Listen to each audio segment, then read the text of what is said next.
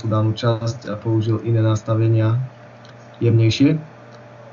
Ďalej, čo som používal, bolo Topaz Gigapixel. To môžeme vidieť tento obrazok vpravo, že je to vlastne program, ktorý nám tú danú časť zvýši rozlíšenie, iné nastavenia jemnejšie. Ja som renderoval, ďalej, čo som používal, bolo Topaz Gigapixel. To môžeme vidieť tento obrazok. Dával som to vlastne na Full HD, že je to vlastne program, ktorý tento program to spraví pomerne pekne a je to hlavne ja som renderoval. Ďalej, čo som používal, bolo Topaz Gigapixel. Radšej možno nech ten obraz je čo menej zapravo na Full HD, že je to vlastne cez takýto program, ktorý nám tento program spraví pomerne pekne a to už ja som renderoval. Ďalej, čo som používal, bolo Topaz Gigapixel. Radšej možno takisto môžem použiť aj obrazy, čo menej zapravo na Full HD, že je to vlastne znamená, že pri pomalom program, ktorý nám tento program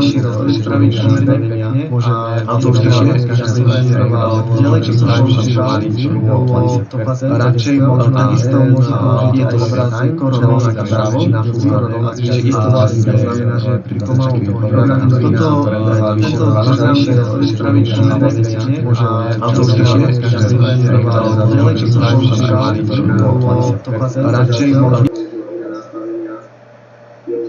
ja som renderoval. Ďalej, čo som používal, bolo Topaz Gigapixel, tak to môžeme vidieť tento obrazok. Dával som to na Full HD, že isto vlastne program, tento program spraví pomerne pekne a ja som renderoval. Ďalej, čo som používal, bolo Topaz radšej možno a na záver, čo sa týka hudby, to už aj nesúvisí s vizuálnymi efektami, ale ako hudba je súčasť filmu a je to dosť dôležitá vec. A asi ideálny stav by bolo použiť vlastnú hudbu, že zložiť si a použiť vlastnú hudbu. A na záver, čo sa týka hudby, čiže to už aj nesúvisí s vizuálnymi efektami, ale ako hudba je súčasť filmu a existujúcu. Je to dosť dôležitá vec. Čo sa týka existujúcej hudby, ideálny stav by bolo ľahšie použiteľná vlastnú hudbu, že zložiť si a použiť vlastnú hudbu. A na záver, čo sa týka hudby, to už aj nesúvisí s vizuálnymi efektami, ale ako hudba je súčasť filmu je to dosť dôležitá vec. Čo sa týka nemôžem si vysvetliť, ideálny stav bolo ľahšie použiteľná vlastnú hudbu, to vám je použiť vlastnú hudbu. A na záver, čo sa týka hudby, to už aj nesúvisí, ale nemajú vlastne, ale ako hudba je súčasť filmu je to dosť dôležitá vec. Čo sa týka nemôžem si vysvetliť, ideálny stav bolo ľahšie použiteľná vlastnú hudbu, to vám je použiť vlastnú hudbu. A na záver, čo sa týka hudby, to už aj nesúvisí, ale nemajú vlastne, ale ako hudba je súčasť filmu je to dosť dôležitá vec. Čo sa týka nemôžem si vysvetliť, ideálny stav bolo ľahšie použiteľná vlastnú hudbu, to vám je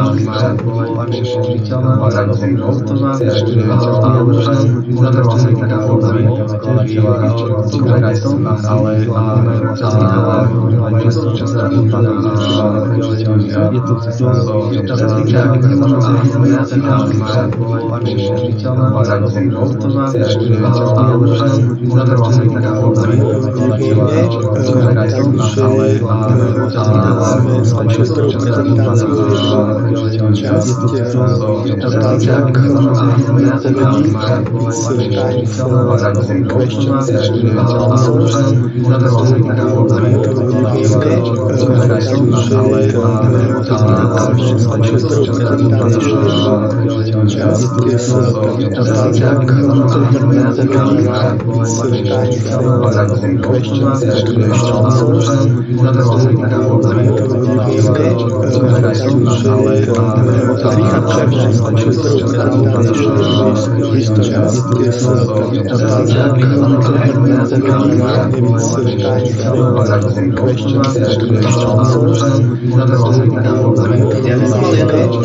je súčasť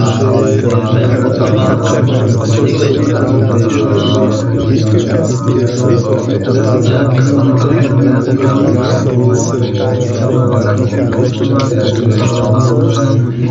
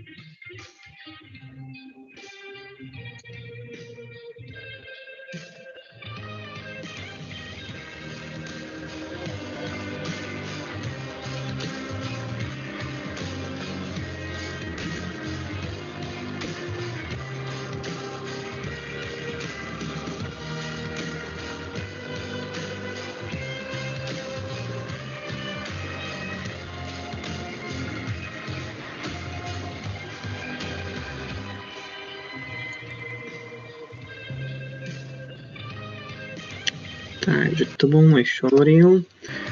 Môžeme začať spomínanými renderermi. V prvom rade vždycky, keď ja robím nejaký záber alebo nejaké umelecké dielo, ktoré chcem neskôr prezentovať, a ide o to, aby som vedel, čo v tomto danom diele chcem. Urobím si rozbor celého záberu a projektu. Takže to bol môj showreel. Môžeme začať spomínanými rendermi. Samozrejme, berte to iba ako môj subjektívny pohľad na vec a môže sa to záber alebo tvoriť u každého umelecké dielo, ktoré chcem neskôr prezentovať. Nemusím vedieť úplne na začiatku do detailov, vedel, čo v tomto danom diele, ale iba také nejaké body, aby som sa vedel odraziť a potom vybrať ten správny renderer.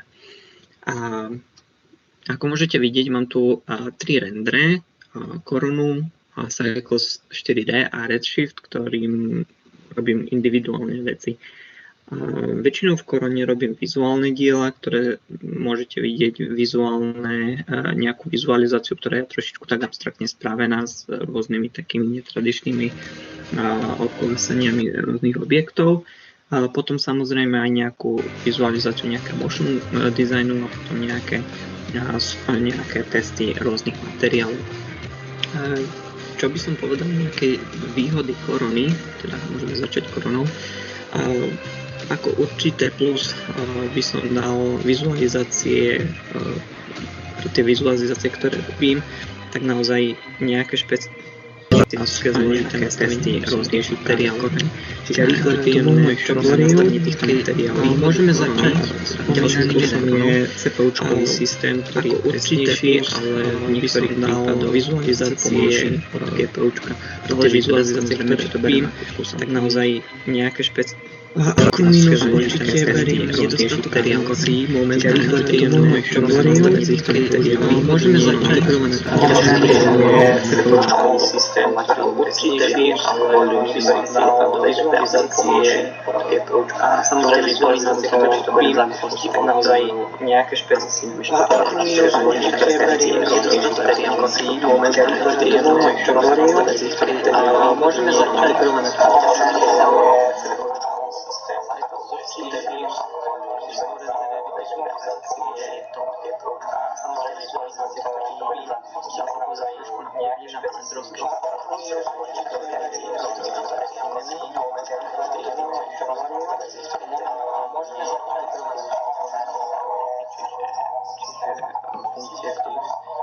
napríklad na Blender už nejakú tú dobu, tak jednoducho niektoré veci tam samozrejme chýbajú, ale momentálne sa riešia nové a nové updaty. Ako pozitívum tohto rendera by som úplne určite povedal tú integráciu s podobným programom od tejto firmy Insidium, tak vyrobili aj program na tvorbu simulácií, partikulových systémov a rôznych simulácií, a práve tento Cycle 4D je s nimi tak prepojený, že fungujú veľmi dobre. Aj čo sa týka nastavenia rôznych atribútov. Ďalším plusom je jednoduchý nódový systém s prehľadnými vstupmi, ktoré ukážem neskôr. Rýchly feedback, podpora CPU aj GPU, ako som spomínal, hybrid kombinovaný rendering.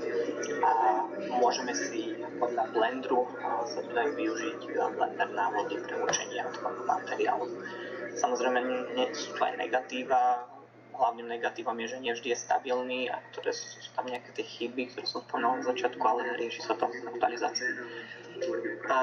Aj napriek veľkému množstvu funkcií neobsahuje správanie určitých materiálov, ktoré si tiež budeme neskôr o tom povieme. Do tretice je to Redshift, kde je taký, by som povedal, momentálny štandard vo veľkých štúdiách. Momentálne je taký čo sa týka takých tých renderov GPUčkových a taký najrozšírenejší. Z mojej skúsenosti viem, že naozaj tá rýchlosť tam je, čiže ten znova plus. Ďalej stability systému a perfektná integrácia. Keďže tento Redshift odkúpila Maxon firma, ktorá vyrábala presne aj túto synemu, tak vytvoril ten produkt, ktorý funguje veľmi dobre a vďaka tomu tá integrácia a tá stabilita je o hodne lepšia, zatiaľ čo som zažil než s týmito dvomi programami. Vždy sa mi stalo, že nejak...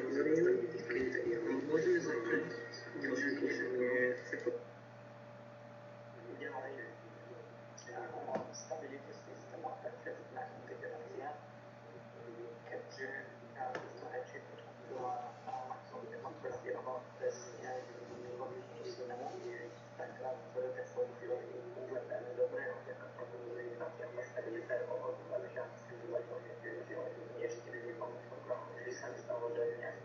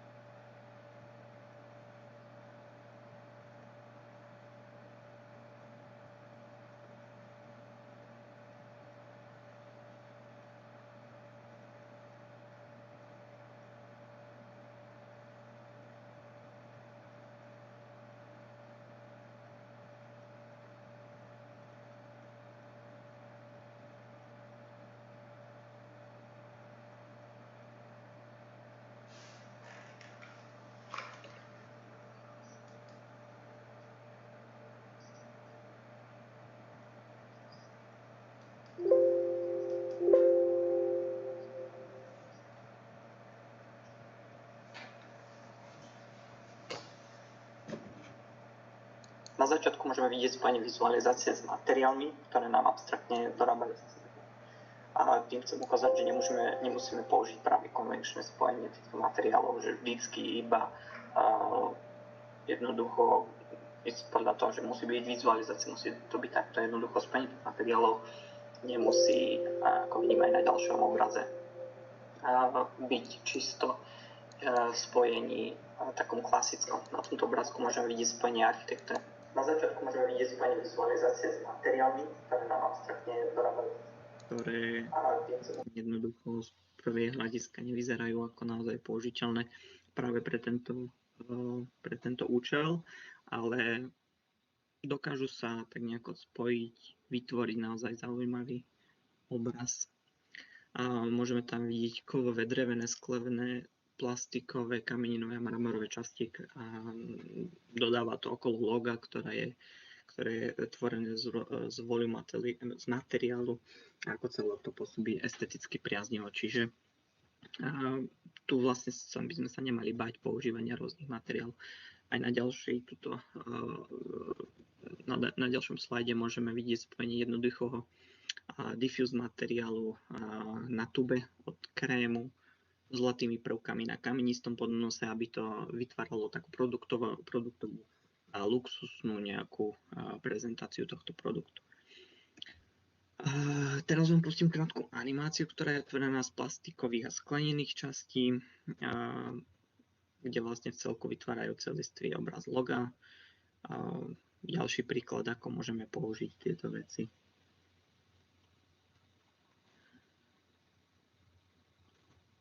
Takže keď som vám spomínal, procedurálne materiály majú okrem možnosti vytvoriť materiál bez nutnosti ďalších pridaných textúr, obrázkových súborov, aj schopnosť animácie. To znamená, že niektoré parametre si môžeme animovať a vďaka tomu vytvoriť aj takýto špeciálny materiál, ktorý vytvára lávu a jednoduchým parametrom, ktorý môžeme ovládať množstvo tej lávy, si môžeme naanimovať napríklad lávu, ktorá zaschyne alebo ktorá tuhne. Takže teraz nastáva sekcia, kde si povieme niečo o replikácii týchto materiálov z rôznych scén a rôznych typov rendererov. Na tieto porovnanie som si vybral Redshift a Cycles.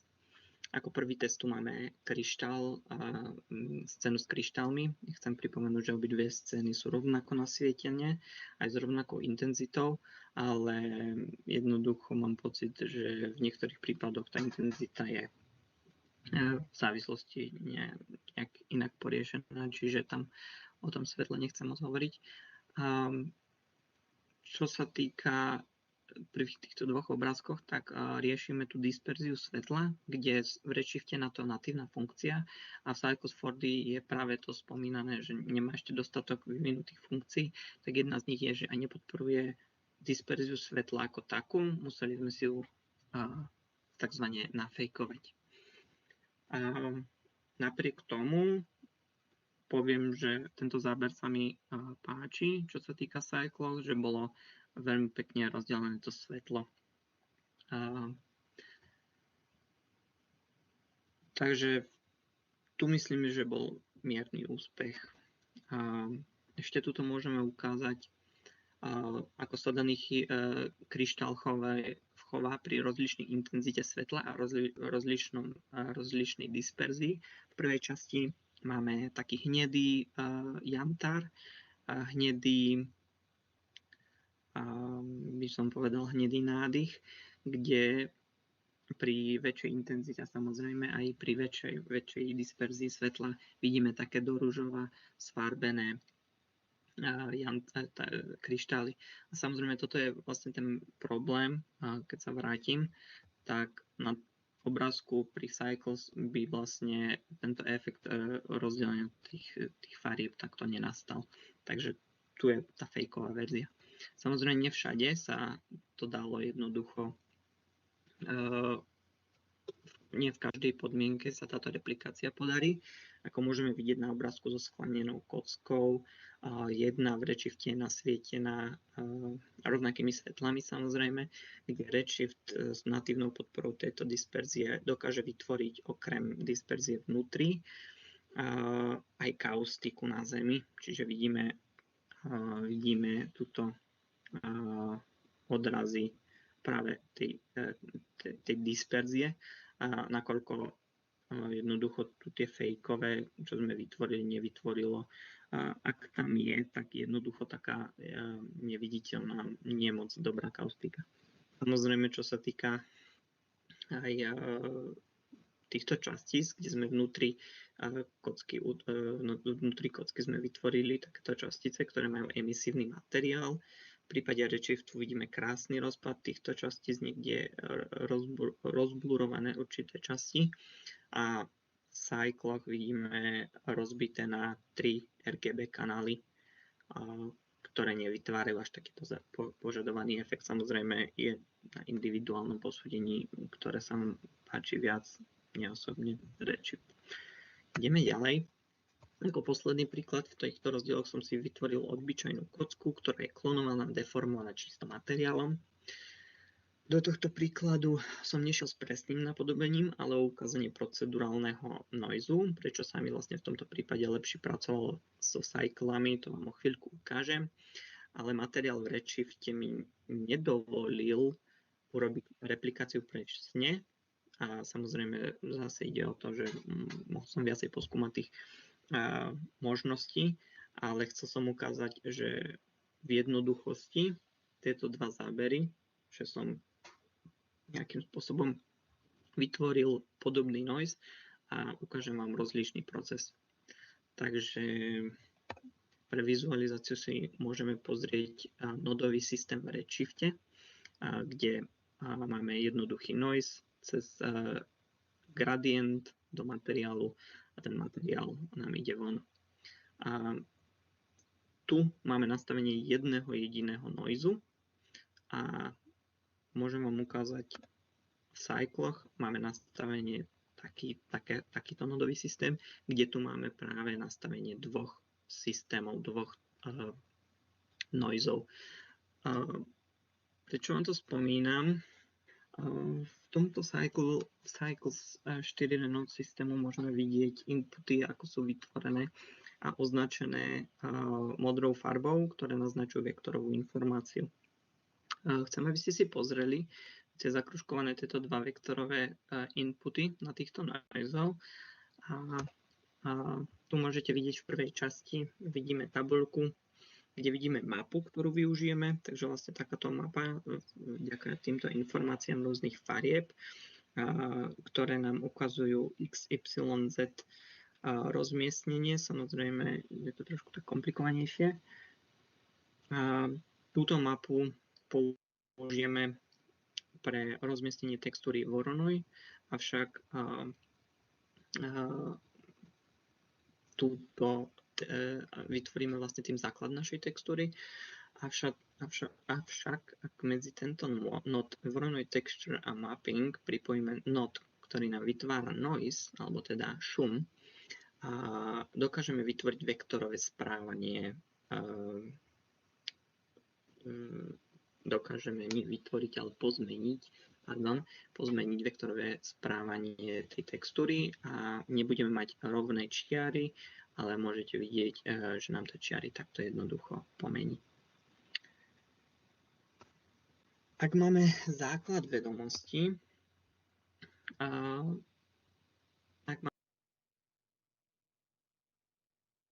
samozrejme ideme potom na začiatku si pozrieme nejaké tutoriálne daný projekt, ako vytvoriť danú vec, ako namodelovať danú vec, ako texturovať priamo niečo.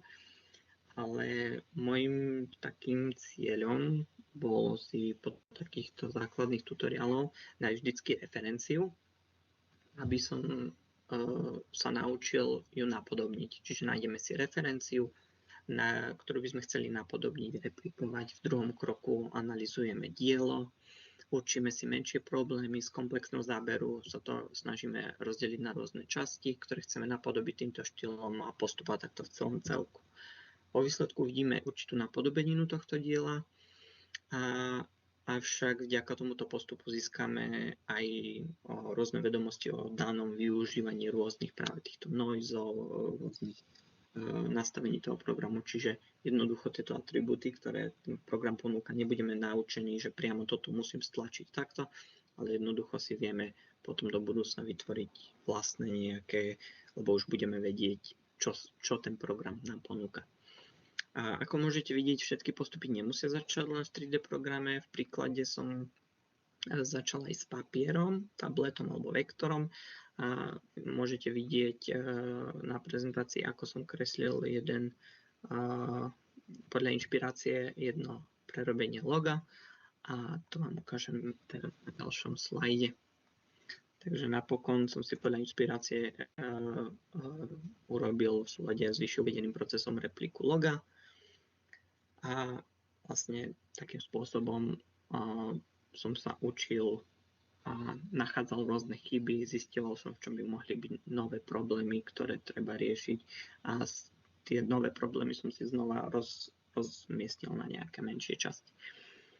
Takže to bude z mojej strany všetko a ja vám teda ďakujem za pozornosť. Ak máme nejaké otázky, tak teraz je naň priestor. Áno, ďakujem. Tá prezentácia mne osobne sa veľmi páčila, takže je tu priestor pre študentskú otázku. Poprosím, Šimon Macháč má pripravenú otázku k tejto prezentácii. Tak moja otázka je taká, že ako si sa učil vlastne vytvárať tie texty? Can you tell this question in English or Michal, can you translate it? I can. How you start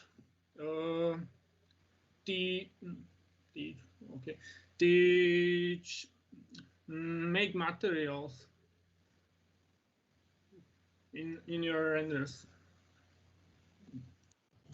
Mikrofón, Adam. Pardon. Najprv som si teda pozeral referencie rôzne, ktoré by teda mohli pripomínať nejaký materiál, ktorý by som chcel. Potom som si pozeral zo začiatku nejaké návody, ako ten daný materiál urobiť. No a potom vlastne som študoval ten materiál, že čo je na ňom iné. Čiže jednoducho, keď tam boli nejaké škvrny, tak vlastne tie škvrny procedurálne vytvoriť, nejaké scratches, nejaké vlastne škrabance. Vlastne tieto takými základnými vecami bolo vždycky ten materiál, nech je akýkoľvek, si rozdeliť do nejakých jednoduchých častí, či je to nejaká kocka, teda nejaká textúra nejakých škrabancov, alebo teda takých ako aj bricks, vlastne majú ten tilovanie, čiže jednoducho do takýchto malých rozdeliť a potom až vytvárať z toho daný materiál. Čiže tak. A potom samozrejme hodnoty, aby boli správne i o R-ko a potom už u ostatných rôzne. So basically he uses a lot of references and he studies the material before, translating into a 3D space, and he usually starts like with parts of the material, not a whole material, and then he just connects all the dots and just create the whole material. Okay, perfect. So we finished the second presentation. I appreciate this presentation and thank you for it, Adam Jopek. And now is time for Jan Štrba.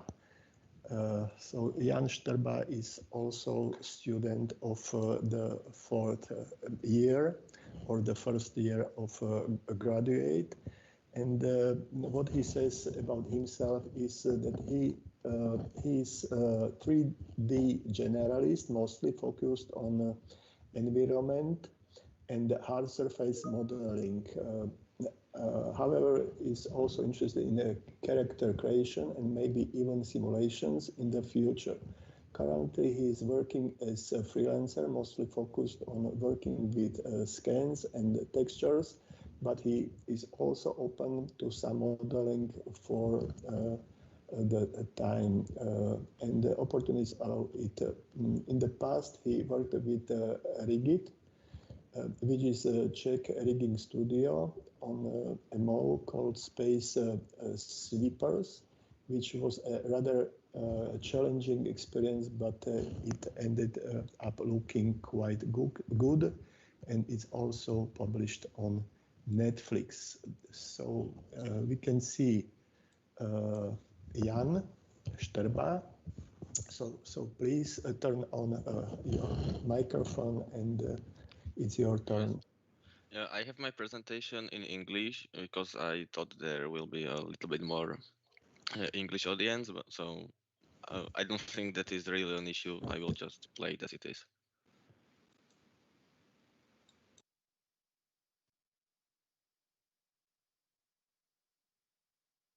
you should be able to see it now.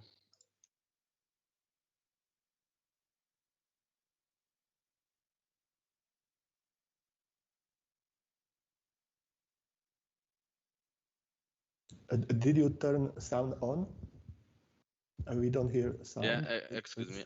I think I didn't. I will reshare my screen.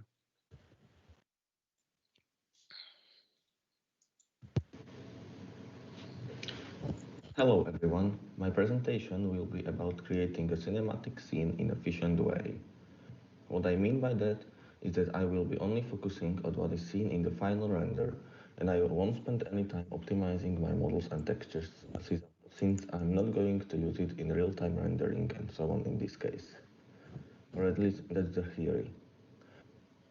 During this presentation, I will do my best to describe my steps in creating this scene. However, keep in mind that it is only my personal workflow and there might be some things that could have been done better. My goal was to create a sci-fi scene that will be at least a little bit unique in its design. So, I will start by introducing myself. My name is Jan Stema. I consider myself to be a 3D generalist at the moment, but I'm more interested in environment and hard surface modeling. Even though I do enjoy learning about characters and other subjects as well. Here you can see some of my works, and you can also look up my ArtStation if you are interested in that sort of stuff. Just to give you a little better idea, here is my ArtStation. Feel free to look it up yourself if you want to see it in any greater detail.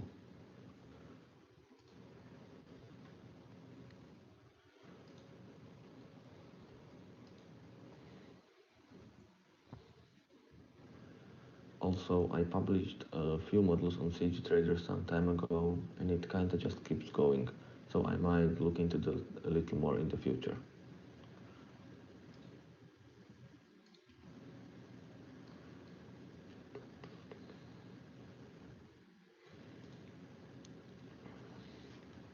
And finally, here is a short trailer for a movie I worked on with my friends from Heidegger. Of course, I'm not going to show the whole thing.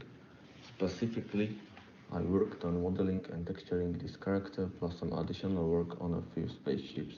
If you are interested in watching a Korean space movie, you can do so on Netflix. It's called Space Sweepers.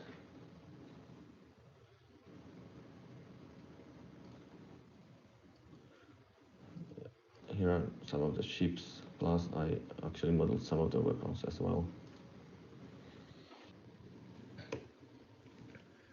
But back to my main subject.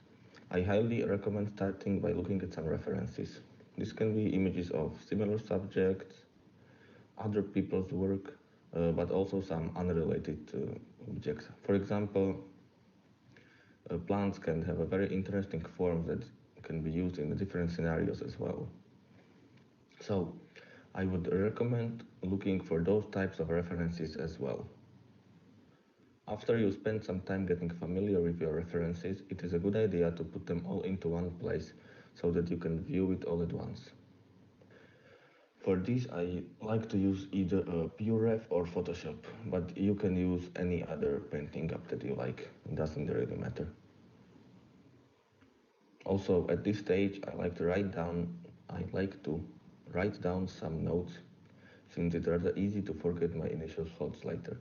I don't consider this to be a necessary step by any means, but it might be helpful for a certain kind of artist. Also, you can see that I tried to sketch some thumbnails, but they ended up being rather useless since I can't really draw or paint.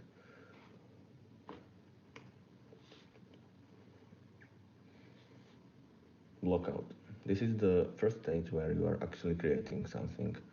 I prefer to do my blockouts in 3D, but it doesn't really matter.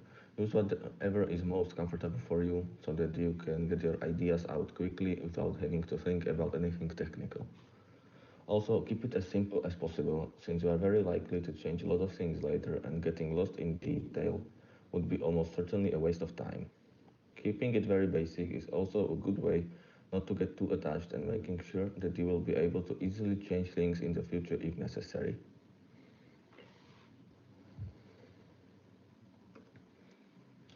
asset creation. When it comes to modeling assets, I like to use 3 different ways. First is CAD modeling, which is very handy for hard surface objects that need to look like something that could be manufactured in real life. Second is polymodeling. This is probably, I think, mainstream is the right word approach to modeling. It is more technical in my opinion, but you also have more freedom when it comes to changes in form and so on. And the last one is procedural. This can be very useful, for example, when you need to create a lot of similar kinds of assets with small variations in size and so on. Also there is sculpting, but since I haven't used it in this scene, I decided to leave it out of this presentation as well. Each approach has its benefits and I think it's good to be familiar with them all so that you can choose the right one for each object. So first I'm going to talk a little bit about CAD modeling. Basically, it is a Boolean-based modeling. It can be very fast for certain types of objects that might be rather difficult to polymodel. Also, it's very easy to create clean bevels and fillets. Here you can see a small example of the types of shapes that I use this approach for. It's nothing revolutionary. You can see that I started by creating a 2D line work, then extruded it out and finally booleaned some shapes out of it.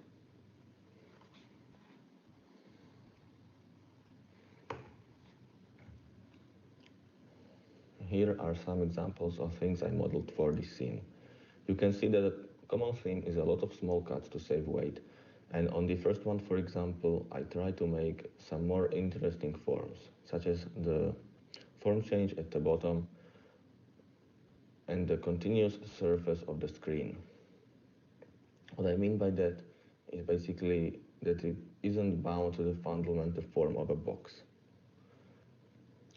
As I already said, it is a good idea to keep in mind how visible this object will be in the final render and don't get too lost in detailing.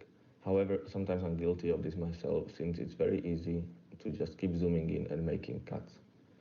When it comes to disadvantages of CAD modeling, I would say the biggest one is probably the messy topology it creates when exporting. However, I don't concern myself with this too much in this case since I'm not going to do any deformations and so on.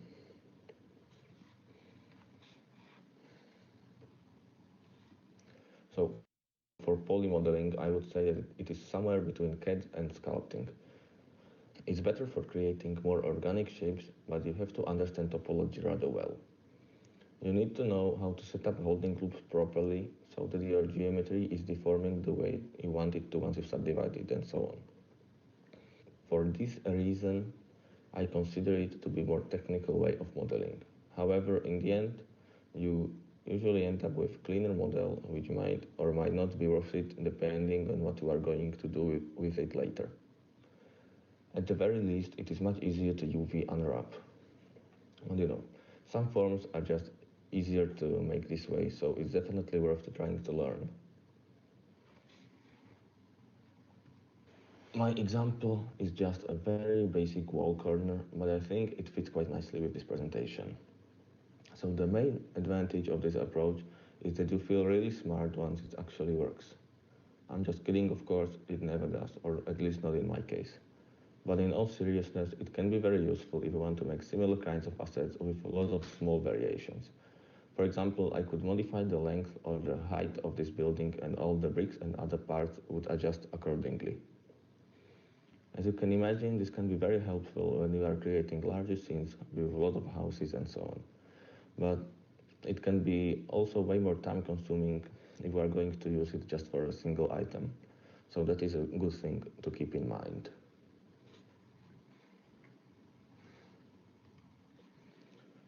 Here is another example where I used my initial blockouts to scatter some leaves on the ground. I used the rough shapes of the building to create a mask on the ground and also to cast shadows so that it looks like their placement is affected by the wind. Or at least that was the idea. You can hardly see them in final render, which might be a shame, but I think it is a good example of something that is easier to create procedurally, even though it is just for this one time and it won't be reused. Okay, I would like to say just one more thing when it comes to procedure modeling, and that is that you don't actually make combine other models with this approach, and also don't be afraid to make manual selections, for example, or some basic transformation.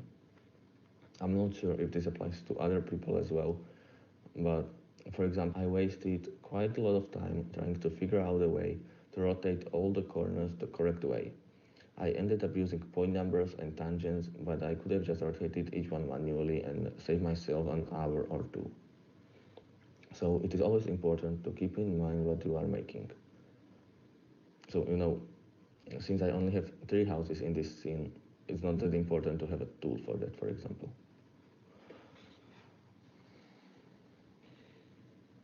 Materials. When it comes to UVs and texturing, I like to stick to the fastest ways in these cases. Of course, it would be different if these assets would be going into a real-time rendering engine. On the right, you can see that my UVs have a rather horrific stretch in them, but I'm not even going to use the whole texture, only the rectangle with the lines, so it doesn't really matter at all. For materials, I try to use procedural masks and textures to create something believable. As with all the other things, it is good to keep in mind how visible they will be in final render. However, you don't want to just slap a pre-made substance material onto your models, because then everyone will recognize it and it can look really lazy in the end. So with all 3D forms and textures, it is much more impressive if it's not immediately obvious how you made it. This applies to modeling as well as only textures. Here is another example of my auto UVs. You can see that it's actually not that bad, or at least in my opinion, except for the ginormous overlap in the middle. However, I'm using 2 different materials for this roof, so I think that's okay. Alternatively, you might want to split it into 2 separate objects. Different ways to skin a cat. Assembly. What I mean by this is putting your assets into scene and making them look nice. A few tips that I found out are to make test renders rather sooner in the process, especially when you are creating something new and you don't have a very accurate idea of what the final render will look like. Of course, if you are rather experienced in specific subject, you can always save a lot of time by putting the whole scene together first and only rendering in the end. But in this case, I use the first approach. Also, it's very important to fix all the issues right away. Otherwise, you can get used to them very easily and there is high chance that you won't fix them at all. Here is my very first render of this scene. You can see that I made it really early in the process, maybe even sooner than was necessary. In this stage, I usually start by testing a few sky domes to give myself some options. Okay. Also, keep in mind that more often than not it will look really bad at this stage, so don't let that bother you too much. Here you can see that I'm getting closer to my original idea, but it still needs a lot of changes and tweaking. Just to point out a few details on the first image. The mountain in the background had totally unrealistic lighting. There is a weird checker texture on the ground. Sky isn't matching shadows on the ground and so on. On the second image I fixed some of the issues, but it is still very unfinished feeling. It lacks the main focus point, it looks very empty and clean. In this stage, I usually ask some of my friends for feedback even though I know it doesn't look very finished. It's always helpful to hear someone else's opinion. It doesn't even have to be someone who is also doing 3D. Very often, people that don't have any idea how it's made will give a better feedback because they don't judge it by its technical difficulty but only by the final result, and I think that's what matters the most anyway.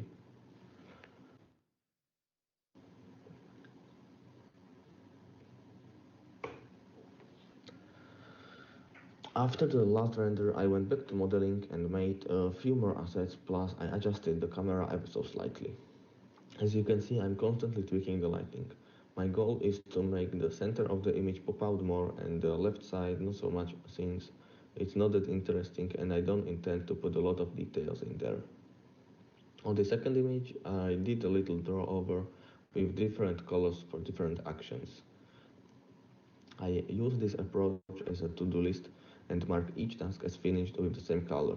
So, for example, once I finish the doors, I will make a blue mark. I So, for example, once I finish the doors, I will make a blue mark in Photoshop document and move on to the next task.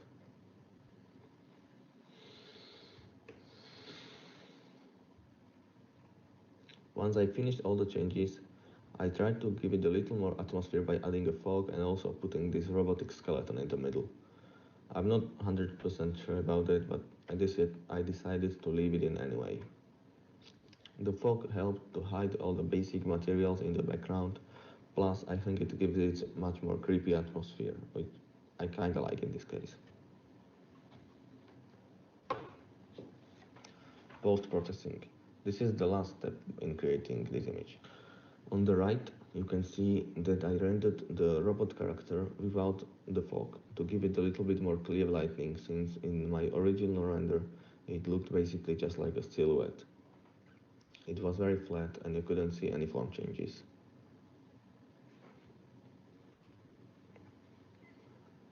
And here is the final image.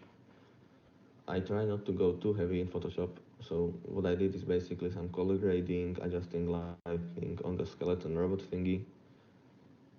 The effect is rather subtle, but I think it helps to make it look more three-dimensional and also a bit more interesting since you can actually see some of the forms. I also added a little glow to the lamps, doors, and also a little noise. You could definitely go a little bit more heavy and maybe even do some photo bashing to add more dirt on the ground or maybe some more visible leaves and so on.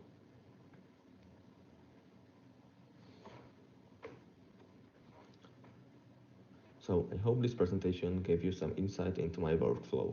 If you have any questions, feel free to ask and I'll do my best to answer them as well as I can. Okay, thank you.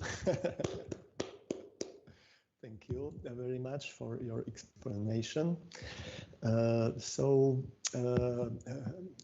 We have prepared question for you, and the student who will put this question is Patrick Sekac from the second class of our studies. Yeah, can you hear me? Yes, we can hear you. So I think for most of 3D artists, UV mapping is sometimes an annoying work, but you have been working with automatic UV mapping. So could you describe how it works and what softwares did you use? Yeah, sure. So in this case, basically all I do is import the high poly assets into Houdini, then decimate it to make it a more manageable topology, and then we have a node that works with software called Rhizome UV, which is probably the best auto UV software that I have used so far, and it just automatically opens it in Houdini, does the UV unwrapping, and you can export the model from there. So it's a really basic workflow once you set up the network correctly. Okay. Did Jano answer on your question, Patrick? Yeah, thank you. Thanks for your answer. Okay, so do you have some students next questions about this topic? I asked Jan to show some examples of his work from the third grade as he finished this. Do you have this project prepared for this moment? Yes, I will share it in a second. I guess I'm not going to show the whole thing, right? No. Okay, Just, so I will just some screenshot. several situations because I'm very happy with this work. It is still unfinished. Yes, you can see it, right? I have. Yes. Yeah. Okay, so I will just make some quick showing. So this is the stage right now. You can see it's not the finished the render isn't finished, but the timeline should be basically done, and also you can see some scenes are like in the final stages.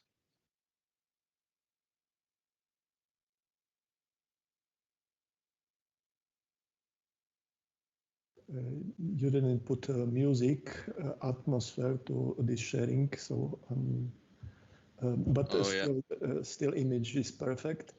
Yeah, there is music. I can reshare it again. It's quite annoying. You have to make it every time. Should be with the music now. Is it working? Yes. Okay. So that's my work from the last year. I have many issues with it, but hopefully I can make it to the more consistent form. Yeah. So do you think that you'll ever finish this project? I think I will finish it, but I'm not sure that I will be very satisfied once it's done.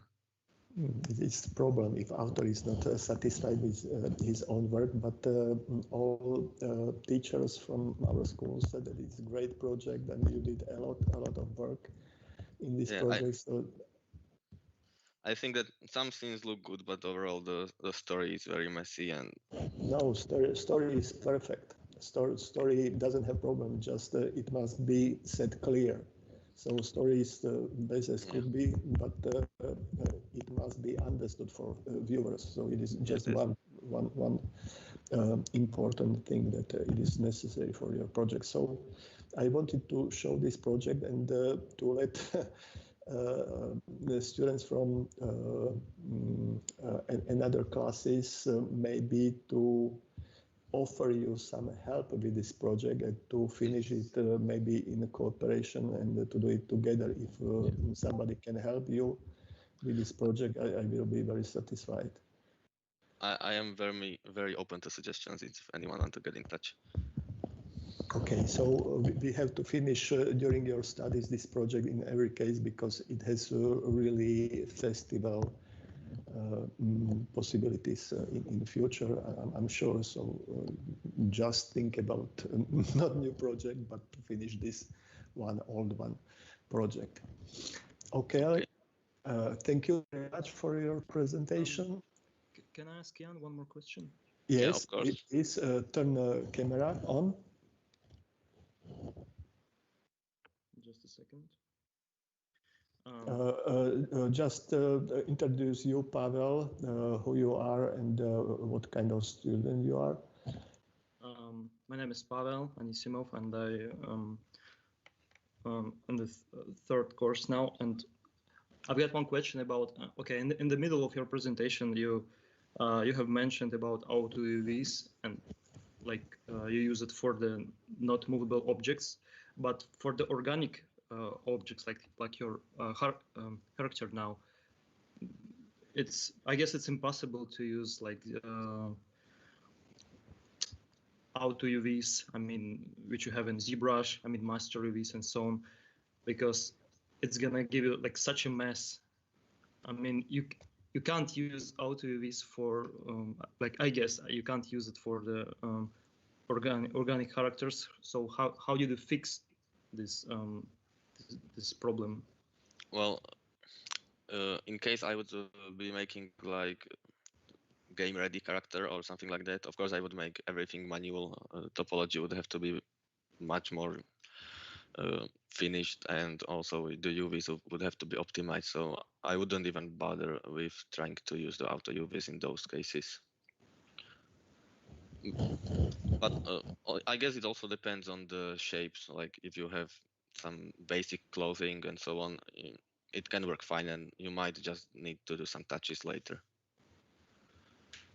Well, but okay, continue. Yeah, but this this was only for the like my workflow in this case was to focus on efficiency in creating just image, not in creating like usable assets. Okay. But I mean, for example, okay, you made a decimation for one object, but it doesn't have like proper topology. So you can when you are trying to make a UVs. Okay, right. You're making all UVs in this case. Okay. I use the decimation only to save time. If it would be like some object that needs to be deformating in the correct way, I wouldn't use decimation. it couldn't really be made to work. But like for those hard surface CAD objects that don't deform, it works fine. And especially if they are only in a small part of the frame. Okay. Okay, thank you for this discussion. Martina Štamová, turn on camera, please, and put your question. I would like to ask, what's your 3D software? You mean all of my softwares or some specific one? I mean the main, like, are you working in Blender or Maya? Yeah, so for poly modeling, I usually use Blender just because I'm most familiar with it. Then for CAD, I usually use Moi, and I'm learning Fusion now, but I think it's same difference. And for rendering and putting the whole thing together, I use Houdini now and V-Ray. Oh, you noticed like you worked on some commercial project. Yeah. So like, is it okay if you work in Blender for projects like this? I use Blender for modeling, but all the outputs have to be in Maya. So okay. I just import everything into Maya and then save the scene. But I don't like move polygons there and so on. Yeah, sure. Thank you. Okay. Okay, thank you for presentation, Jano. You finished. You are over, and please let me sharing your space. Your finish your sharing. Okay, thank you. And now we have a last presentation for this morning. We can hear now in this moment Tomáš Hotový. Tomáš Hotový is the 5th grade or the 2nd grade of master's degree, and he will speak about very, for me, interesting theme about cryptos. So I'm a little bit fan of this problematic. So I care very much about what idea he will bring us with his presentation. I think that the same fan is also Michala Hybelova, and she said it also in her bio. So probably you will have several listeners. The question for Philip, can I ask you, do you care about trades? About trading on internet? No, I think that Philip didn't understand that it's question for him, Philip Luz. Sorry. Yeah, it's question about for you that if you care about or cryptocurrencies, or if you care about trading on internet, about action shares and so on.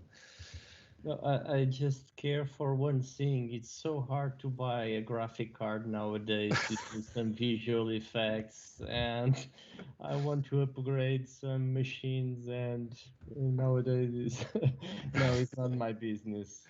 Okay. Just worry with the graphic cards. Yeah, so we'll look on our art of visual art from point of view of cryptos. So it is introduction for his presentation. So now I give him a word, and please continue in your presentation. Okay.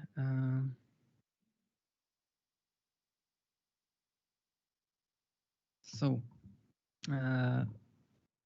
do you hear me? Yes, it's okay. Okay. So my name is Tomáš Hotový, and my presentation will be about crypto art. So it's a very booming medium right now. So be like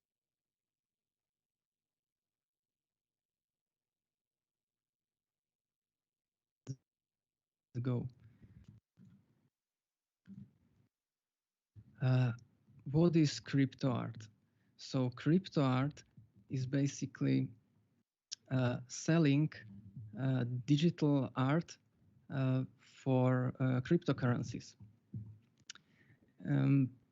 You usually see it called in short NFT, non-fungible token, which is basically like a certificate for authenticity and ownership, and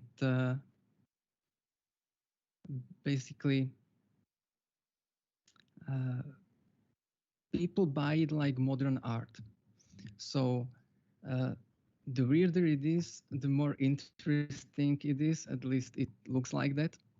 And there are a lot of money involved in it right now.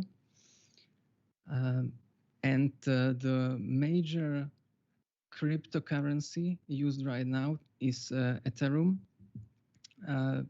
because it's the first that brought this concept of NFT, non-fungible token.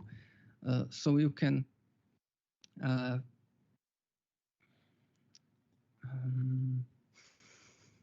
it's a bit hard for me in English. So it's basically you have a code that defines your image, your ownership, and data around it. The image is stored on a different decentralized server, and you can sell viewing rights basically to your image. So the websites that are doing this work like online galleries. Everyone can see your image, but there's only one owner.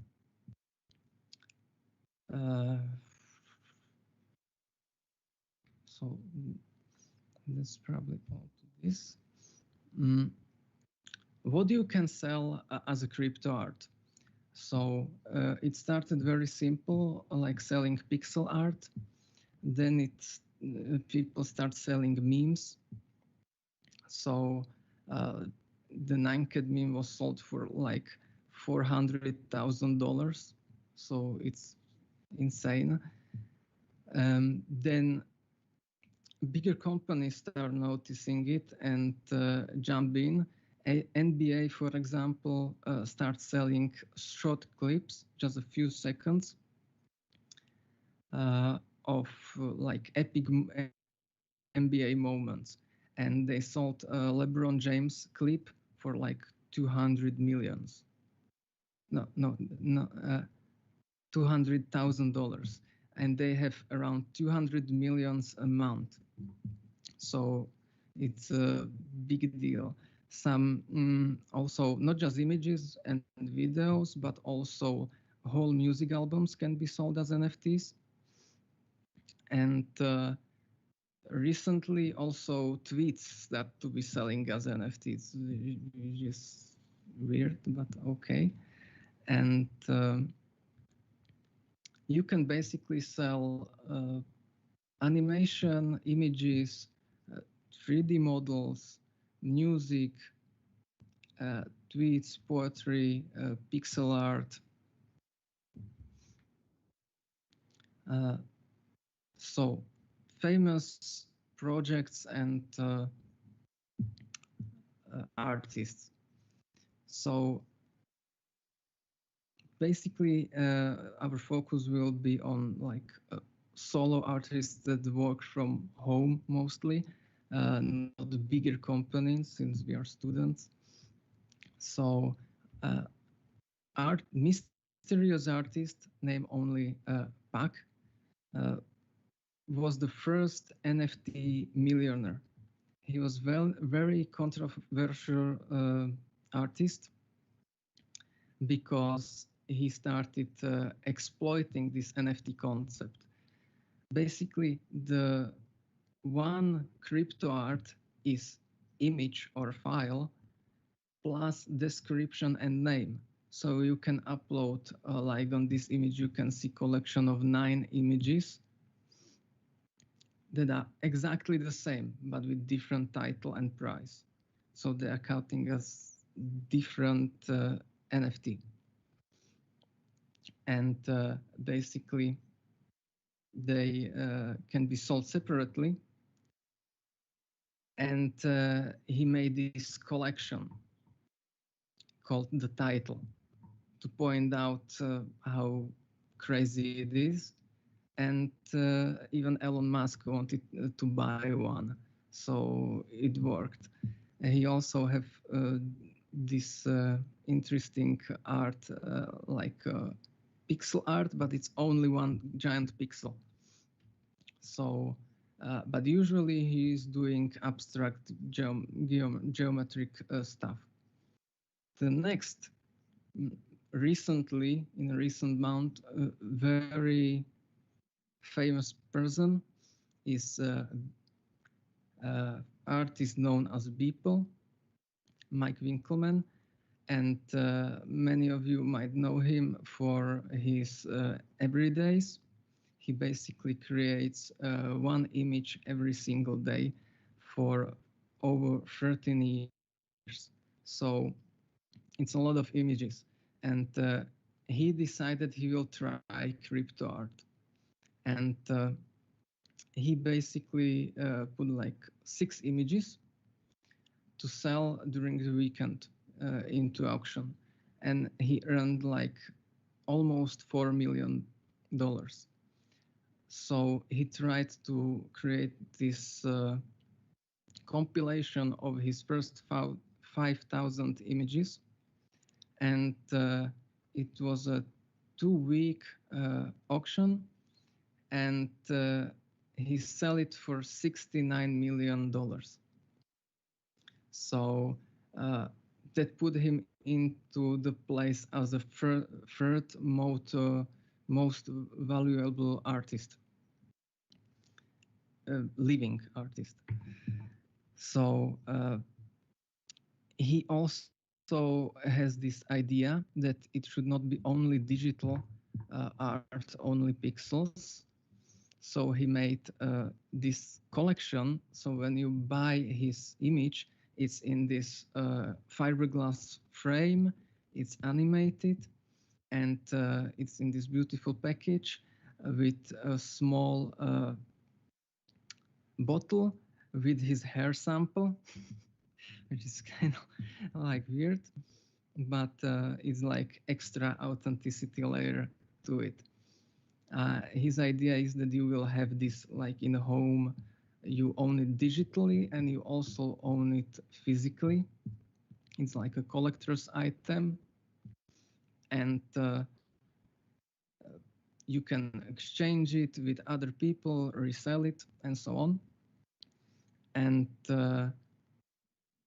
there is a QR code.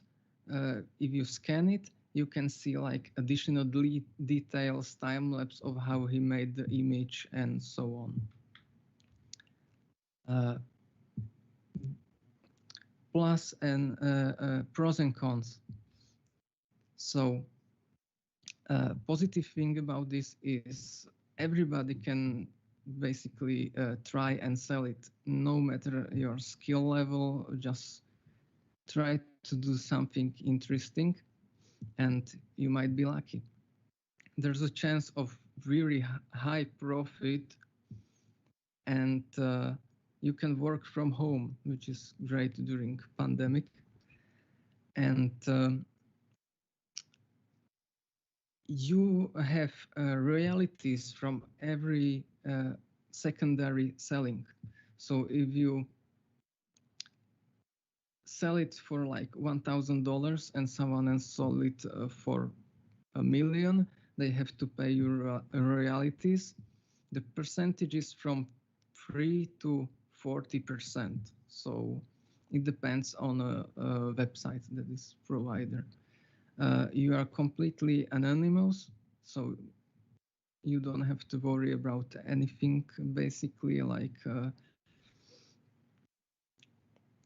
for example, Pack want to be anonymous, mysterious artist, he can do it.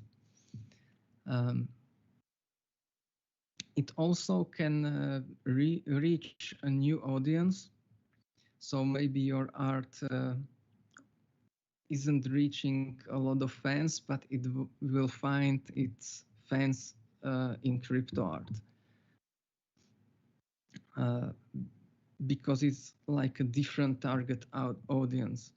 It's not artists. It's majority of artists would not pay few $1 million for image. So, but like modern art collectors would, and they are going crazy about crypto art right now.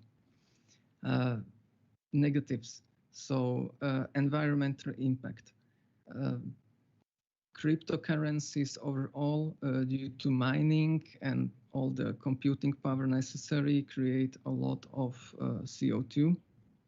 We will talk about it more in detail later. There is a lot of art theft. Usually it's stealing from artists that doesn't know about crypto art, and someone that does, they download their images from ArtStation or Twitter or Instagram and sell them in their name.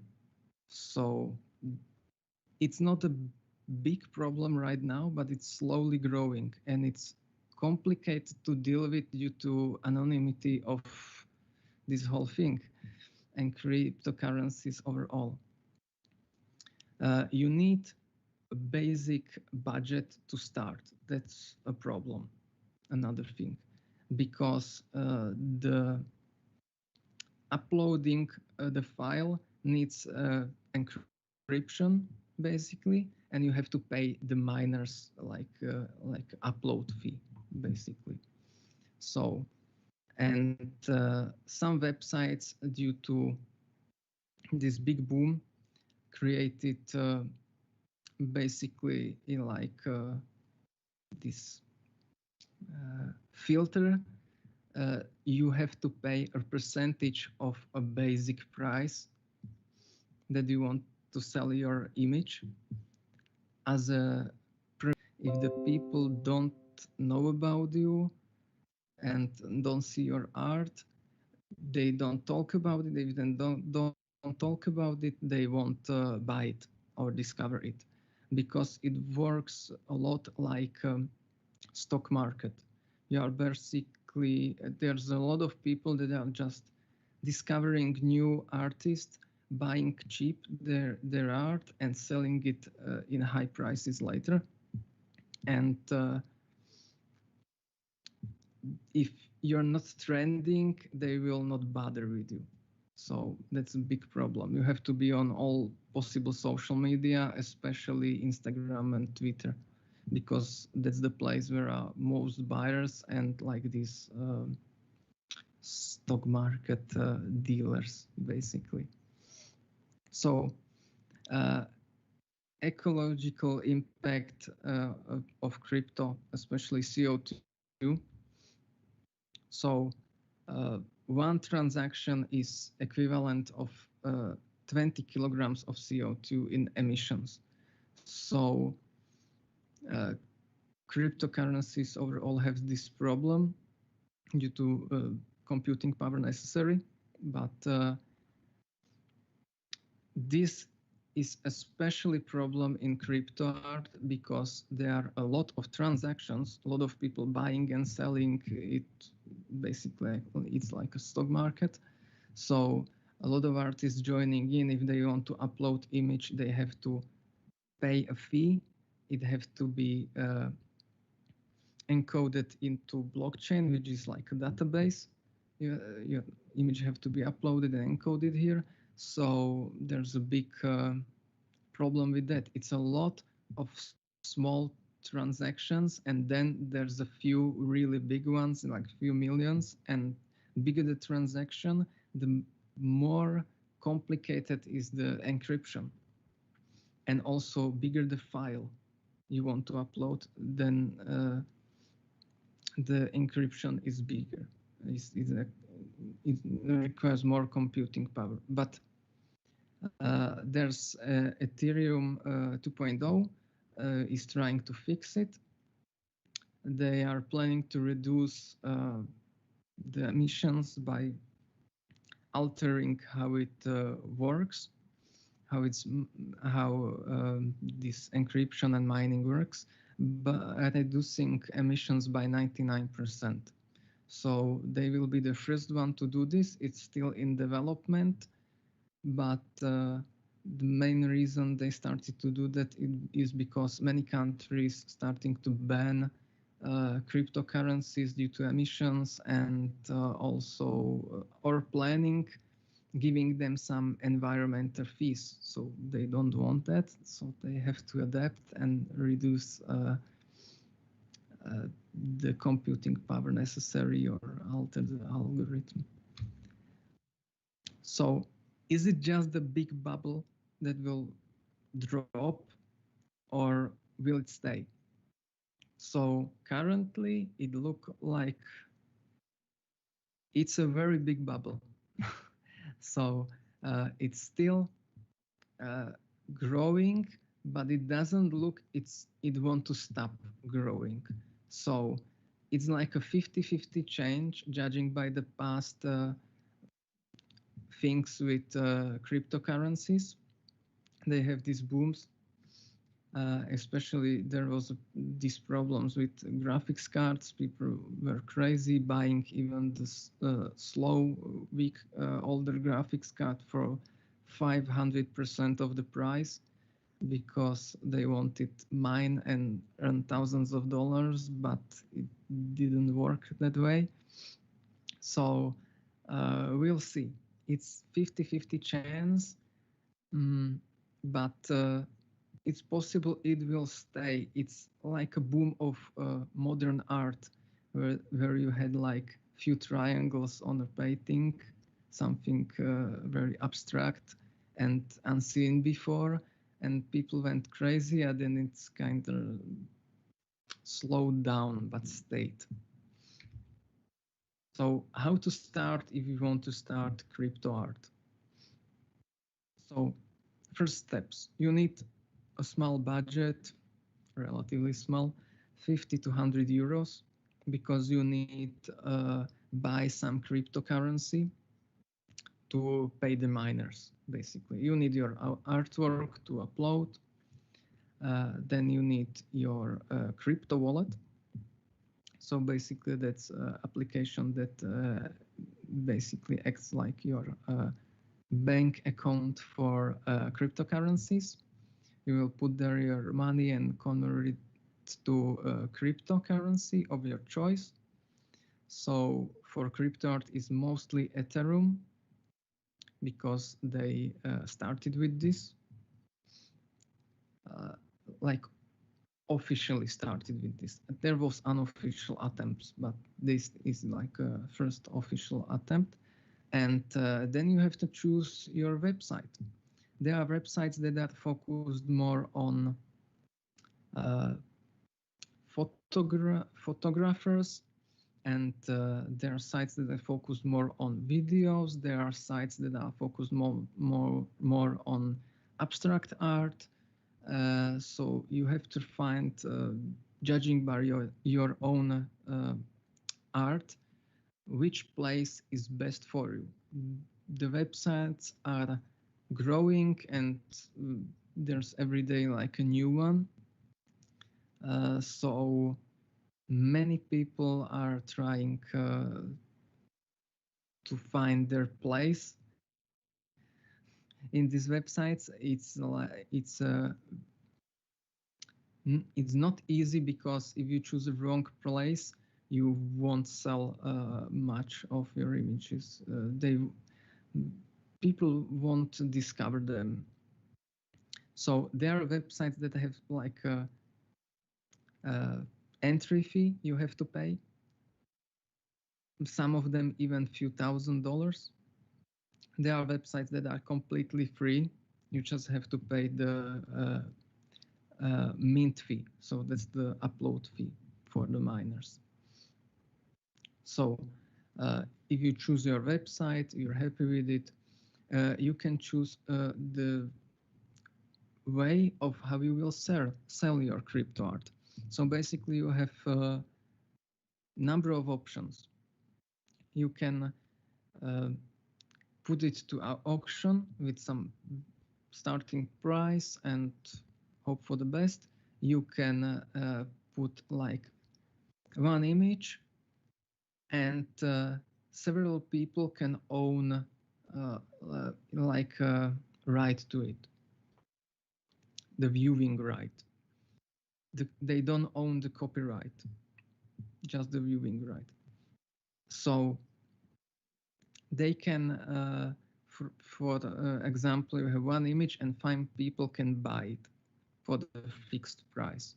Or you can create a time window, like 2 days, and as many people as want can buy it, and then it's not available forever. Like you can buy it, only that amount of people, but in the window of time is like unlimited. You can also create like collections. So they're like parts of it, or someone can buy a whole collection. And there's one important factor.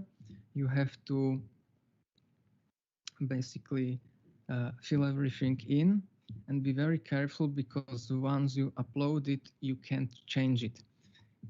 Only if you set like a special thing that you can change it in future, but if you didn't set it well in your first upload that it's possible, you can change everything. It's fixed, it's uploaded, so it's forever there in that state. And then you have to advertise your work, basically.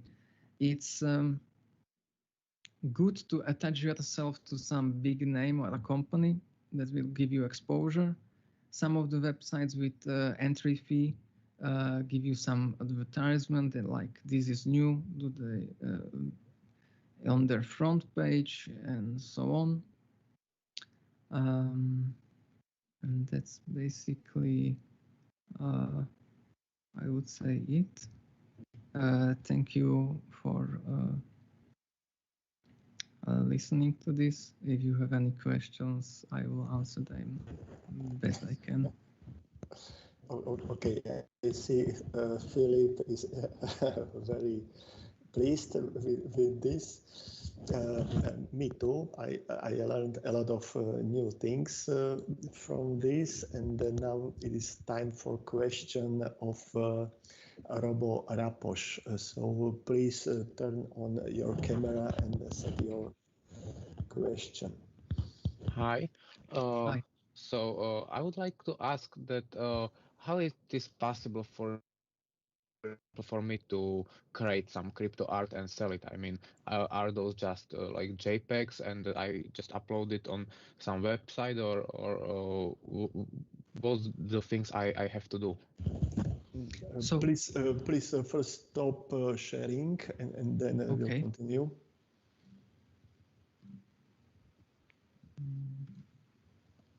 So, okay, it's fine. So you can basically you can upload any image you created.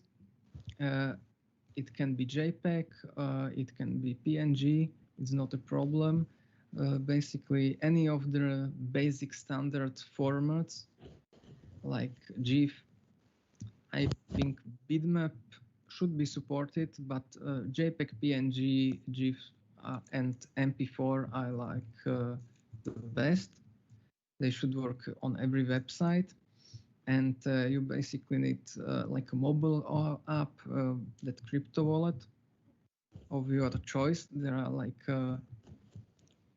50 applications, so you will have to like decide which one is best for you by reviews or something like that, and then you have to register on a website and connect your crypto wallet on a phone.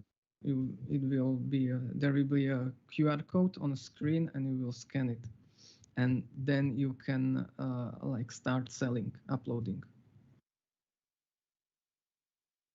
Does that answer the question?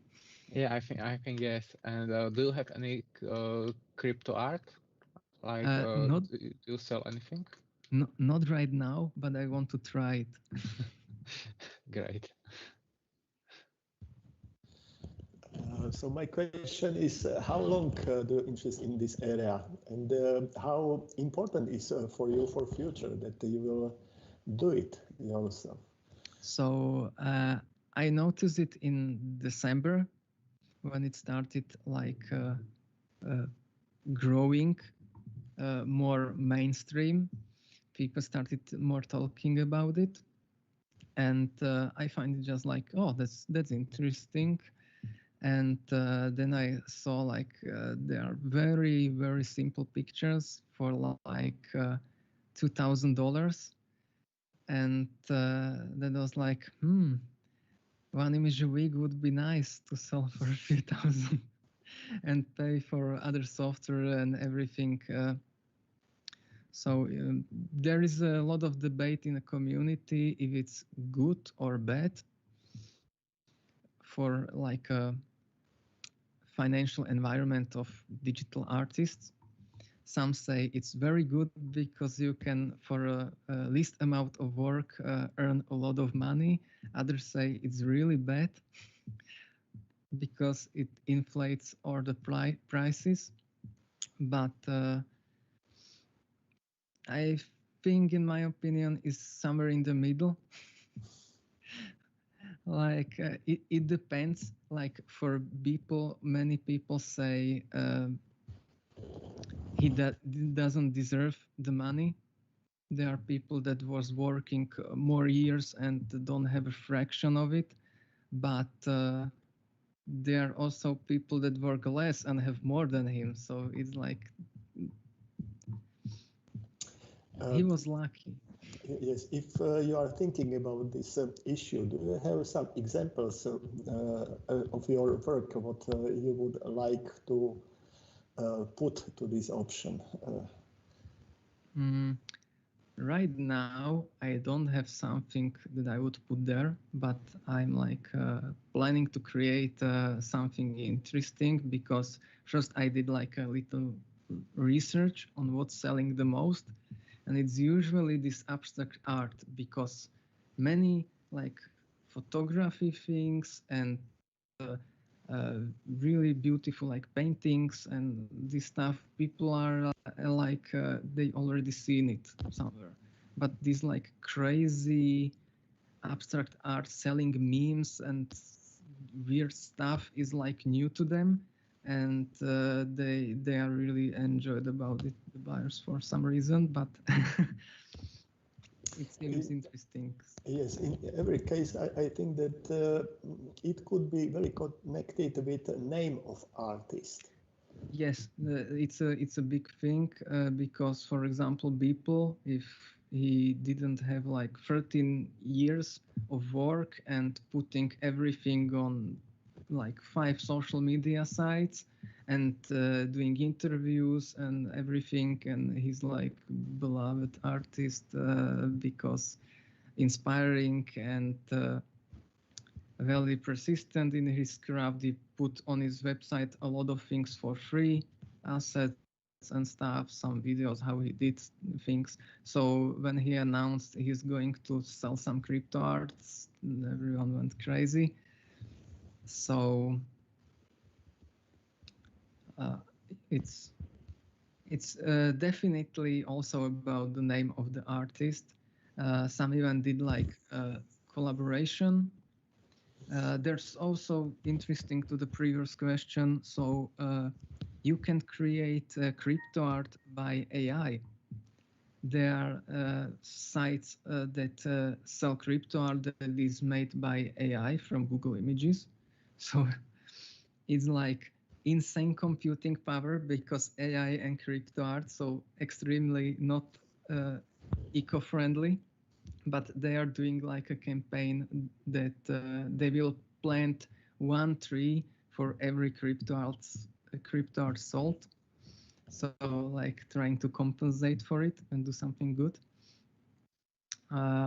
You can use a website called Art Breeder, which is like AI-based image generator. You have like genes there, so plant, dog, and other stuff, and you can generate images, landscape, things and animals, and portraits. I think are like basic, and some of them are selling it. Some people are selling it like crypto art. So you can just play with the sliders and try to sell it if it's something interesting. Okay, thank you for your presentation. Excuse me, I have one more question. I noticed like a couple of months ago that someone made a digital house and he sold it for $500,000. Is it like the same principle as like crypto art? Is it or do you know something more about it, or you hear it first time? Didn't heard about the house, but there was the artist spec sold a spinning cube for $30,000. So it's like crazy. But I didn't heard about like digital house selling. I didn't heard about that. So I will have to look into that. But I see that Robert has some experience also with this question. That it is very good question. Okay, so if nobody will want to ask Tomáš the next questions, so I will finish this presentation. Thank you, Tomáš, very much for thank you. Very well. Exciting interpretation. Next time when we will meet, so you have in every case to show some your own art. And to show exactly step by step what our students have to do to put their visual arts on crypto. So I mean, it's interesting to at least try. So I told to myself, I will try it. Yes, okay. If you will catch so much money, as you said, so you will call us or me, and we will try to share about this experience. Thank you very much. Thank you as well. Okay, so we finished our program of this morning, and my question is for Philip Luz, that what time he prefer will start in the afternoon. We will have now break, so Philip, what do you think? So it's planning 1 hour. For us is here is midday and a half. For you is 1:30. So we can follow the schedule. But we have two schedules. It's later. We have one schedule in Excel program, and the second schedule happened that in our program, in our poster. But what I'm seeing on the poster, it starts at 13:30 in our time, Central European time. So it was 13:30. So it's perfect. 30:30. Perfect. So some of our students already start entering in the session this morning. So I hope they will be here at that time. Okay. So 13:30. It is for technical preparation or for starting our conference? For starting. For starting. As you have on the program with Samuel. Okay. Okay. Artificial intelligence. Okay. So please try to tell something from your point of view about this presentation. If you notice something interesting, or what do you think about what our student said? No, it was simply amazing. The first presentations, all the presentations. The last one was unexpected, according to the other breakdowns and work presentations. Sorry, I have other monitor here. But was unexpected and very, very cool session to finish. So I think all of you be afraid of your colleague Thomas. You're gonna steal your image and sell it on crypto art. No, just having fun. It was really interesting, and the other was just amazing. The 3D breakdowns that we start on the beginning with Lucas, and also the others, the procedures in architecture and motion graphics, they were amazing. So I'm planning already right now, and I was just writing these two. When I have those videos, I'm gonna create a session with all of my students next week, and probably we can meet in 1 or 2 weeks for a session to put all the students talking. So I'm gonna share those videos in class because there was here some amazing presentations, and I'm totally sure that afternoon session will be great also. So thank you a lot for the work that you already shared with us. Okay, thank you very much for your opinion. Now we interrupt our session. We'll meet for our students 15 minutes before, so it means 13:15. We'll turn on our camera and microphones. We will try technique if it is working, or even you don't need to stop this presentation in case, but it would be nice also to meet by cameras in the afternoon, and then we'll continue with the next meeting presentations that is by harmonogram. So I see a new face. I don't know if Michaela, one colleague. Hi, it's me. I'm always in here, but I turn off my camera. Hello. I'm so sorry. I'm the only one. I'm sorry. No, we can see you, and I didn't see you before, so I welcome you. And, Thank you.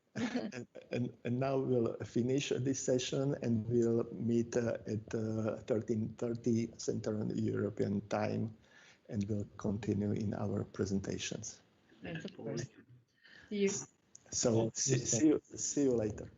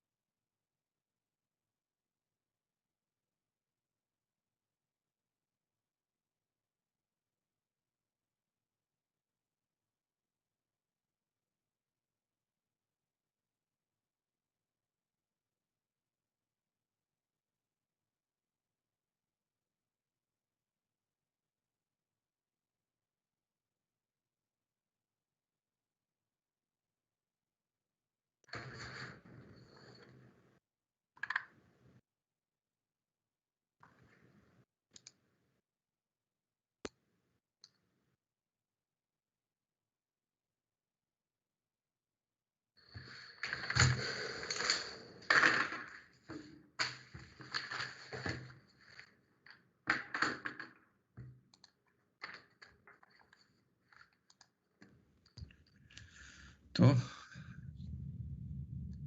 Estou Hi, vivo. Ivan. Ah, So, this is gonna start just in a few minutes. okay. I know that you are teaching. Yeah. I can only come here from time to time. Okay. But it's gonna start just in 5 minutes.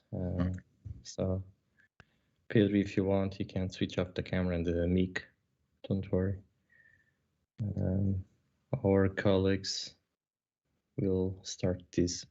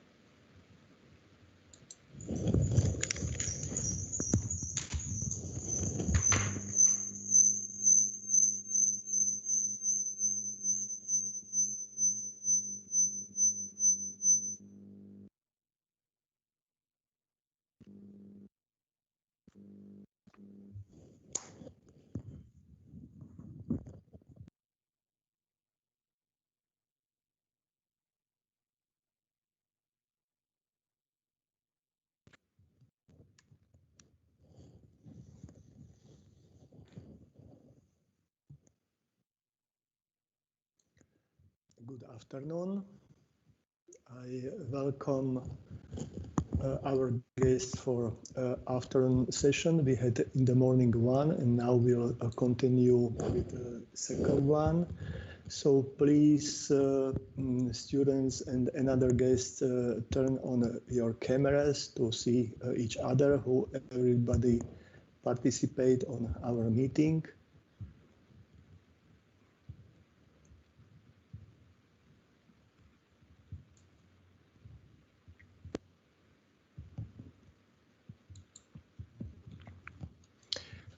In these teams, it's possible to set a lot of images. So if you will go to settings, it is 3 dots on the top of this application. So you can set as what is written large gallery.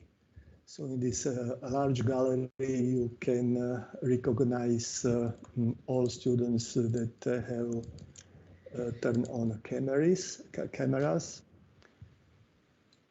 and so welcome everybody. We had a first introduction in the morning, and now I welcome students and another participants also from Portuguese side. So probably I let some word to Philip Luz, just very briefly introduce them for our students, and then I for them introduce our school also very briefly, and then we'll continue with our program. That will be first 3 hour students with presentations in English, and then there will be a presentation of 4 students from Portuguese school, also for Portuguese. So Philip, try to tell something in the beginning. Okay, so once again, it's good to be back. The morning session was great. So we have here a little bit more of our students. So for those, the Portuguese ones that didn't attend to the morning session, it was really, really great to see fantastic presentations from your works and socks also, the last presentation. We have here, I have here some colleagues, Michaela, our teacher of mathematics for games, also the game designer Pedro Neves, who teach games design. Ivan Barroso is somewhere there, but he's teaching at this moment. He's trying to listing some parts. And we have a few students already here. Some of them are more oriented for arts, like Caterina, others like more for programming, like João Moreira, among the others, so Inácio, etc. So they are starting to get in.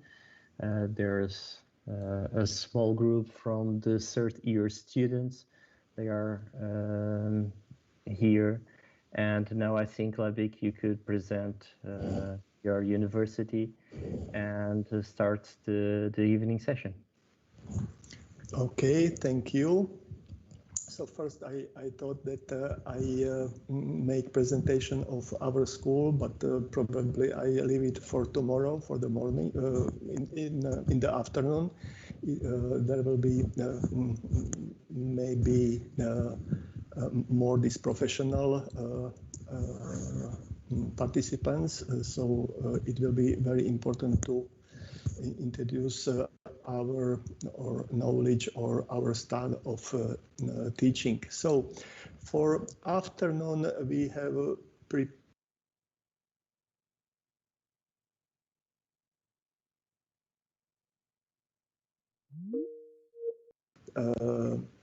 Samuel Jovan.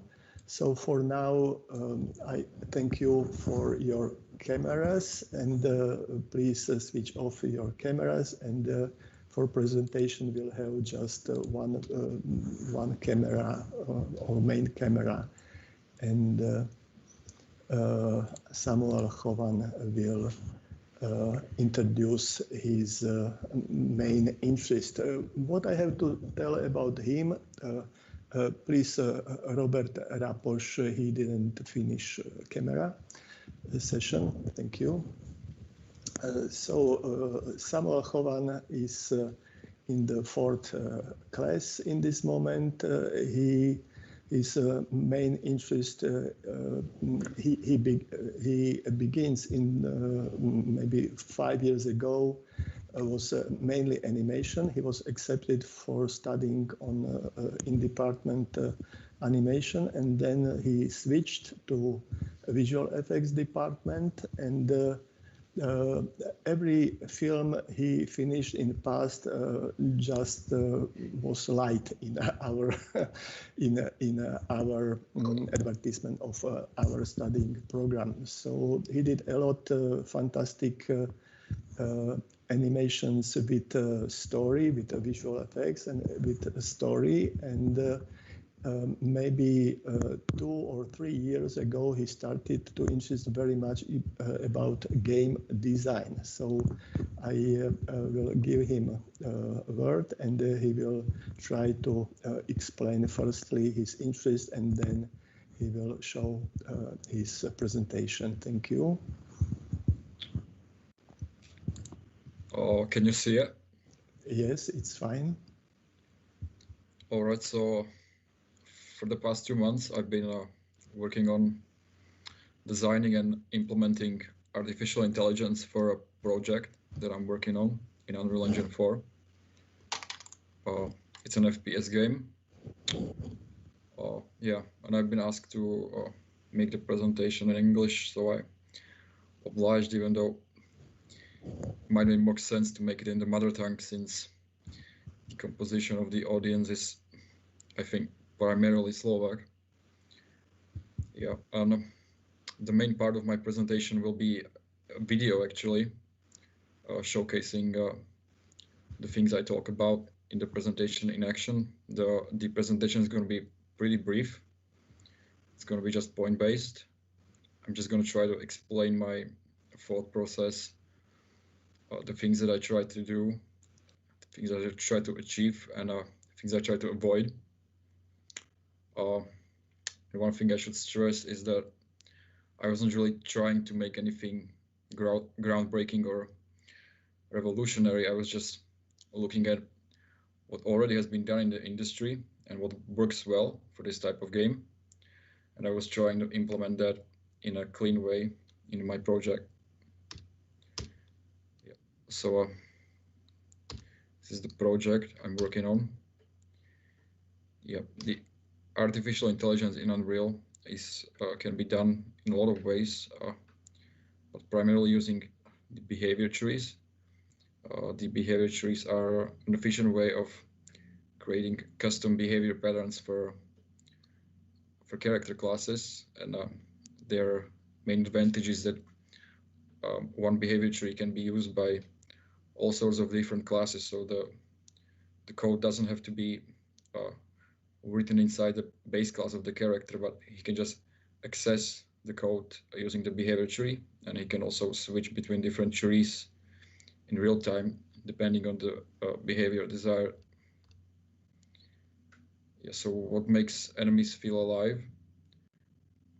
I feel like the main thing to get right is the impression of assertiveness. So the characters behave in an assertive way. They have their own goal in the world, and the world is there not just for the player but also for the characters. They seem as though as they follow that goal independently if the player is there or not. So yeah.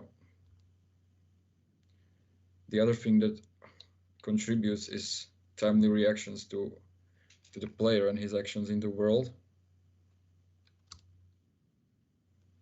And they also communicate between each other.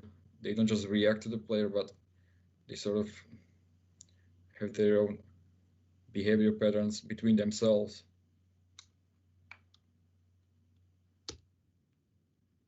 And of course, the awareness of player state. So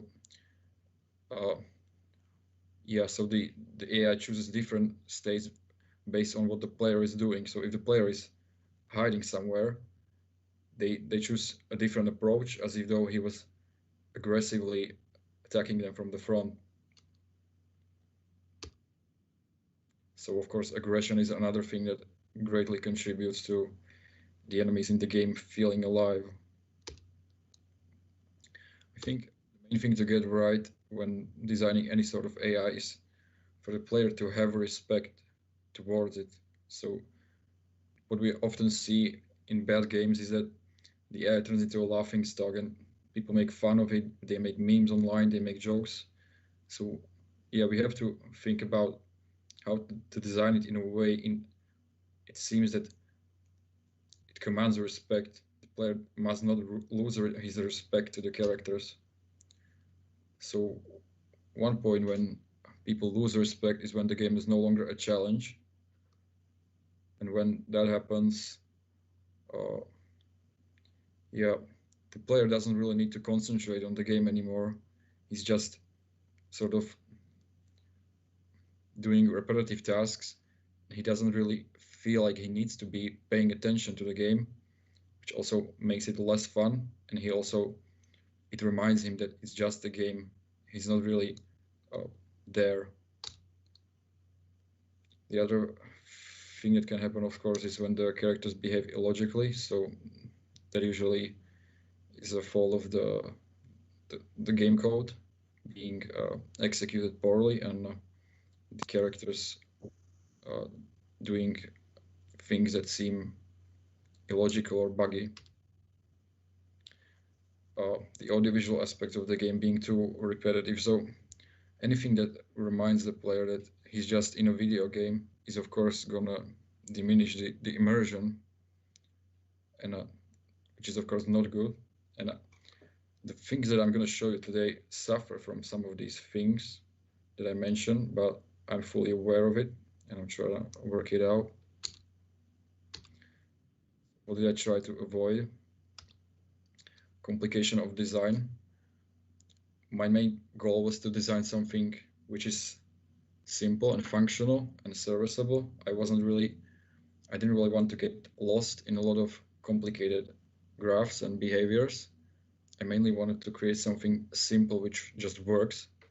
And complication of design also contributes to things like the CPU overheat. So too many tasks for the processor to handle, of course, influences the amount of characters which can be on the screen at the same time. So you want to have the AI as efficient as possible when it comes to the performance. So you can, in a war game like mine, you can have as many characters on the screen as you want. Well, you can have as many, but as much characters as you want. Okay, so now I'm gonna turn on the video.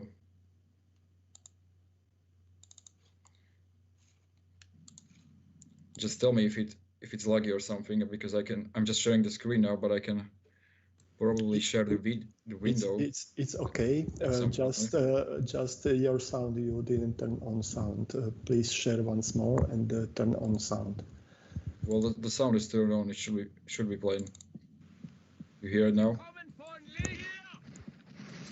You hear it? Yes.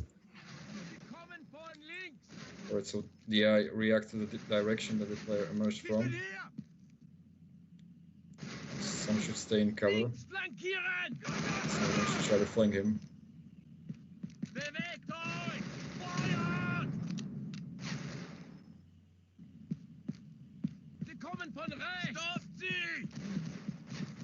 Right, so now I'm gonna try and hide.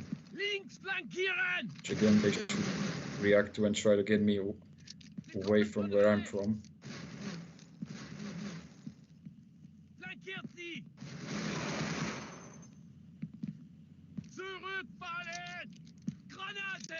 So the grenades is a very good way to add dynamic to the battlefield and force the player to abandon his position.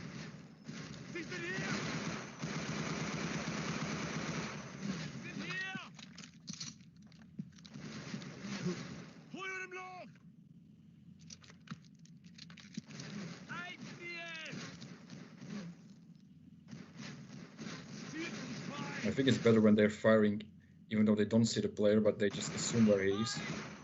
So they're still firing, and that adds a lot of dynamic to the scene. Bullets are exploding on the walls.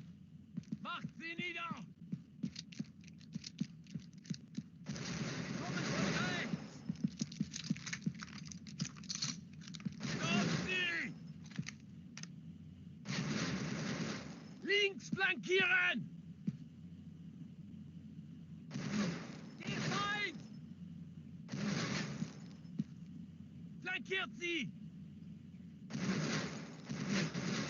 Stirb, du Schwein! Hol im Loch! Bewegt euch! Feuert! Sie kommen von links! Macht sie nieder! Macht sie! Zurückfallen! Sie kommen von rechts! Rübenloch! Granate! Der Feind! Sie kommen von links!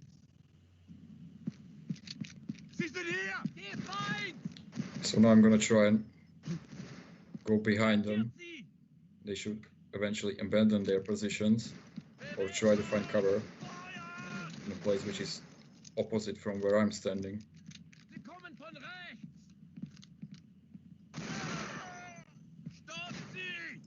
One character did. Yeah, so he found cover elsewhere. Stirb, du Schwein! Einziehen!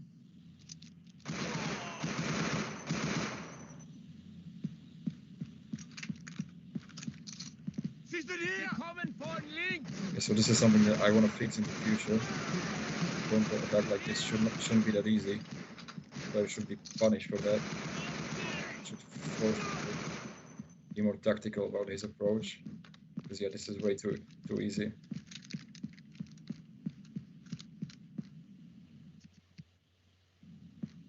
Sie sind hier! Einziehen! Sie sind hier! Sie kommen von rechts! Flankiert sie! Granate! Macht sie nieder! Links flankieren! Sie kommen von links! Right, so yeah, that's the end of my presentation. Thank you.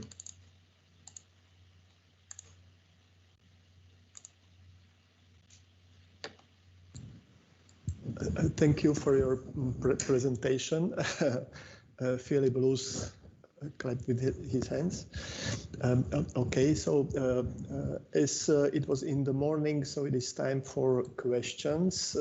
So first question will set Eduard Randall, the student of the second year of visual effects. Yes, he switched his camera, so it's time for his question. Okay, so I'd like to ask you a question about optimization.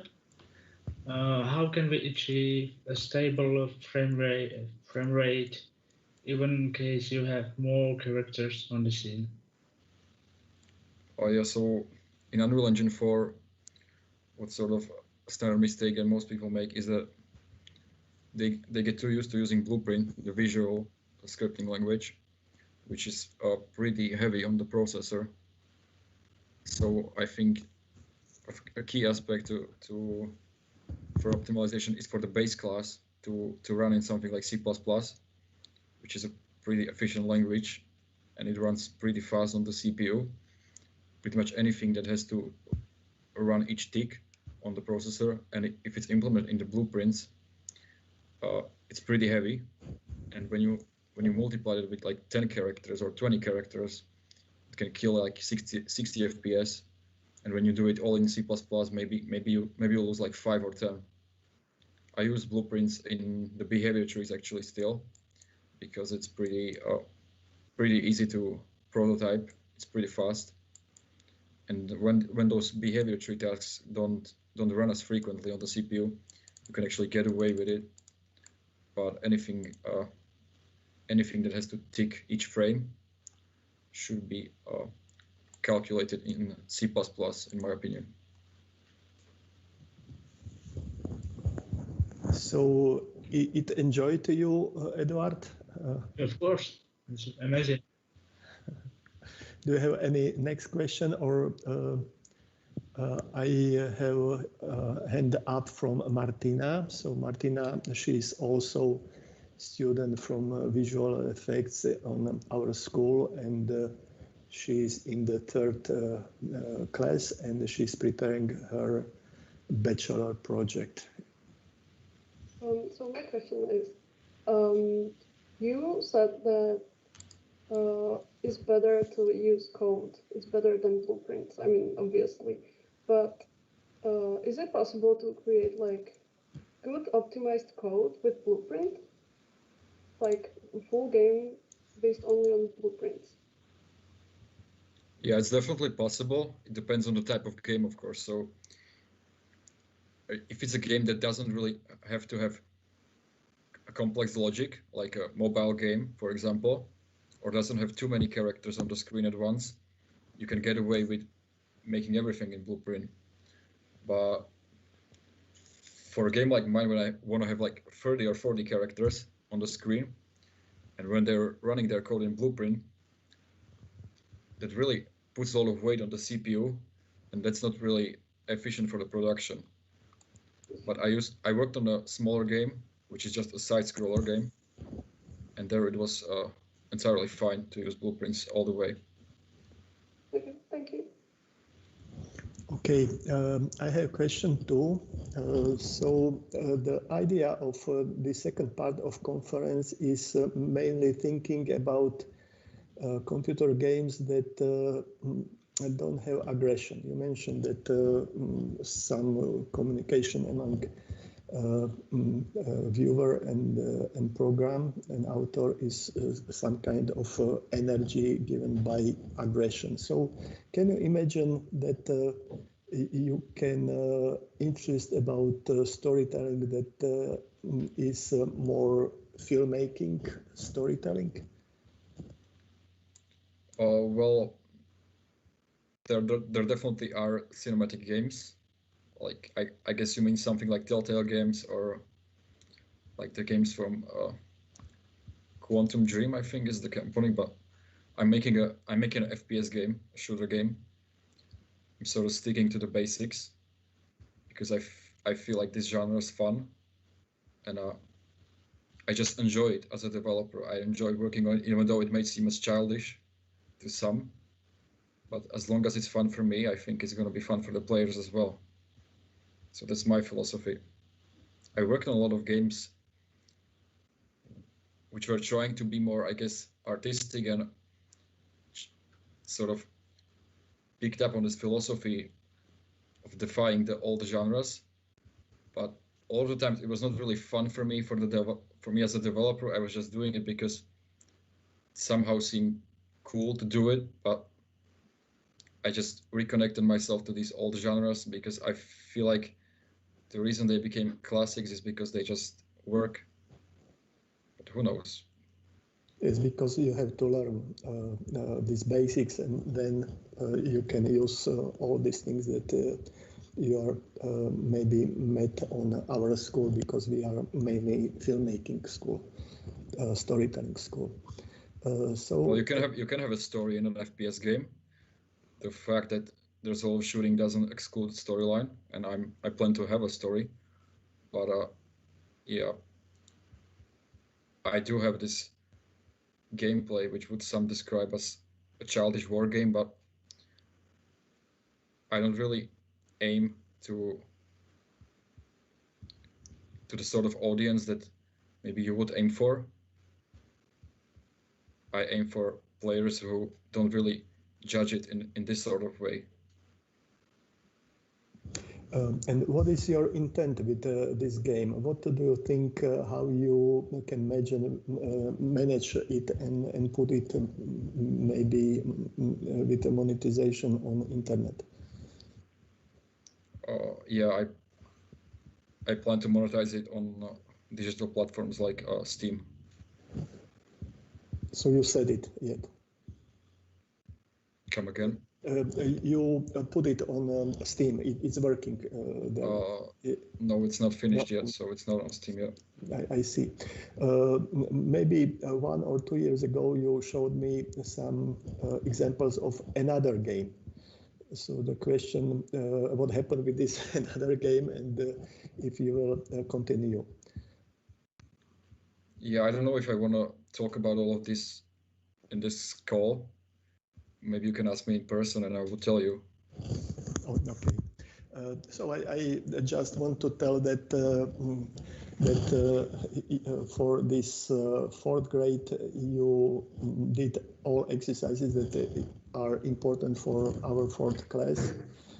So you did it in the first semester of our school, and now you are free. You can do whatever, but you have to show some kind of results. I have hand up from Pedro. Yes, hello. So please put question. Very briefly. I'm sorry. First off, a very important word that was missing from your presentation was emergent. The really good thing about what you're doing is the emergence of the behavior, the emergence of the behavior trees and the scores. We also looked into it when we taught game design. The question I have is this an original game project? Because so far all I saw was you exercising behavior trees in AI. So this is part of an original game. Yeah, correct. Okay, Samuel, if I can give you an advice, and we often give this advice to our students, is don't be guarded about your project, okay? Sometimes we have this problem with students in which they're very reserved about what they're working on, and that's okay up to a point, but you really should try and put your ideas out into the world and clash and see your ideas clash with other ideas, and whenever possible, live user testing with people you don't know. Okay, that's the absolute best advice I can give you. But again, is this an original sort of project with an innovative game design to it, or is it just you flexing your muscles in terms of behavioral trees? It's a game project that definitely has some aspects to it that I would describe as innovative, but it also takes a lot from the classics. I take a lot of inspiration from the old Call of Duty games, the first 2 Call of Duty games. I kind of want to reconnect to those in terms of the gameplay, but there are certain aspects that there are, I guess, innovative in a way to the genre. But that's perfectly valid. You can look at how games were back then and say something about that. Double down on what they were, really strengthen it, focus on one particular aspect and draw it out. Those games are also very cinematic in terms of sequences. They try to ape cinema.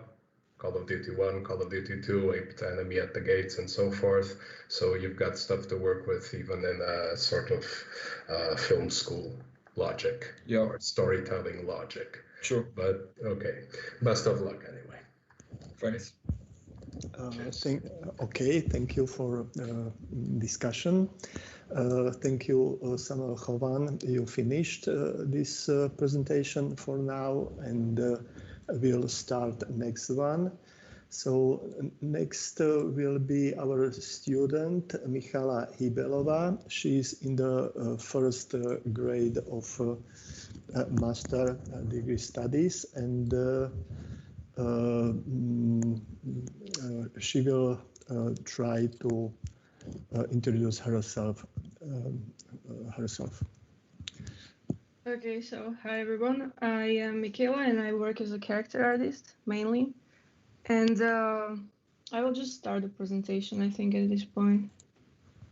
Now we can keep going.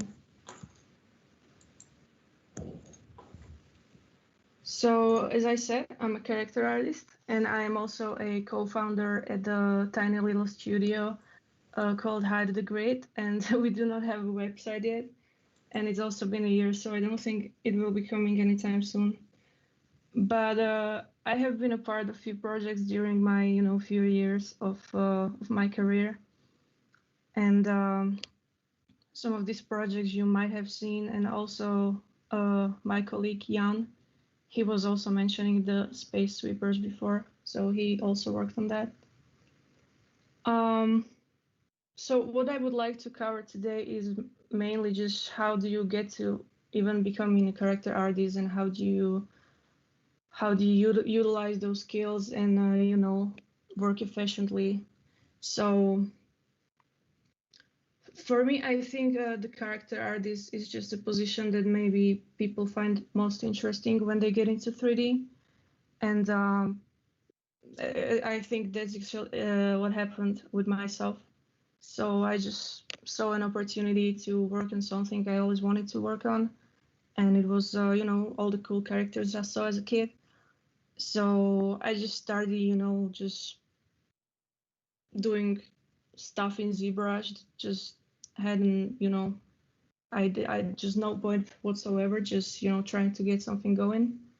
And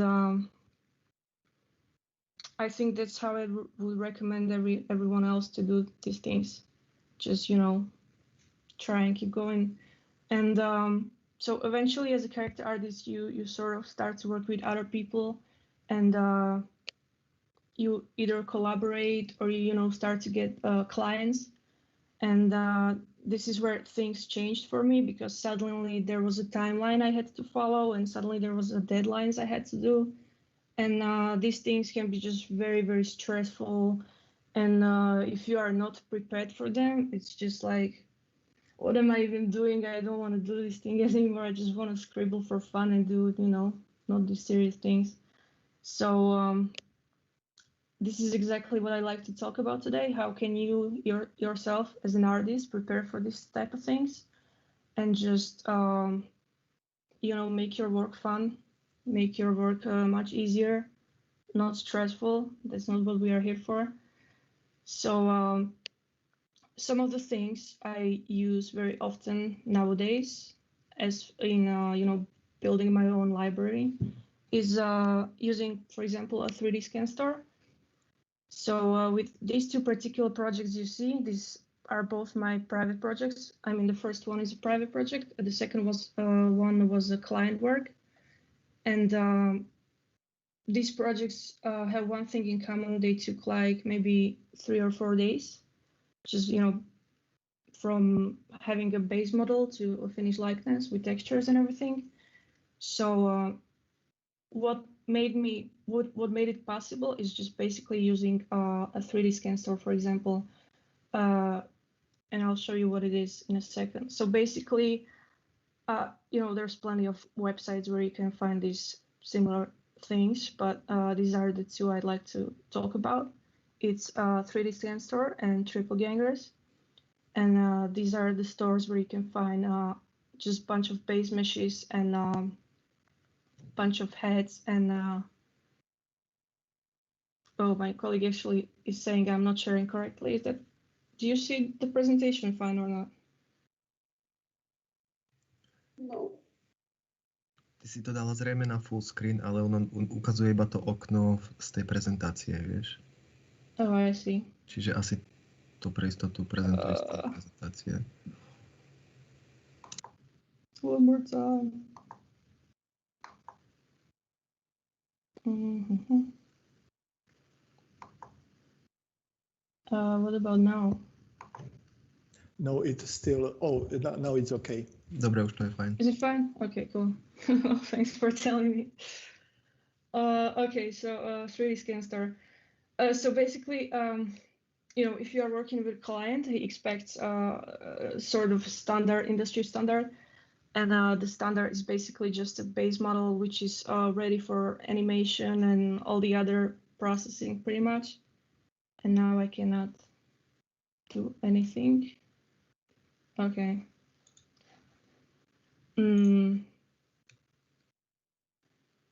So you have to have a correct topology. And when you are working as a character artist, it's, I think, just a huge time saver to just, have a few models ready in a library, which you can immediately use, and you do not have to deal with topology at all, and just have textures ready, have, all the detail ready. And then you can just focus on being creative. You don't have to do any technical stuff at all. So I really, really recommend visiting these websites if you want to be a character artist, or it's just something you like. You can build a pretty good library with these things.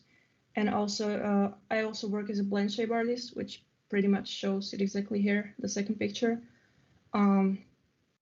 It's a range of emotions for animators to use, and these websites, they can be just a very useful learning material as for how certain expressions work, the movement of the skin.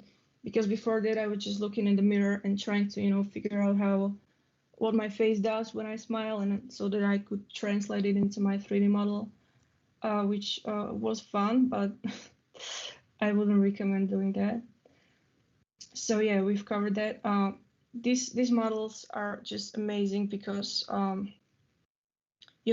if you are creating a human being, the detail, the skin detail, and just the whole base of the texture is usually pretty same. So you don't have to do it over and over again. You just, basically, if you are working on a likeness, you just implement all these specific features the person has into a well-functioning base. So so recently this thing came out, and lots of 3D artists sort of just got scared, and also few of my friends just reached out to me like, what do you feel about this? For you who have no idea what this is, so basically Epic Games with collaborations with Unreal Engine released this thing, MetaHumans.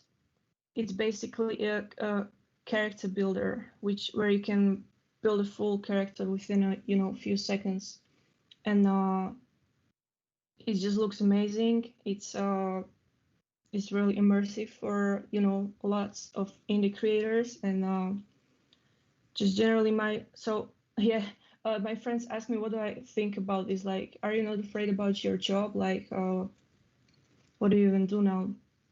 So I mean, we've seen this before with Megascans, which is a library for scanned objects for environment artists. And I don't think like environment artists just lost their jobs or anything. I think this is just the new standard now, what your clients will expect. So you just basically have to adapt to this type of quality. You just have to work faster to achieve this result. And I think you having a library is basically the same thing as these metahumans. You just sort of collect all these things, and you don't have it automated as they do, but it pretty much works the same. And so this is my step-by-step sort of, and it lagged again. I love my computer very much. So when you get a job and you have this library ready, this is basically a step you don't even have to go through. It's ready to use. You have all these maps ready, you have all these base models ready. You don't have to do any technical stuff. You just jump into being creative and doing what the client wants from you. And this is the type of quality you pretty much get from these maps. So I just don't see any reason why should you do all these ports by hand, or just try to prove something and just do everything with for hours and hours on end. This is basically a scan result, and I think this whole thing was ready in just like under 20 minutes, and most of it was just me being angry with my computer. So another part is having a clothing library. If you are, a type of artist who also likes to do clothes, as I do, then you can just prepare a bunch of garments and just have them ready. I think the both characters, like the Neo and the warrior on the right, I think these two have the same pants or something like that. So there's just really no point. Like if you have to create a shirt, a typical dress shirt, which is a pretty difficult thing to make, there's just no reason to do it from scratch all over and all over again. You can just adjust it. It's just much simpler, I think. So this is the clothing library. The next library, when my computer will switch to it, or maybe not. Okay. So yeah, this is still with clothing. There's also lots of these shops where you can just get assets, and it's pretty much like the Samuel, I'm sure he uses the Unreal Engine marketplace. So this is just an alternative for a character creator. The client doesn't really care if you do all things from scratch. They just want you to get things done fast. And this is actually something that has happened to me as we are speaking. I'm working on a project which I cannot talk about much, but there's two of us who got hired to do clothing, and the other person is just, I think, much better than I am. But somewhat, I just get things done faster, and the client is just much more happy with it. And then we can, polish these things. And it's just crazy to see, I think, that you got someone way better and the client still prefers, something that is done faster. So the previous picture, which finally loaded, is just basically the two garments where I reused some of them, but now I'm seeing hair. Yeah, so these characters share some stuff together. I think they have the same pants, and I also used, I think, the base of the coats to create these two types, which saved me just bunch of times. So yeah, highly recommend it. Let's switch to hair, if it will. But I mean, I can start talk about it, I guess. I also work on hair, and while you cannot really have a library on hair, you can use some of the modifiers, and you can store them and then just load them onto your character. And it's just basically a different types of hair. Like if you have a curly hair, as I did a little bit on the goat man over there. And then you have like, a typical straight hair, or you have a beard hair, dreadlocks, and this can also just save lots of time. So let's get onto another thing. Yeah. Okay, so yeah, if you follow these steps, you should be pretty much done and you are ready to work. And the last things I was just just practice a lot. Building a library is just such a time saver, and I just cannot stress this enough. And there's also just so many tools and shops which can make your work easier a lot. There's still people coming to me sharing their work, and they just they get the creative things done, but when it comes to technical things, they kind of have issues doing it. But like nowadays, there's just so many things that can help you as an artist. So just do your research, and I guarantee you won't regret it. So yeah, challenge yourself and be smart about work. I think that's pretty much it from me. If you have any questions, I will answer them. Okay, thank you. Yes, applause.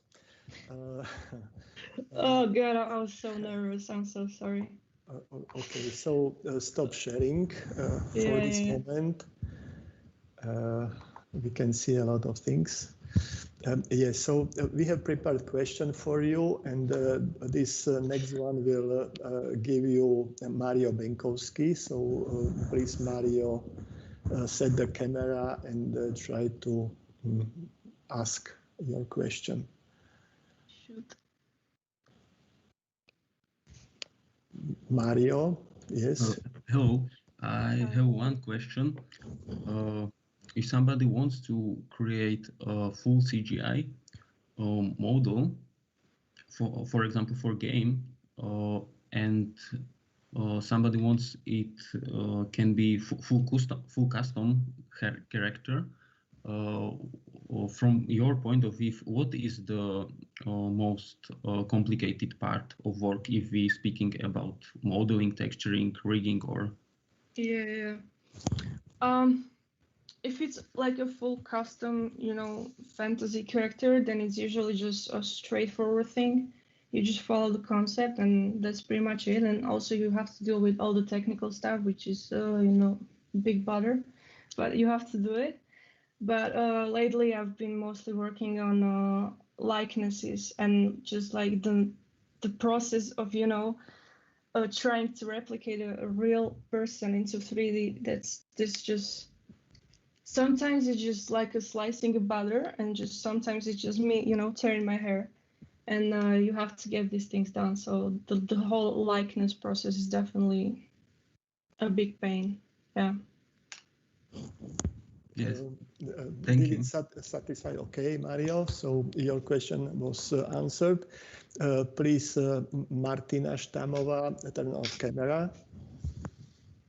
Hi. Hi. I would like to ask about hair and what tool you're using for hair. I do these things in XGen.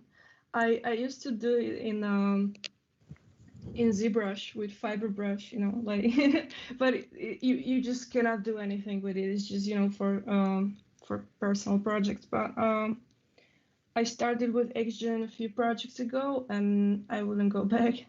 It's just such a satisfied with it? No. No, it's just such a weird thing. It just crashes so many times. And like if I'm working on hair for Unreal Engine, then it's easy. But if I'm working on like a production thing, like just the thing we've been doing, on Luka's project, the gods, then I just have no idea. But with Unreal Engine, you just export ABC, and Unreal Engine just takes it and makes it look pretty, and that's it. But have you tried any other tools for hair, or just XGen or Maya? Just XGen. I used to work with Ornatrix, but I forgot everything. Oh, okay. So, okay. Thank you. XGen it is. Okay, thank you. Pavel Anisimov wants to ask something. So, Pavel, okay, thank you. In your presentation, you have mentioned about ZWrap, something like that. Yeah. And you told like you have a prepared topology, and you can use it for your character, and you don't need retopology anymore. I mean, manually. So, you think this this ZWrap, it's a like killer of the previous workflow, so we don't need retopology like anymore. We can just use this ZWrap. And the second question is, can we use it for like not deformable objects? And well, no, I mean, not for the human people. For example, can we use the ZWrap for the animals and so on? Yeah. I'll start with your second question. I think you can. I don't model animals, so I haven't tried it, but I work closely with a rigging company. So when they transfer weights, it's easier for them to have the same vertex order and just have the same topology. And I know they've been doing this with ZWrap. They've been doing the whole animal thing as well. And sorry, could you say the first question one more time? Like, oh yeah, the zebra. Yeah.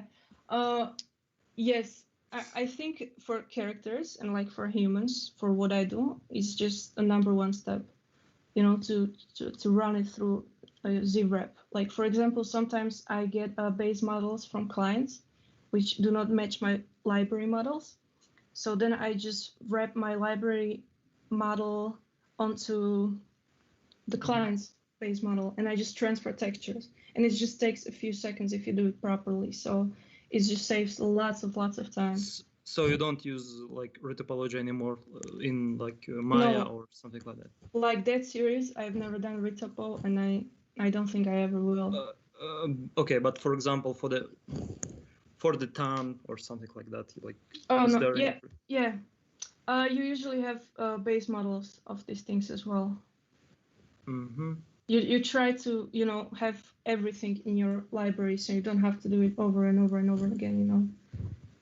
And the ZWrap, is it like for free plugin for ZBrush, or it's not free, but if you are a student, just write them an email and they'll just send you a license. They are just super cool about it. And I think also for their standalone license, they will just send you just put your detail in there. Okay, thank you. Okay, thank you for question. Next question will ask Tomáš Hotový. Please switch on camera. Hi. What's up, man? So my question is, what do you think about Blender as a no-budget sculpting tool? I don't know how to move in Blender personally, but I think if you work in Blender and you can get the work done, I don't think it matters like what software do you really use. Like you've heard Jan Štrba say he worked on this Netflix thing in Blender and then he just put it in Maya file. So if you can do that, and you know the rigging company or whatever animator just can work with it, I don't really see a problem. Like, because I wanted to try it and everyone said like it has really cool features, they fixed the UI, try it. Yeah. No, I mean it's cool, but I just cannot move in there. Thank you. You're welcome. Okay, please, Philip Luz, turn on camera. Microphone, we don't hear you. Sorry, just a final question, Yuri. Thanks a lot for your presentation and for your work. Great to see it. Just an artistic question. Using that, all of that workflows are fantastic. Using those websites and information that already scanned in production is really fast. But what do you think for some lack of creativity, that there's a risk of all of the projects, all of the students also using the same libraries? And as an artist, when you are using too much copy-paste, where can you do something really new? What do you think about that? So I didn't start with this library thing just, you know, from straight away. I had to learn all these things, and when I felt comfortable with it, I just switched to having a library so I can save, you know, time for being creative. And I mean, if you have a base model, it's just basically this generic thing that just you cannot work with it at all. But for me, the creative thing is, you know, working on the likeness or just following a concept. This is just like getting all these things that have to be done, and then you can fully focus on being creative. And I mostly use my library stuff just as a base, as a starting point, to skip a few, you know, steps before it. But it's definitely not like I, you know, take something from the library and that's it. It's just the start of the whole new process that just follows it, basically.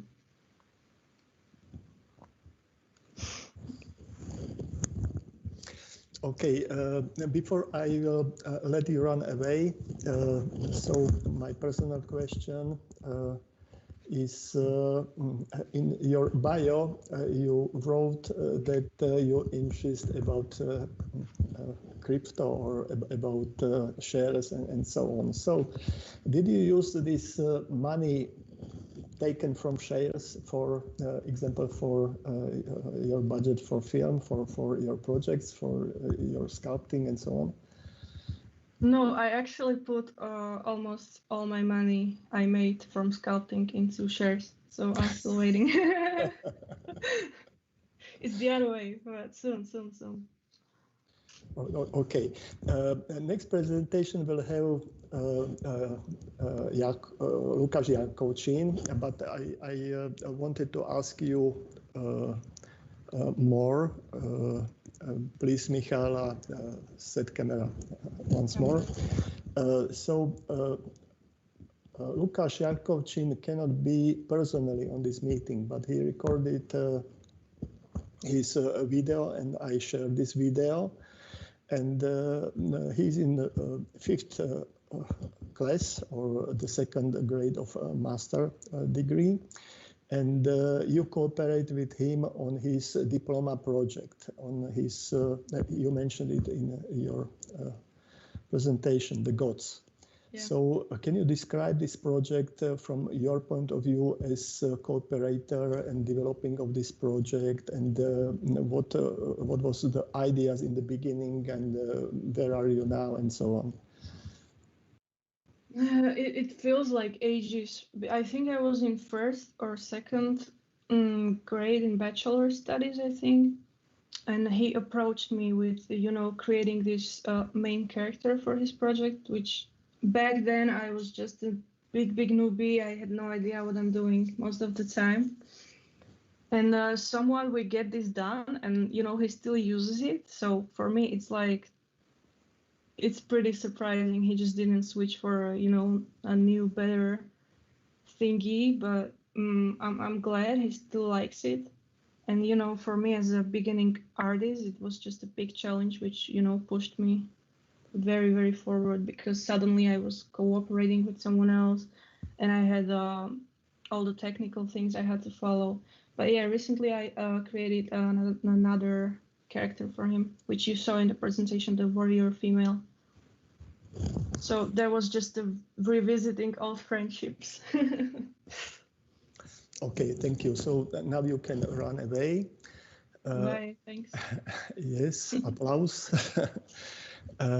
And now we have our last presentation from our students from film faculty.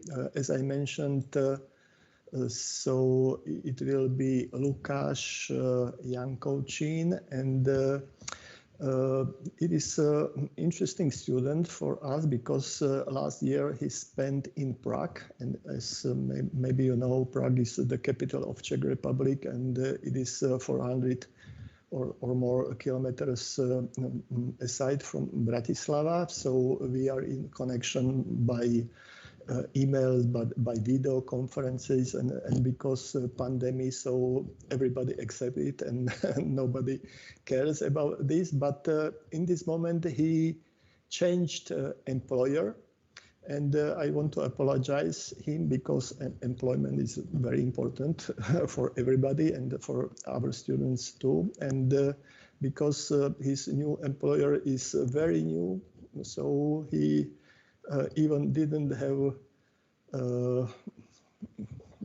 power to ask him if he will agree not to come to work or to work on their project. So now I will share his video, and we'll see if it will work, because computer last time crashed too.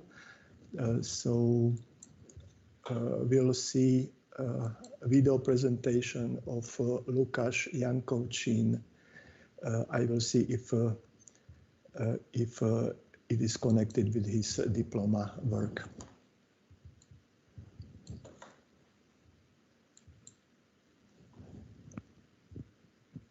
So, hello everyone, my name is Lukáš Jankovčín, and this is the presentation about lighting and rendering.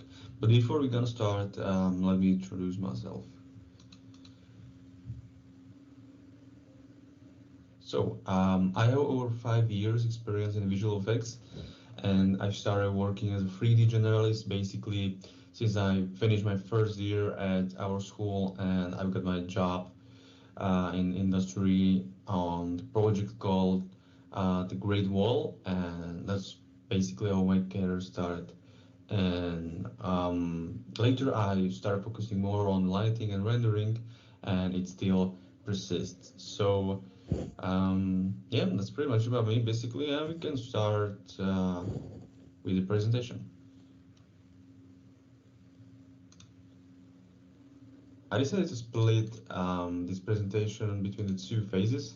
The first is about the theory, and we will have a look at light and color in the real world, and then we will jump into the 3D. I will also explain the ray tracing, and in the second part we will take a look at the scene management, optimization, and a little bit of compositing. Let's start with the first phase.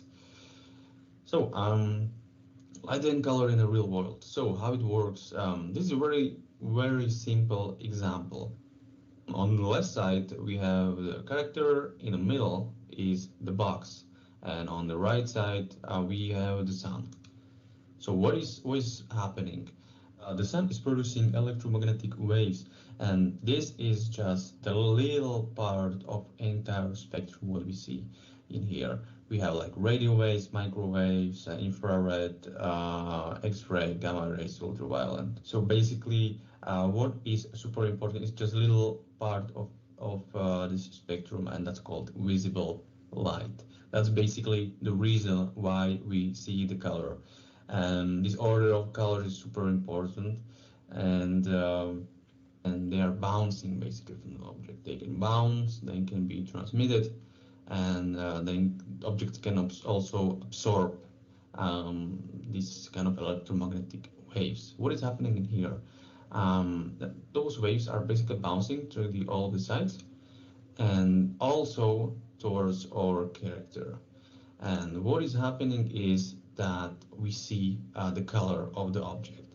And the reason is that because the objects, what we have, are also absorbing these electromagnetic waves. For example, this object is absorbing the red part of electromagnetic wave. So it's super simple basically. That's the reason why we see the colors. It's kind of like similar when it comes to 3D, but it's not the same. So let's have a look. So this is a super simple scene, but in 3D. We have a camera on the left side, we have our object in the middle, and some kind of light source in the right top corner. So what is happening in a 3D? Let's explain. So what you want to do first? First, if you want to start with the rendering, you need to open your render view and set up some kind of resolution and some render settings. Let's imagine that we, as I mentioned before, we set up like just direct illumination. It means like you have no bounces for this purpose, and you set up your resolution. And your resolution is, for this example, just like 680 by 60 or something like that. This grid represent our render view, and this square is basically the pixel. And what is the rendering about? Rendering is about finding out what kind of color is this square. So our light source is all the time illuminating our scene, but we see nothing, right? Because we didn't hit the button. The process didn't start. So we see just black screen, or maybe this kind of like grid with the pixels. If we hit the render button, camera is shooting the ray, and it's shooting right, for example, to the object, and as we set up no bounces, is going to find the light source, and that's basically the reason. And you have your first pixel. It's basically also you can set up how many rays it has to shoot per pixel it's called sampling. And basically, if you increase your sampling like 128, let's say it's gonna send 128 rays per pixel to finding out the proper color. So what is going to happen next? The process is repeating for the another pixel. If it shoot enough the rays, it's going to another, and it's happening again and again until you basically get your final image. And this is how it looks like in our case. So that's our sphere illuminated by the light source, and these black areas in here are of course the shadows. And it means that for this area the ray never gonna hit the light source, as the sphere is covering this part of the image. So yeah, that's pretty much it basically. And that's the process of rendering. It's just about this shooting the rays and about the bouncing, and it's just about the finding out what kind of color is that pixel. And if you increase, for example, if we increase our resolution, we will get this image. But what is wrong basically? What is the missing are the bounces. So we can clearly see this was like super fast. It was done by a few seconds. But if you want to make your render, of course, more realistic, you need some kind of bounces as this super black. So let's have a look at the next example. So in a previous example, we explained how it works in ray tracing and what is rendering about. Now we're gonna talk about the bounces. I prepared this another example with a little bit more materials. On the left side we have the box with the skin. Shader here is some glass material. It's totally black because the ray depth is set to 0. So we have no bounces. Nothing is going through the glass. So we see the black object.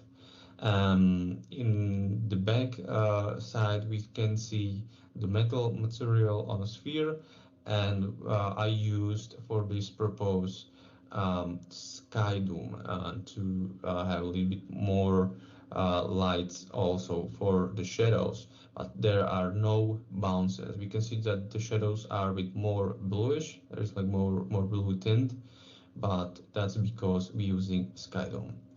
So, and on the right side we have some grid with the green material. The render time was 1 minute 15 seconds. We have basically 0 bounces, so it doesn't look that much good. But if you, for example, use the sky dome in this situation, you can see that it's not that black, and basically you don't need maybe that much bounces to get your render looking a little bit more better. So let's have a look. This is the one bounce for everything, also for transmission. So this is one bounce for everything, also for translucency and for skin, basically for everything. We can see that we see much more in the speculars, also a little bit more in the translucency, and we have much more light in the shadows. We can see that this green grid or plane is affecting, is causing much more light in here. We also see it's more in here, and it's not that black. Why does that happen? It's because, of course, we increase the bounces to the 1. So what is going on? The camera is shooting the ray, and it's not bouncing directly to the sun, but it's bouncing. It's taking a little bit of this color from the surface, and it's bouncing also to all of the sides. And basically that's the reason why we see the color. And it's bouncing one time, then it's going right through the sun. So it's not going, and it's not bouncing anytime more, as we set up just one ray depth. So, but we can see now in render time that our render render time get decreased. That's the reason. The reason is why, because there is more thing happening in the process of rendering, so we have much more information. And also what we see in here, we have much more noise, as it's a bit more complicated to calculate all of that bounces.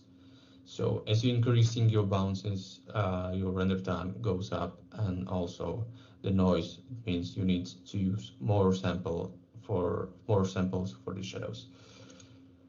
In this example, we can see that we have much more color again as we set up the ray depth for the free. We have a little bit more in here. It's probably caused by the sphere in compare with the previous shot, but it's not that big different. Yeah, there is more light in this shadow from the green and from the blue, and overall it's a bit more brighter, especially for the shadowish area, but the render time again is increasing and the noise is even stronger. So, and again, if we have 8 depth in a global, it means that the light is bouncing 8 times. So it's bouncing from this surface, going also to the shadow, it's bouncing again and again and again, in total for 8 times. So, and as we can see, our render time is over 5 minutes. And compare with the free bounces, to 2 minutes and 2 minutes and 60 seconds. Now we have over 5 minutes. So, in compare these two images, there is no that big difference. Basically, it's pretty much same. I would say that keeping the ray depth global for free is really good enough to have this kind of quality, and it like render time is half less in compare with the 8 bounces. So yeah, it still depends on a scene, it still depends on the technique that renderer is using. Basically the ray tracing is the same, but you have like also almost you have a lot of render engines that are using different technique to handle with the rendering at all. So yeah, that's pretty much it from this theoretical part. So let's have a look at the 3D. So before we're gonna start with the practical part of this presentation, I would like to say that I'm using for my personal projects this great tool. It's called Prism. It's a pipeline tool. It's keeping all of your scene and stuff in one place. So I really highly recommend that. And for lighting and rendering, I'm using Houdini and Redshift. And all of those tips are mostly about like essentials when it comes to lighting and rendering. So it's not that much important if you're using Houdini or Redshift or anything else. You can use basically Blender or whatever you want to use. This scene is from our master degree project. It's called The Gods, and it's a spaceship hallway. And we have a character and it's alien, so it's gonna be really moody and gonna have like a lot of really interesting lighting. But before we gonna start talking about lighting, I would like to pay attention for the scene optimization before the lighting and anything else. When I'm using Redshift, it's still important to have proxy files, as it's already precache. You have like really helping your renderer to speed up the pre-process and caching and gathering all of the meshes and lights. And the textures and all of the overrides you did on the look dev level are all already in your proxy file, so you don't need to care that much attention for, let's say, like transferring your data and stuff. So it's already packed in one proxy file, so it's super clean, and yeah, you didn't need to pay attention about anything. Another very important thing is to using the textures for the lights. I will be honest, I forgot to use texture for this scene, shame on me, but it's very important when it comes to lighting. This is more like a look dev scene, so I didn't pay that much attention for it, but yeah, it's default, and you still should use the textures for the lights. The reason why is that we're trying to simulate the real world and the reality. And by using just some kind of a cube or area lights which are like constantly white when it's illuminating, it's not good. So I will show you why it's important to have the textures. I prepared this scene as a test scene, and you can see basically what is happening when using the textures for lights. So I like created all of these light groups, and each light groups represent one light in the scene with a texture, and we have also one light with no texture at all. So let's have a look what is happening. You can see like all of the lights have different exposure, so it's good to normalize that before any kind of production. So yeah, let's dive in. And so what I did, I just splitting it out between the shovels. So to have it separate, to have a control underneath, and I'm normalizing that. So if you like select this area in here and you check the values, this light is a bit noisy, but you can see that it's 0.92, 0.92.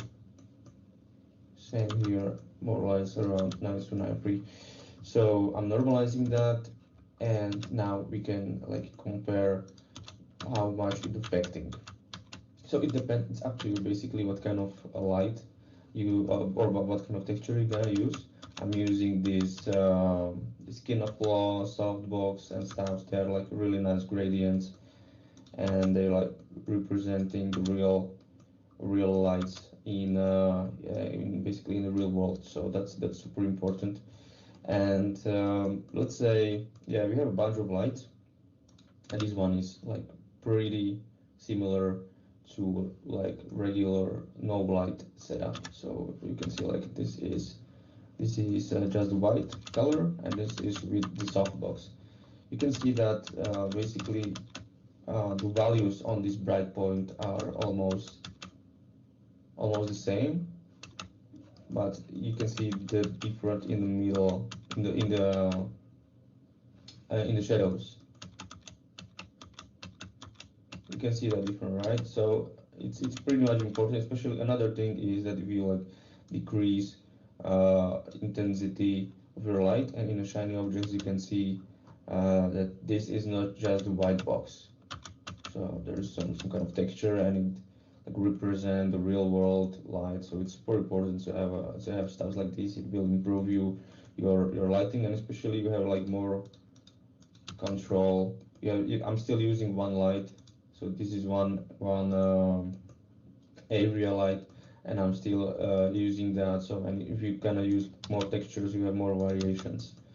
So it's basically up to you. And what I'm doing by the normalization, I'm just decreasing the multiply, and now what I can do, I can just take these values into the Houdini and use them, and basically I'm gonna have like normalized setup of different lights. So it's nice to use. So yeah, that's about lights and the textures. Right. So now you know why the textures are important for lights, and before I'm starting with doing some kind of creative process, I'm still preparing the references. So this is basically what I prepared before I was doing the look there scene. So it should be more like more dark, very moody. The main source is coming from the top, so as we have in the scene, and some kind of like orange or red color. This is like also really cool combination. And yeah, I also like this one. This is like more subtle, more like light spots of the orange, like overall it's more bluish. It's yeah, that's very important to have something to follow when it comes to lighting, some reference, what do you expect or what do you want to achieve. This is, as I said, this is like a hallway, so main source is light from the top, and then we have some bounce light and light from the fire. And here are the cauldrons, fire cauldrons, so I can visualize that. But it's not that important to keeping all of the things like visualized. You still can have like bounding box and it will improve or increase your scene. But it's up to you. Like these sculptures are not that big, so it doesn't that much matter. You can also like have just a little part, a little percentage of in your scene to represent where the object is. So that's also really nice about the proxies. But yeah, we can use bounding box. And so as we know that the main source is from top, we have some bound slide. So I created, I'm sorry. So I created the spotlights for the top. So that's pretty much it. There is no big deal. What I am missing the texture, but it's pretty much simple. And I'm using the AOVs. I can see I see that I'm using the direct name, but basically if you're gonna use $or S, it will get you automatically the name from your spotlight. So from your light, sorry. And yeah, also we have a fire, so I'm created something like point lights. So yep, that's pretty much it about this. Even its hallway, I'm using this doom light, which is helping me to get more subtle and soft light in the scene. And yeah, and I'm also using the fill lights to get more control under the shadows and under the areas for sides and the top. So yeah, that's about it. And let's have a look at the samples and groups. All right, so let's have a look at the samples. So I have two ropes. It means that the first represents the environment and the second is for character. So let's have a look, for example, this environment. In this rope, you can set up your render settings. So you can set up your AOVs. You can see here we have some beauty AOVs like specular, diffuse, reflection, also some technical stuffs like normal GI. GI is still beauty basically, so we had normal bump normals, motion vector and stuffs. So yeah, we can set up the AOVs, we can set up the samples, we can set up basically everything we're affecting over render. But let's first talk about the samples. Redshift is using two types of sampling. First is called unified sampling. It is covering depth of field, anti-aliasing, motion blur and stuff. And if you wanna increase, for example, if you have like noisy light or the shadows from the light are noisy, you still have to use this, for example, override, which is technically globally overriding in all of the lights, but you can do it, the best thing is to do it like per light, so you can select the light, go down here, and you can see, you can set up the samples as much as needed. So it's up to you. It depends on your scene. This is inside the hallway, so it's interior, so it's probably needed to have more samples. So yeah, and it's super important to keep these max samples at the unified sampling lower than the light samples or the others, because if this number is higher, it's gonna cover also the sampling of the lights or reflection on the other stuffs. So keep in mind that this still needs to be lower than your light samples. Okay, so another thing what we're going to talk about is the global illumination. Redshift is using primary and secondary engines. It's basically up to you which one you choose. You don't need even the secondary one, but for our scene, it's good to have some secondary bounces, as I set up irradiance point cloud. Sorry. So, for example, the brute force is sending primary rays at the first stage. So it means, for example, in here, it's sending the ray. I can go at the beginning. So it's sending the ray then it's bouncing from the object, and again it's bouncing from the object, bouncing in total in free time.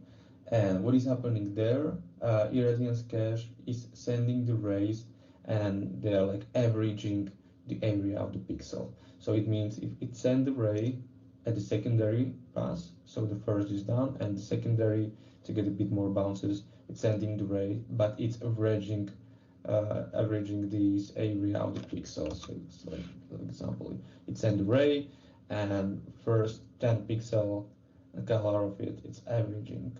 So, but it's good enough for bounces. It's not that accurate, but for the bounce it's good enough, and it's much faster. So that's basically about the radiance point cloud and brute force. Here you can set up the radius of how big this radius has to be when it comes to averaging the values around the ray. So yeah, that's about the GI, I guess. And of course, you still need to keep your brute force GI higher than your unified samplings. So this is the same rule. So the reason why the redshift is that fast, because he's using GPU memory, but GPU memory is not that big in compare with your system memory. So as you can see, available I have just 2.2, but in total I have 4 gigs of memory.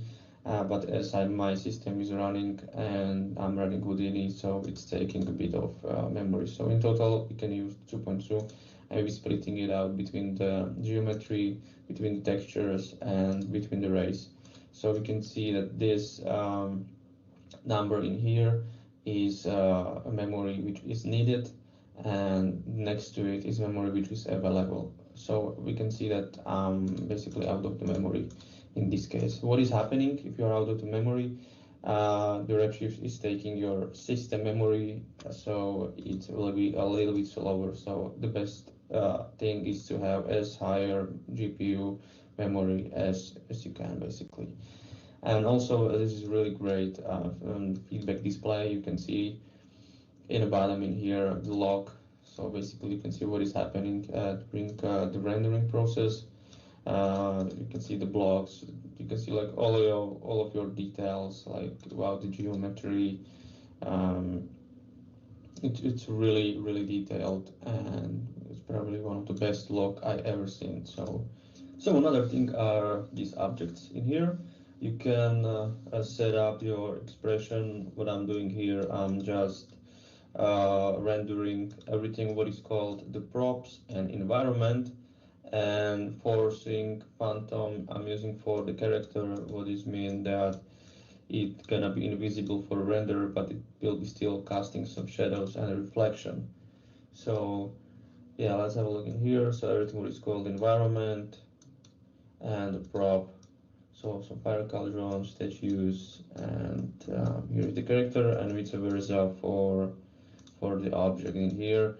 I don't need to use, for example, those probes, so I just keeping for the force, phantom, just the environment, and for a character, it's force objects. Yeah, I'm keeping all the lights visible for both robes, and I'm excluding one light, as I'm using different samples for the sky zoom for character and for the spaceship. And I think that's pretty much it. So all what you need to set up properly are the samples and the GI, and to find a good compromise between the noise and between the render time. So that's pretty much it. Actually, you can set up like samples super high, but it doesn't make sense because redshift is really powerful, and you can have much faster and much cleaner renders when you pay attention and you are patient about these optimization stages. So that's pretty much it from me from the Houdini. So I'm still using the proxies, keeping things clean, using the textures for the lights, and keeping samples optimized, That's super important. So yeah, that's pretty much it from me. All right, so now we should have a look at the nuke. Okay, so we are a little bit out of time, so it's gonna be super fast. I'm going to show you how I'm comping my stuffs. So we have 2 layers. First is environment, second is the character, and I'm going to comp it and merge together. So I'm using Ampremult, and here you can basically better see how it works. Ampremult is Ampremulting anti-aliased the edges of your image, because when you're doing some grading or some crazy stuff, you can basically broke your edges. So it's before you're gonna do any kind of grading, it's still good to have Ampremult render and then premulting it back after you do some comp. So, but let's have a look what I'm doing. I splitting it out between the light groups. So what I have here, I have a control under the scene. I have like control under the lights. So basically now I'm inside the doom light and I have control under diffuse, specular, GI, reflection. So I can basically play with that as much as I can. I can like affect the things. I have like total control when it comes to kind of grading and compositing and intensity, so you can play with that. And like, to be honest, it's good to avoid of changing any of the speculars. Reflection is like the last step, because it's still better to just to play on this like light level, not on the reflection level, because you're basically broken the physicality. You know, when you have something that's a fix super fast, it's easier to do that in a nuke than in a 3D, but it's good to try and avoid that when it's not necessary. So this is like last step, doing these grades in here if you cannot affect the scene in a different way. So yeah, I'm merging all of that. Also, here is some fire, and what I'm doing here, I'm doing some masks because it was like pretty flat back here. So it was like, you can see that this is very interesting. So I created the masks also for areas in here it was a bit too strong. So, and back premult and copying alpha from the top of the layer. So I have a text path in here, and I have in the depth, normal, and position paths merge all together also with the character, because when I'm merging them together, I'm doing some grading and also some kind of like atmosphere in the background. So it's still better to have a depth and these technical parts all together if there is an option. So also I'm doing another fog and through the glow to get something more interesting in the background, and basically some optical stuffs and defocus. So, and that's how it looks like in a result. So all right, so that's pretty much it from me. Thank you very much for your attention, and if you have any questions, just feel free to send me a message, and thanks again.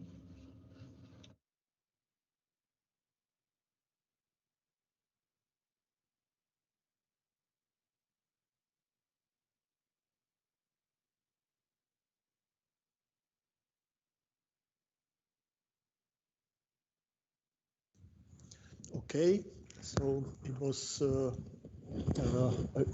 recorded by Lukáš Jankovčín before this presentation. And because he is not present in this moment, so we'll not have straight discussion on this theme. But before I'll give word to Filip to introduce your students or Portuguese students. So I would like to present our diploma film that we mentioned, and because now we saw just one image or one shot that is preparing by Lukáš, but I asked for missing a discussion. Tomáš Hotový, who is co-author of this project, to make just a short presentation of this diploma film. So please, Tomáš, if you are prepared, so try to show us some images from this project. Okay, so I try to dig some images right now. So I have a few screenshots. They are work in progress. So I will try to show them.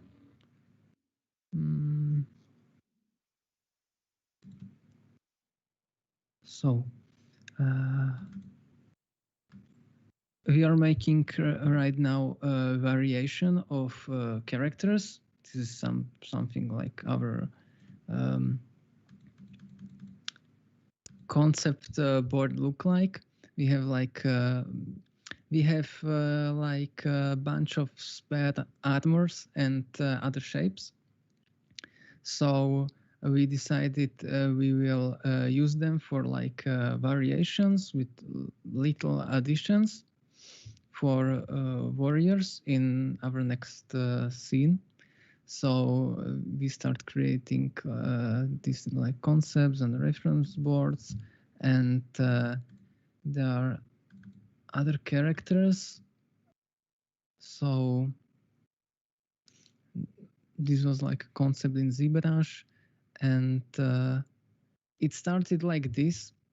And we are doing a lot of iterations of every character to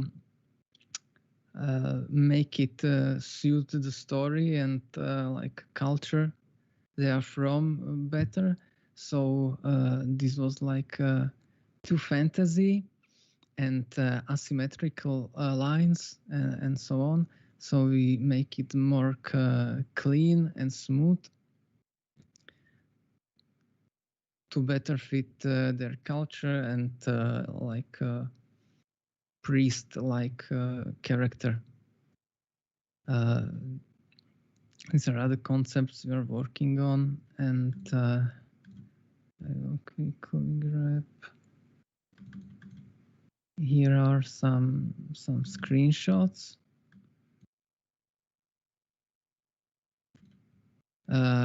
Another character, troll, still a bit work in progress, missing eyes, teeth, and fingernails, but everything else is pretty much done. So this shot we saw in the video.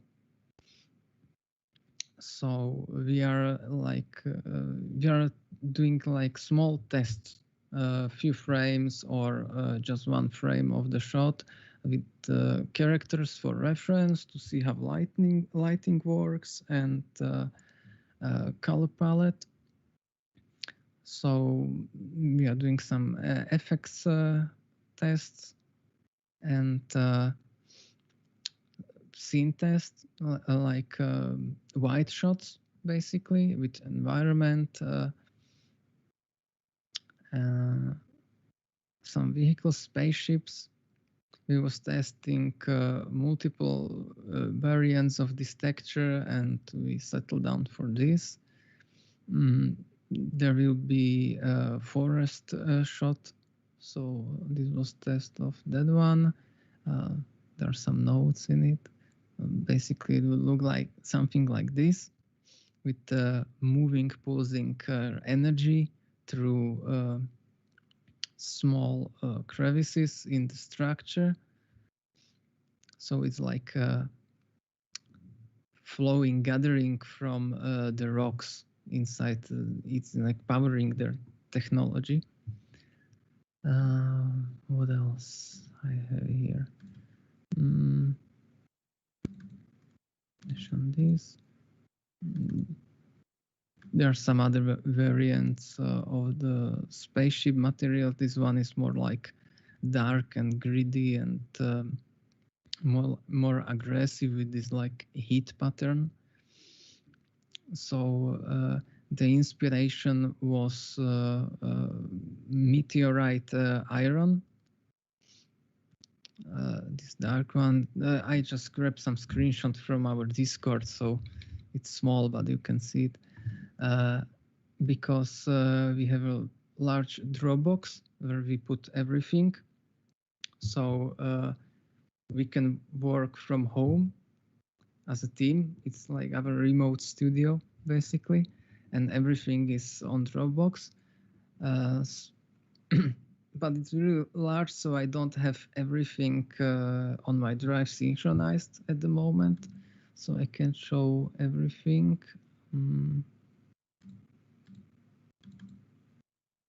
Maybe some older stuff, some props we did, like this I found on my drive. It was a mask for one of the characters. They have these golden masks. I can't find it right now, but we also did like a 3D print of a mask. And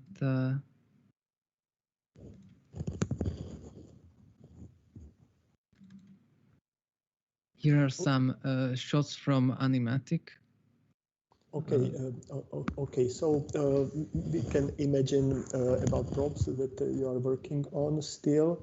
Just in one or two sentences, try to tell a story of this project, because for our schools, this school is a very important story. So it is not just to make a visual effect, but to put this visual effect to a kind of story. So in two sentences, very shortly. Okay, so our story is basically, it's hard to put it in two sentences. It went through many changes. So basically, it's about like gods and wizards in space. There's like most simplified version, and they are basically one group is peaceful and one is like aggressive conquerors, and they fight. Okay, thank you very much. It's classic good versus evil, peaceful versus aggressive, and we are playing with that visually. Okay, thank you for this improvised presentation of diploma film. I have to say that this project have been finished on August.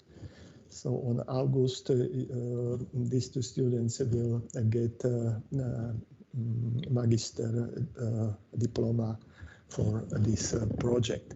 So now, please, Filipe Luz, the question, or continue.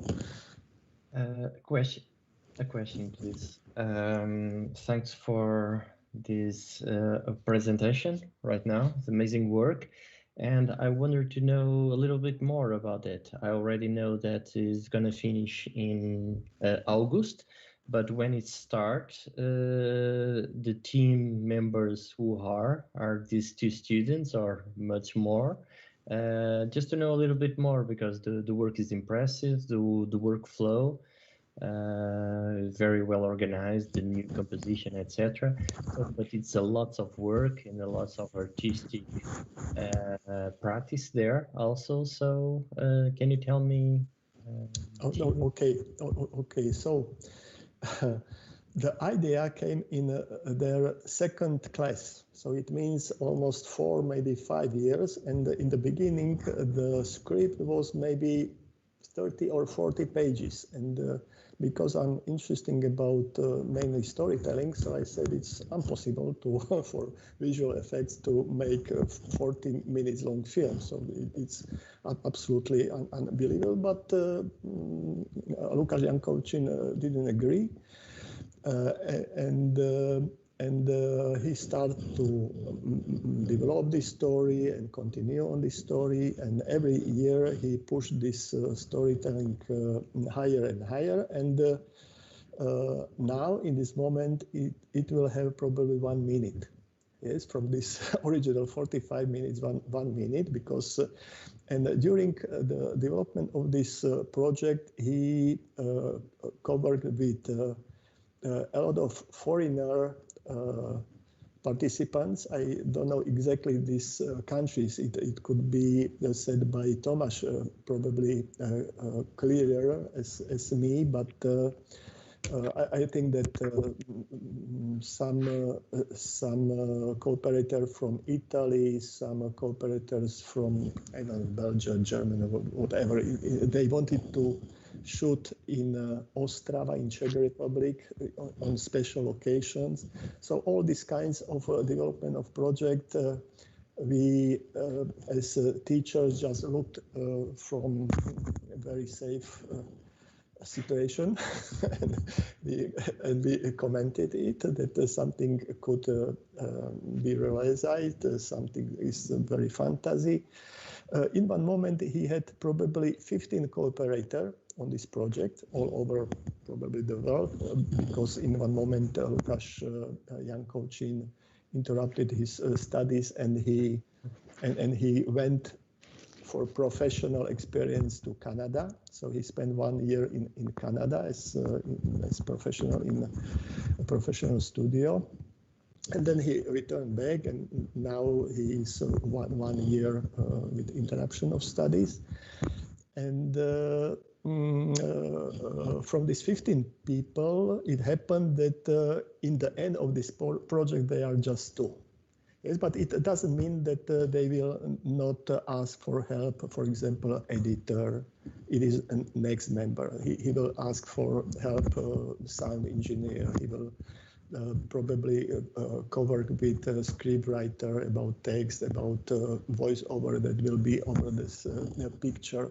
So clearly, I see that Tomasz switch on. So Tomasz, try to. So we are like mainly 2, but we have more people. We have amazing riggers here in a lobby.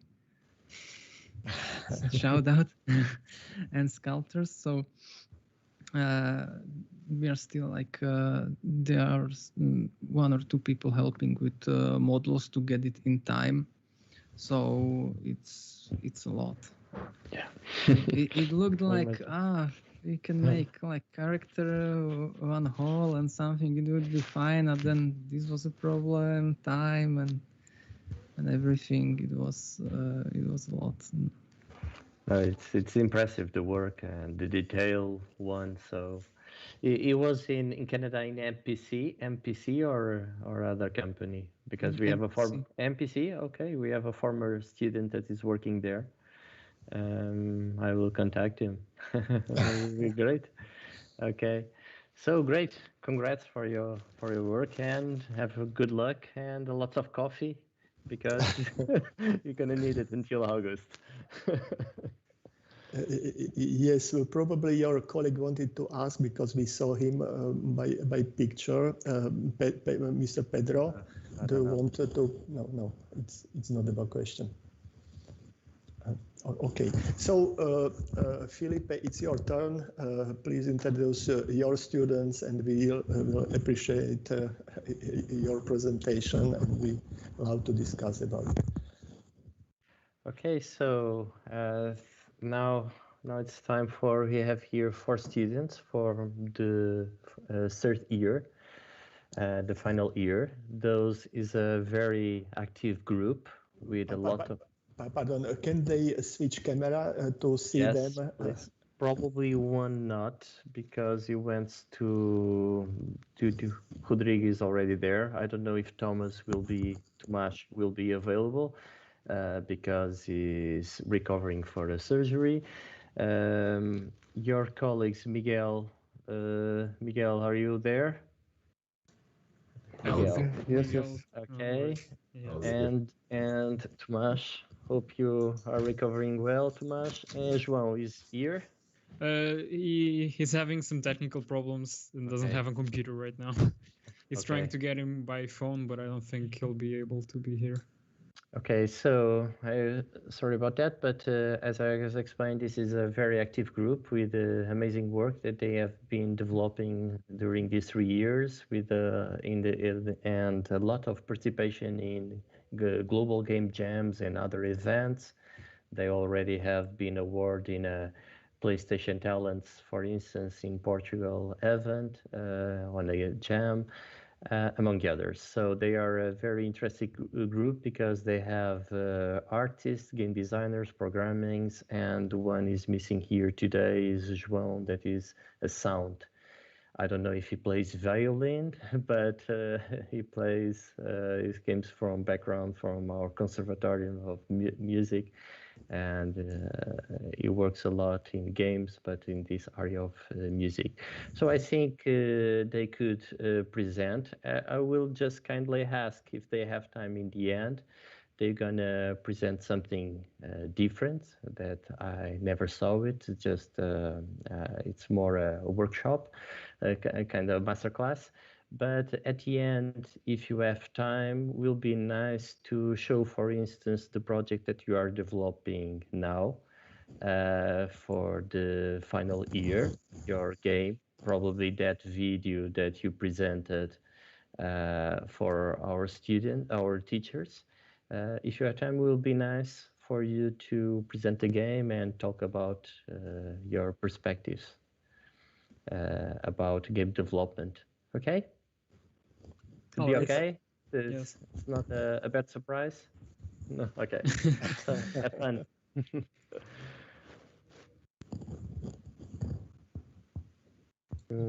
So I'll have to share my screen.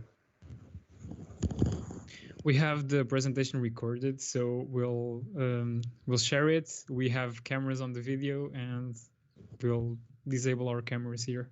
Fantastic. Yeah. Can everyone see? Yes, we can see, but I don't know if we can hear. Let me. No, we don't hear. You don't hear? No. Okay. No music. You have to share once more, but with one switcher up on the left.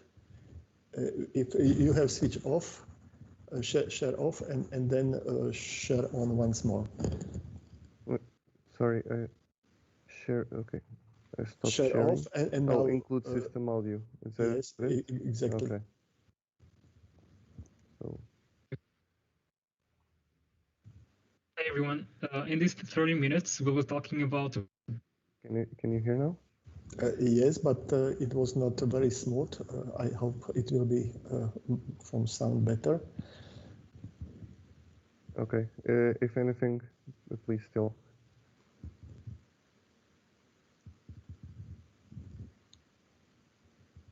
Hey everyone, in these 30 minutes, we were talking about the process of bringing our artistic vision to life with time constraints. In particular, how you can take advantage of texture filtering, UV mapping, and project management in order to create rich environments in the least amount of time possible. So who are we? We are a group of students from Portugal in the third year of a generalist game development course. And every month we challenge ourselves in making small fun projects with out-of-the-box ideas or explore some concepts, be it visual or mechanical. You can have a look at us and our social media, and in itch.io you can also play some of the games, including the version, one of the first versions of the game we are presenting here today. So the game that we are showing you here is Knock.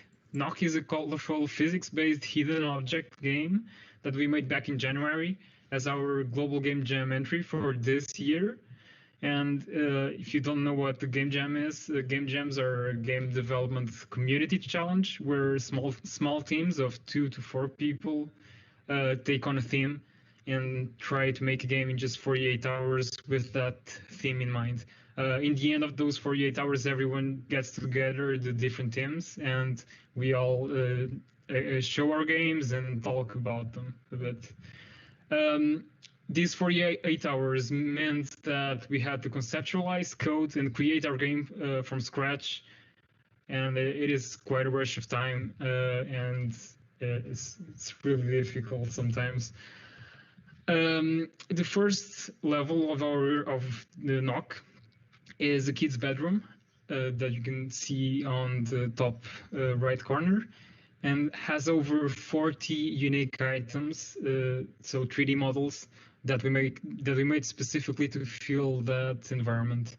The second one is the camping site with over 70 items now, but this one was made after the game jam, so the months following.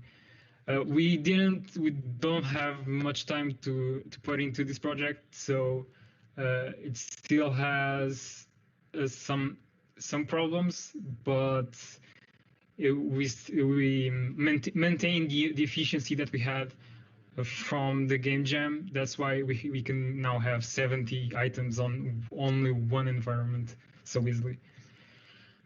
So how did we approach the art style for the game? This is an important question you have to make if you want to create something that you can control the time that you spend on making it, and you can define specifically how many things you want to create and how much time you want to spend on each of those things.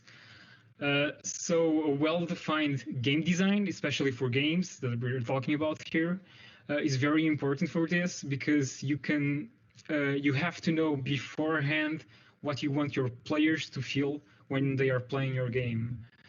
This led us to more of a flat shaded look, like you could see on this slide before. That is reminiscent of Ooblets and Mutation. That is a 2D game, and Ooblets is a 3D game.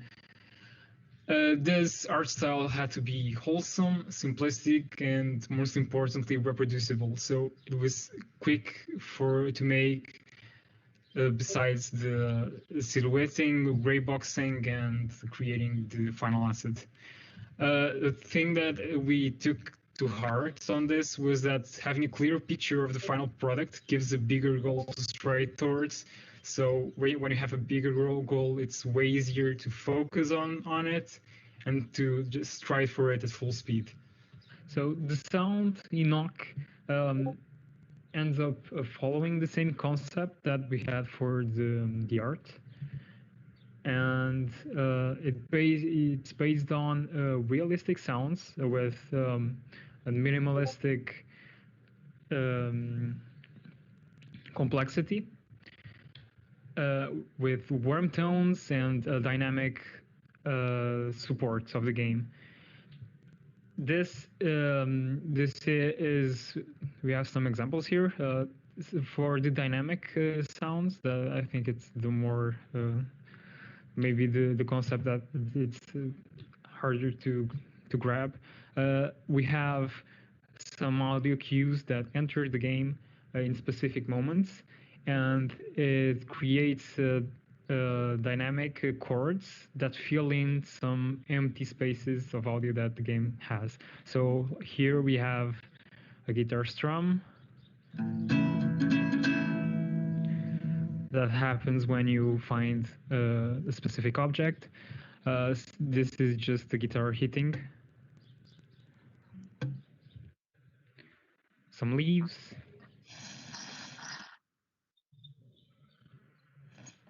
A jacket. And a marshmallow bag. So the sounds are really simple. We literally grabbed the items that we had. Most of them they're the actual item, and we recorded them live into the digital audio workstation. So every item we made it by hand, and it creates this warm vibe and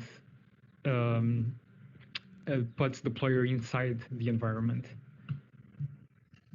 before getting our hands dirty with assets and environment inside the game, it was important to plan ahead and know exactly what you want to add in, which is not always possible. We know it's really hard sometimes to know exactly what you want in one of your projects, in terms of assets, composition, all the different things that this kind of projects demand. But this is very important to try and avoid some moments where you spend so many hours looking at your projects and thinking, what is missing? We don't, sometimes it's really hard and we get it, but having some kind of planning beforehand, before actually starting creating them, helps a lot in breaking those moments where you don't really know where to go to next. We often use this approach that we create an Excel sheet in Google Sheets or Excel, something that you can share then later with everyone that is participating in a project. And we list the assets, everything that we want for each level, each be it menus, be it anything. We list them and we assign some types of variables that correspond to a game design or asset creation that we think are relevant. Most commonly, we give types for if you can move the object, you can interact with it, or it's simply a static environment object like the ground or a mountain. And then we add some more things that are relevant in the game, and obviously notes. And then we give them statuses. So asset statuses, responsibilities, something that is connected to the team itself and how the project is evolving.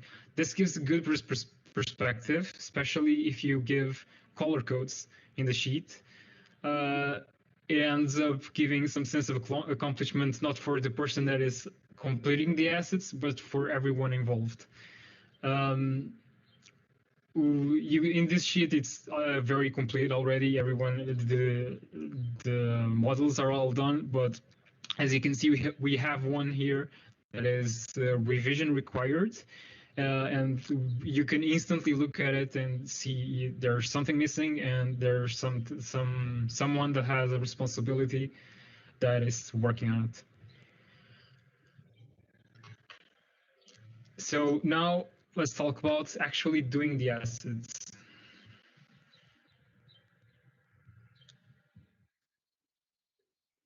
Hello everyone, and welcome to this small tutorial on how to create assets for our game Knock.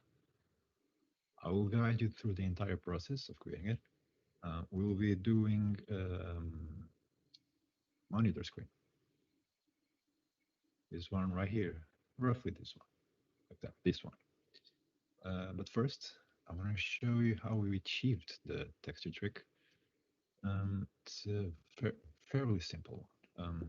All we have is this texture right here.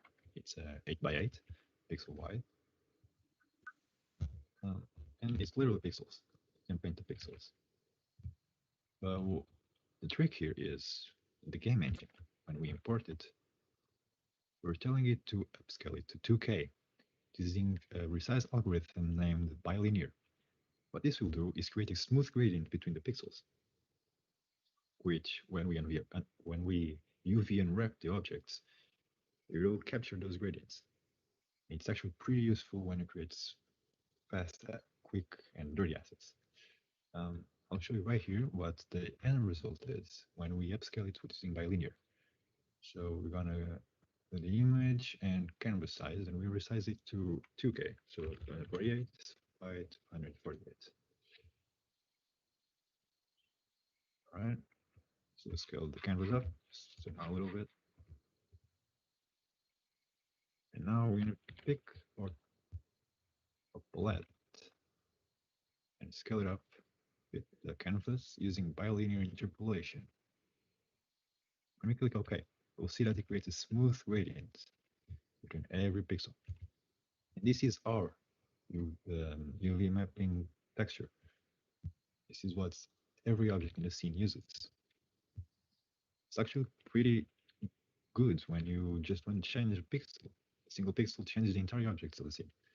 You want a slightly darker tone green, you can do it. It's fairly quick to do. Gives you a lot of flexibility. Now we're going to create the monitor. So we're going to hop into our 3D modeling software of choice, Blender.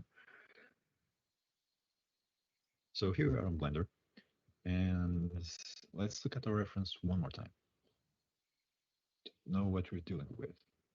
So when we create an asset for a game, we cannot make the all the details of the assets. It would take us ages, and we don't have time for high polys or low polys. We need to be quick and dirty.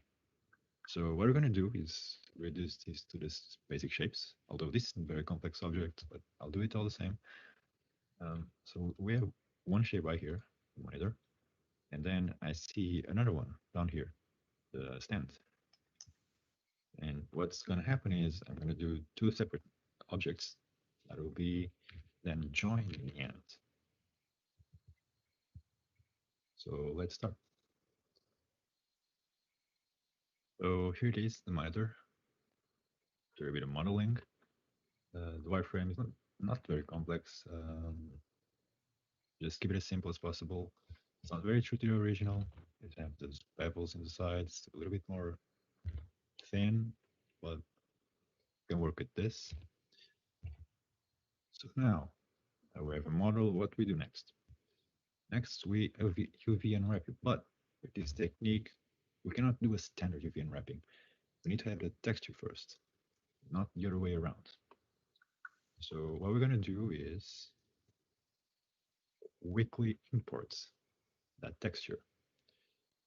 So I'm just going to open Photoshop here. Go see on this. Focus on that. Get this texture to somewhere I know where it is. We're on desktop, why not? Let's name it Gameplay. All right. So over here in Blender, we create a new material, game palette. And here in the base color, we're going to choose image texture. Image texture will be opened on the desktop named Game Palette. All right. Now you can see anything because we're at material mode. When you hop into material mode, you'll see that Blender already interpolates this for us. So we can have a quick preview on how it will look in game. Now, yes, we can UV unwrap it. For the UV unwrapping process, we have this not interpolated, so even better. We will use a technique that is project from view.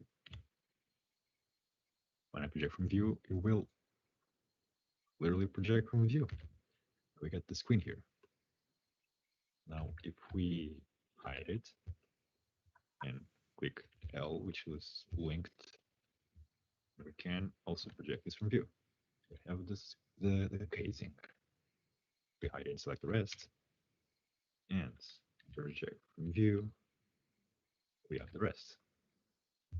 We unhide everything, have our UVs here. So let's preview how it looks. Let's open up here a new window. Oops, not this window. New window over here.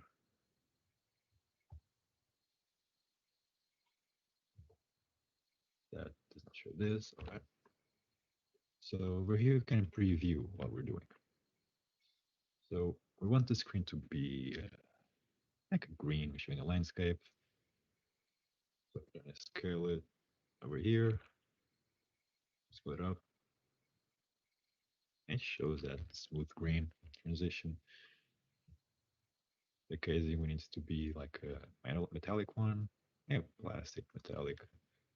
This, like so. At the bottom, roughly the same. And here we go. Just like that, we texture the monitor. That's how quickly it is. Let's import into Unity now. And here we go. Here is our monitor already in Unity. We just drag it here. We'll show. Let's place it roughly where we want it.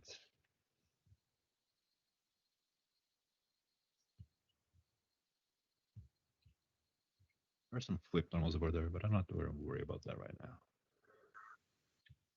It's not the meaning of this tutorial.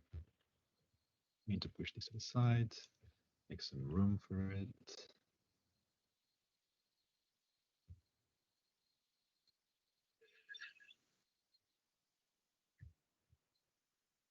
Okay. It's a 17-inch monitor screen. It's a big one. But our work here is not done because the material it's using, it's not the game material that everything else is using.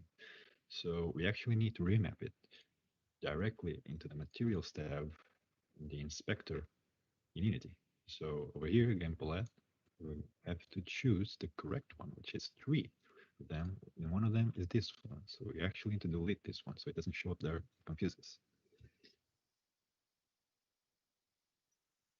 And over here should pop up, yeah, and delete it. Now, yeah, the classic purple texture now. And if we choose, I think it's this one, visual skill room game palette, yeah, exactly this one. Use this one and hit apply. We can see that now it uses the palette that everything else uses.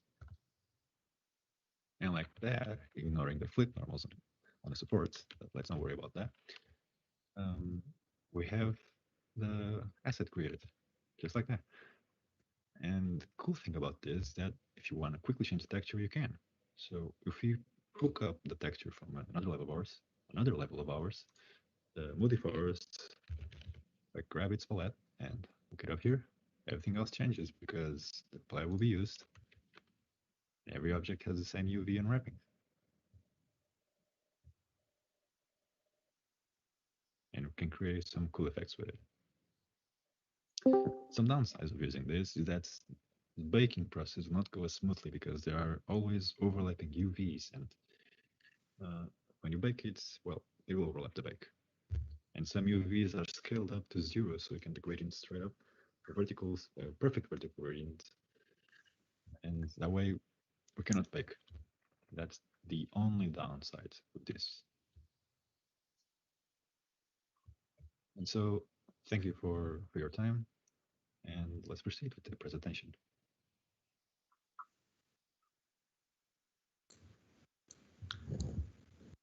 Thank you very much. Can you stop sharing? Yes, fantastic. So I would like to hear a point of view from every student about his point of view about working on the project and the idea of project and the perspective and exploitation, money exploitation, and so on. So who will start? Please, Miguel. Or I don't know. They are probably opening the new video. Yes, Rodrigo. No, we're done. The video is ended. There's nothing. No. Just asking for the your final project. Yeah. Right now. Can you show a little bit about the video? Yeah, I can show it. And you, Rodrigo, Miguel, and Tomás, you can share your own perspectives about game development, the storytelling, the technical parts, etc. As Professor Labeck asked, if you could share just some opinions about your final project. And meanwhile, I love it at the presentation. It was a really, really clever idea for a game jam. That kind of approach to develop a game in 48 hours, it's really great, because normally in global game jams, we use props and assets from stores. In that case, is an original game developed, or now is João. It's coming, okay. But so for the first presentation, your video was great, but I will ask you if, as I explained in the beginning, if you could share something about your final project of this year, and just say something about your experience. I can share it. Just a second. Okay, I think it's sharing, right? Yes, it's okay. All right. So I'll mute the audio actually, because we have someone talking already over the video. But explaining a bit of the game, it's a dungeon crawler roguelike action game that we take the role of a bad monster hunting family business. So the characters are basically a family, a daughter and father that have a business that gets contracted by children that are having problems with monsters, imaginary monsters, and their job is to go into an imaginary plane and defeat those monsters that are terrifying the kids. It has a very sci-fi and fantasy feel to it. It's very early as well. It doesn't have many finished assets. The most finished is in the beginning, as we saw. It's like a hub area that we pick. We pick the contracts that the monsters that you're going to kill, and what you're going to do inside the dungeon. But in terms, we are still working now on more gameplay and combat, and it's more of an early look of our game.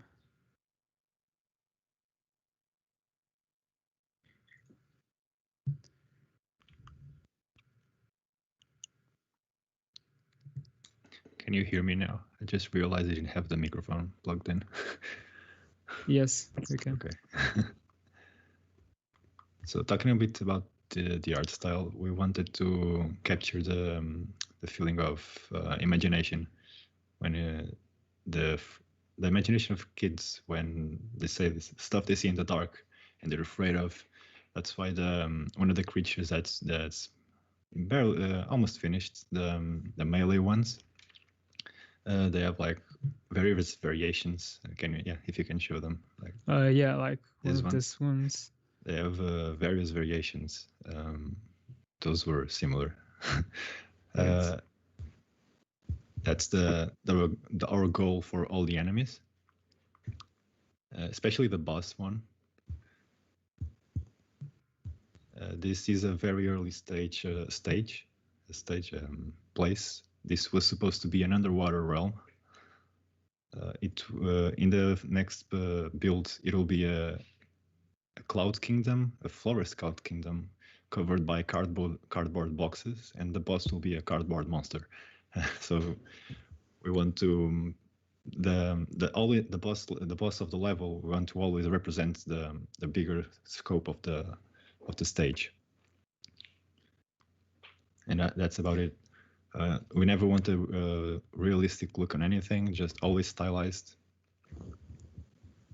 As we've seen from the game that we presented, Knock, we're more into stylized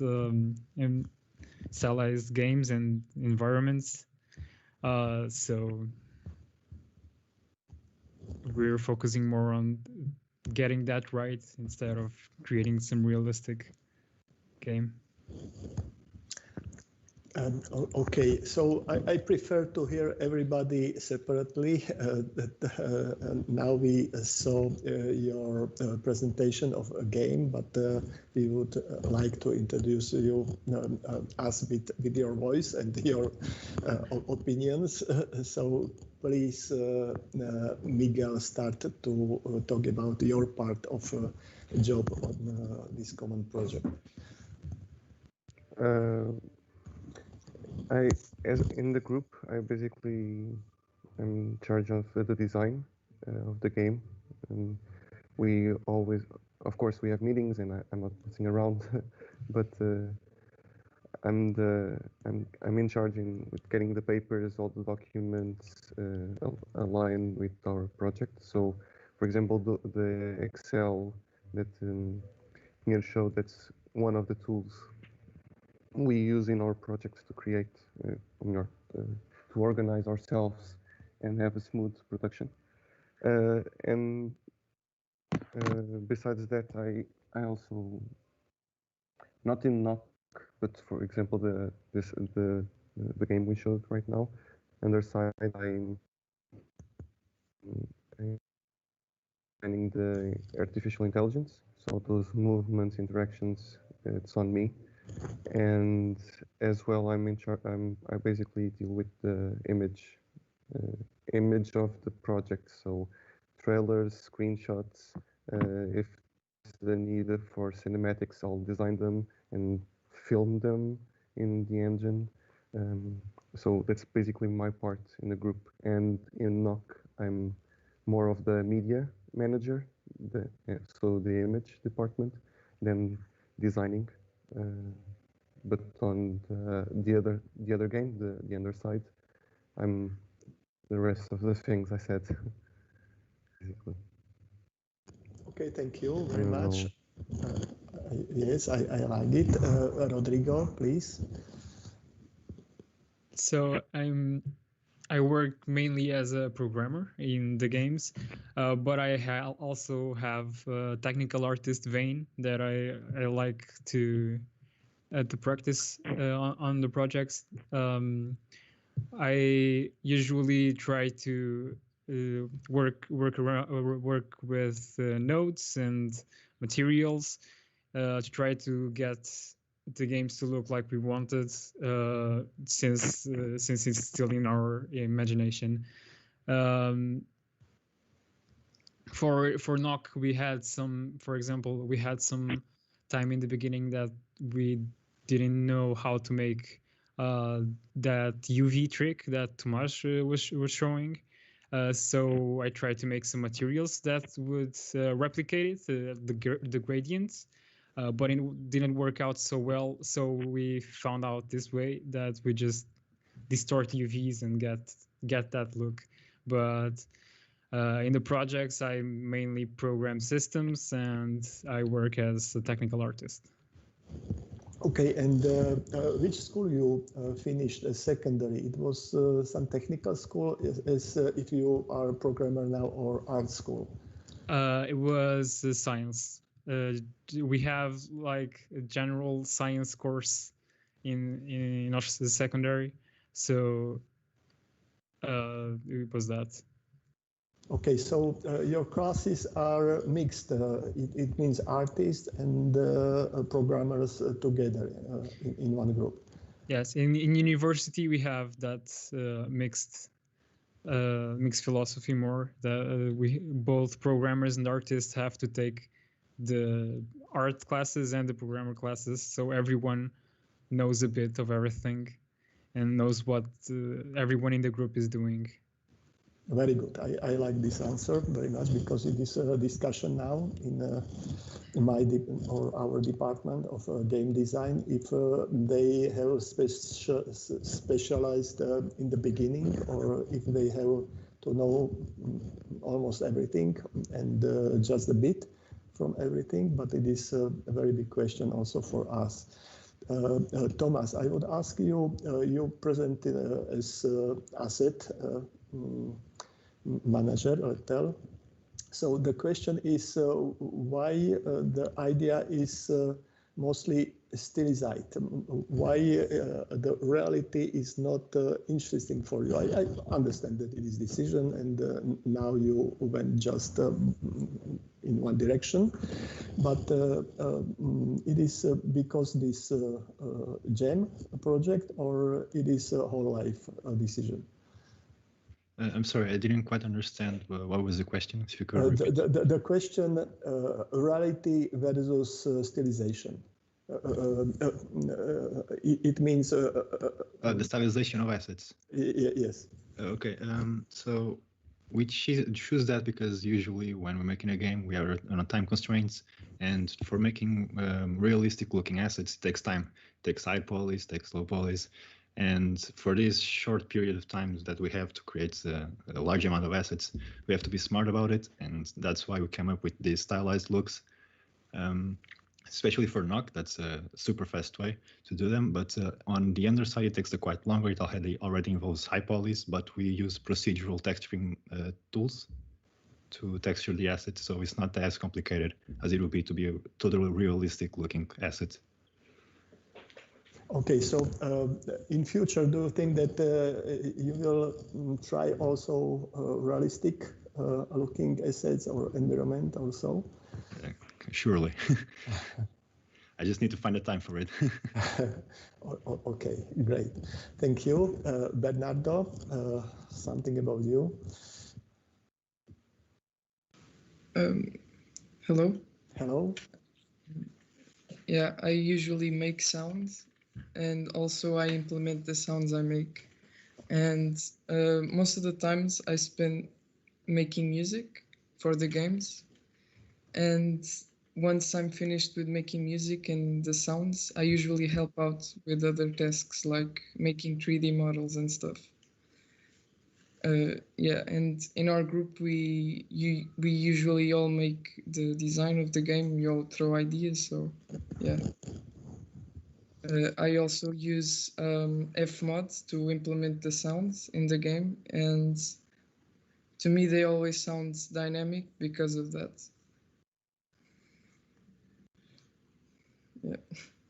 Okay, so the question, if you are musician or partly a sound technician, so do you have department just about sound, or you are part of or atelier or department of game design?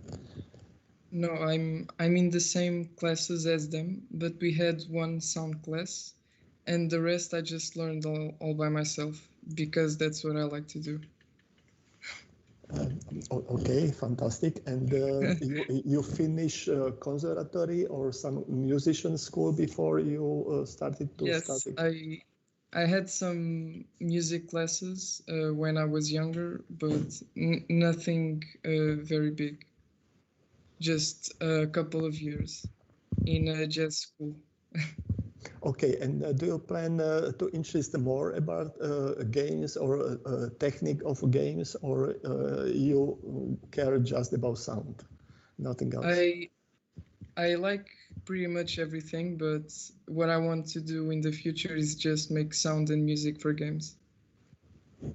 Very nice, fantastic. So I prepared our students to put you questions, so everybody will get for beginning a question for 1 hour student. So it is time for Marian Valovic. He is student of the 3rd class. Marian, turn on the camera, please. Yep. Yes. Okay. Well, I have a question mostly for Miguel. According to Miguel, he was working mostly as a project manager, as I understood it, right? Well, you did most of the organizing, so I wanted to ask you if what was your workflow with the pre-production, like from the idea up until production, where, for example, Thomas did the assets. Okay. Like what was the step-by-step workflow with, for example, tools or programs or whatever, for you to achieve the, for example, the Knock game or the other one, the Dream one? Well, in general, there's no formula to follow. It depends on the game we're making. For example, on game jams, we're more loose. So we have a document for ideas, and then we choose an idea for that, and then work on a separate document, that same idea, and try to find out mechanics or styles that means something for us, basically. This in the game jam environment, but in a more serious project type, we usually start with an idea sheet, so a document where we can put ideas, throw weird game mechanics and everything. After we get a few or even one game mechanic that we would like to develop and liked the most of them all, we try to design and around it. So that's when we start to create our draft game design documents.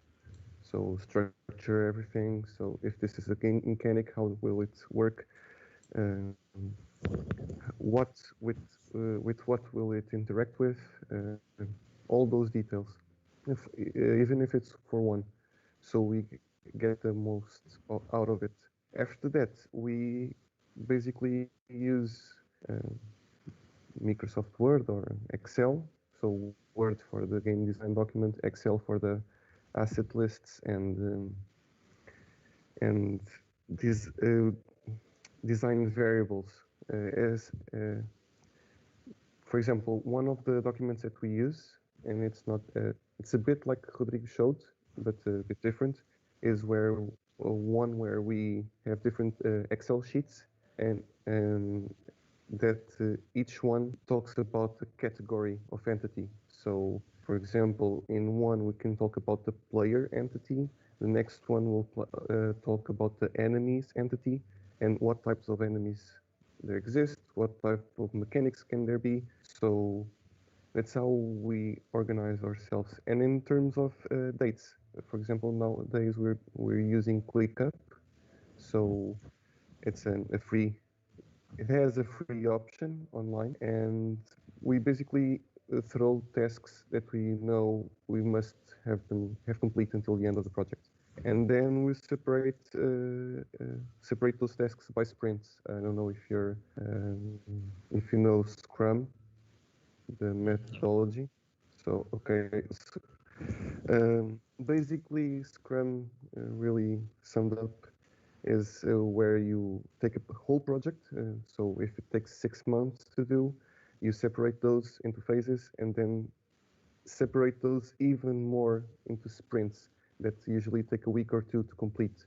And in a week or two, those set of tasks that you set it for those sprints have to be completed, or they're backlogged. So work that has to be done in these upcoming weeks. That's how we try to organize ourselves. We do tasks that can be completed in the specific period, so we can have more time to do more tasks in the further weeks. And that's basically it, how we manage, and we always try to improve our management and go search for other ideas from GDC talks, for example, or even our teachers. So I think that's it. Cool, thanks. Answer. No problem. Okay, next question will put Maros Seidman. So turn the camera, please. Yes, right. Okay, thank you for the presentation. I really like the project. You have shown the process of creating the game assets, but I want to have a question about the characters in the game. workflow or process of creating them, or where are your what's the word? You want to know how we come up with the final designs? Basically, yes. Okay, so The influences or the influences. Okay, so as I said before, this project is meant to be in the imaginary of a child or that stuff. So we need to think about what monsters a child would likely be scared of. So we as a monster hunting company would try to hunt. Therefore, that's our base. So they need to be lovable. They need to, at the same time, you want to smack them, but in the other hand, you want to hug them. We actually have a nice devlog. We write one every week that describes all you're asking for. I'm just going to put the link in the chat so you can check it later with more detail. But I'll just run through the basics here. So we start with rough sketches, like quick strokes, find the shapes. With the specific one, the eye one, I'm just seeing if I can find the concepts here real quick. The sketches one, should have them fairly quick over here. Okay. Is it okay if I screen share?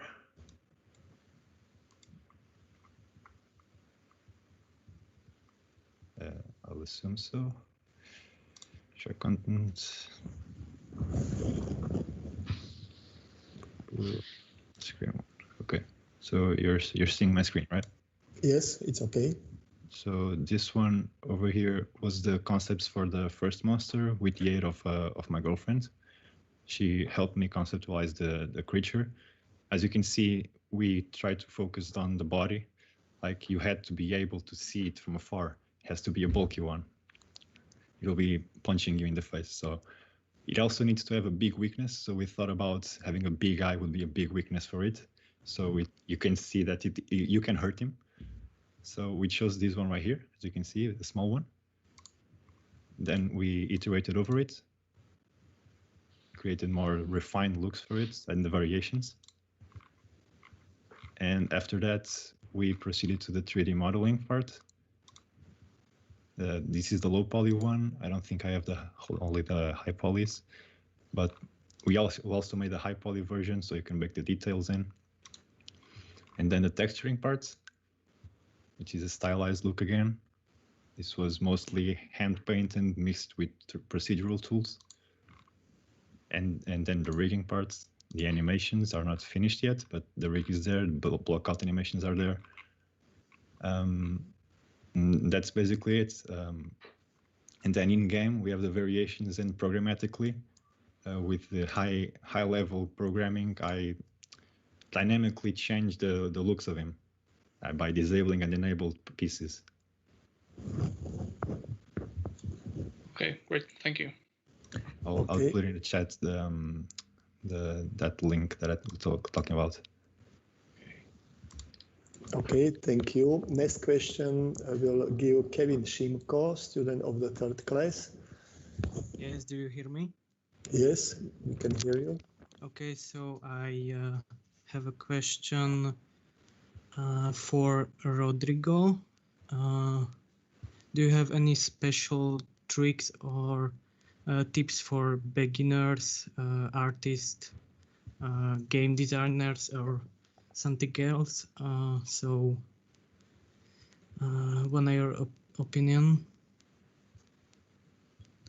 Any special tricks? I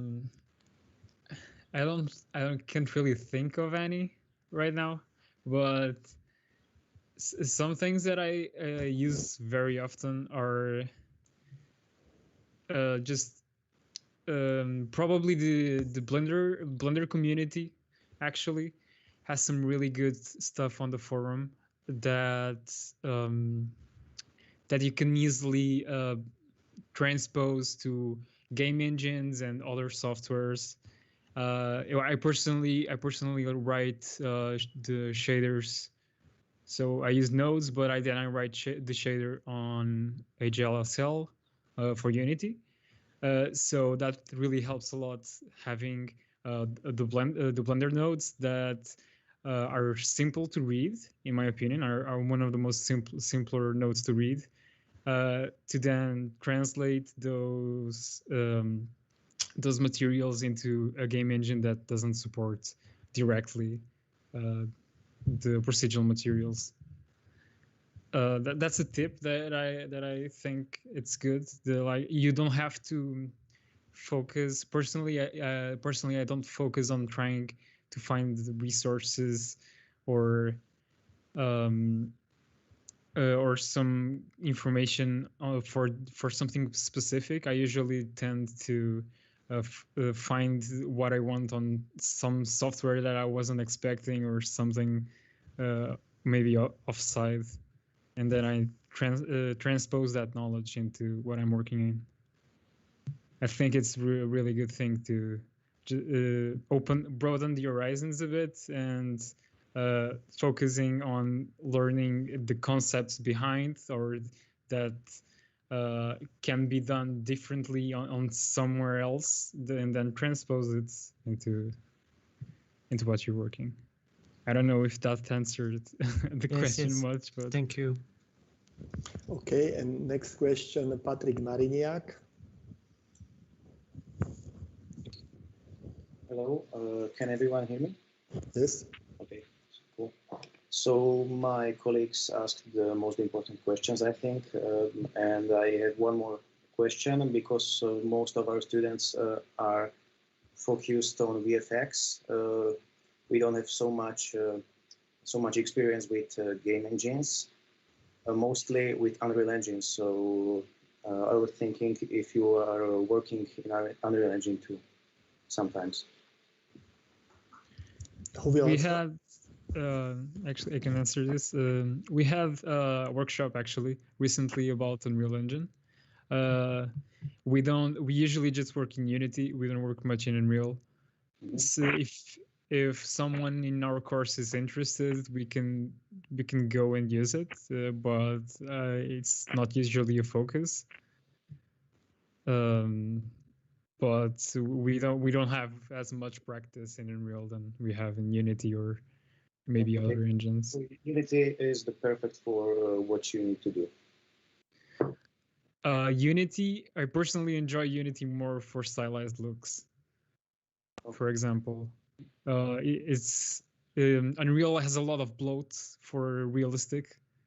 It's really good for realistic vision. It already has all those skybox settings, post processing, everything, reflections, everything all set up. And Unity doesn't have anything.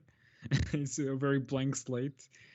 So it's really good if you want some art style very specific to your game, for example. Okay, cool. Thanks. Can I might add just a thing? I think the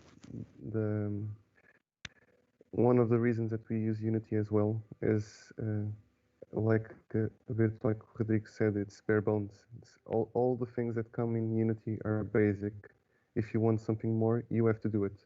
And meanwhile, Unreal, which is good in some ways, of course, but already has many things pre-built that removes a bit of the creative vision from a designer perspective.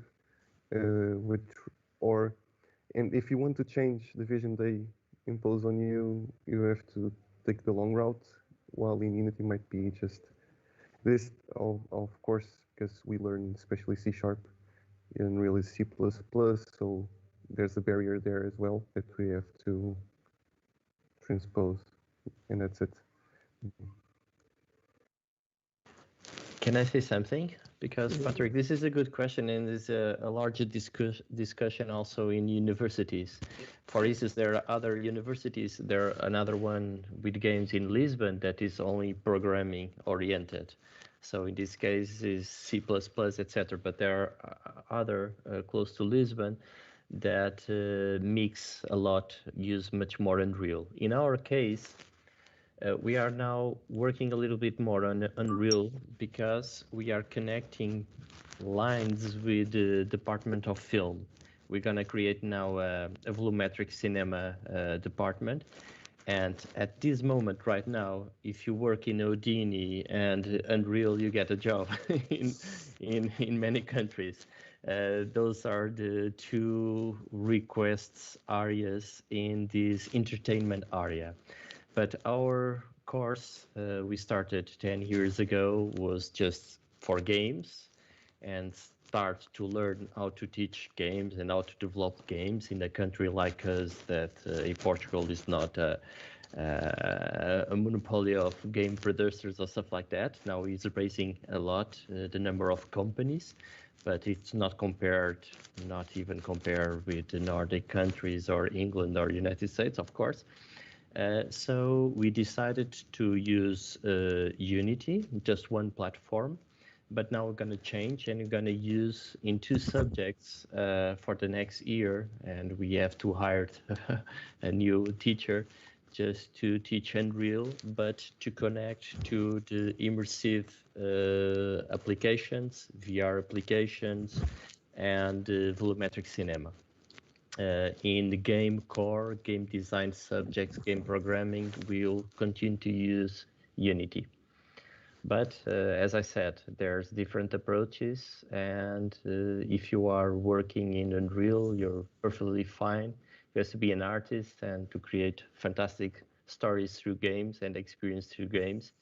And if you use Scratch language or Python or no, just kidding, but C+, Unreal or Unity, you have to create amazing games, and that's the main achievement we could get.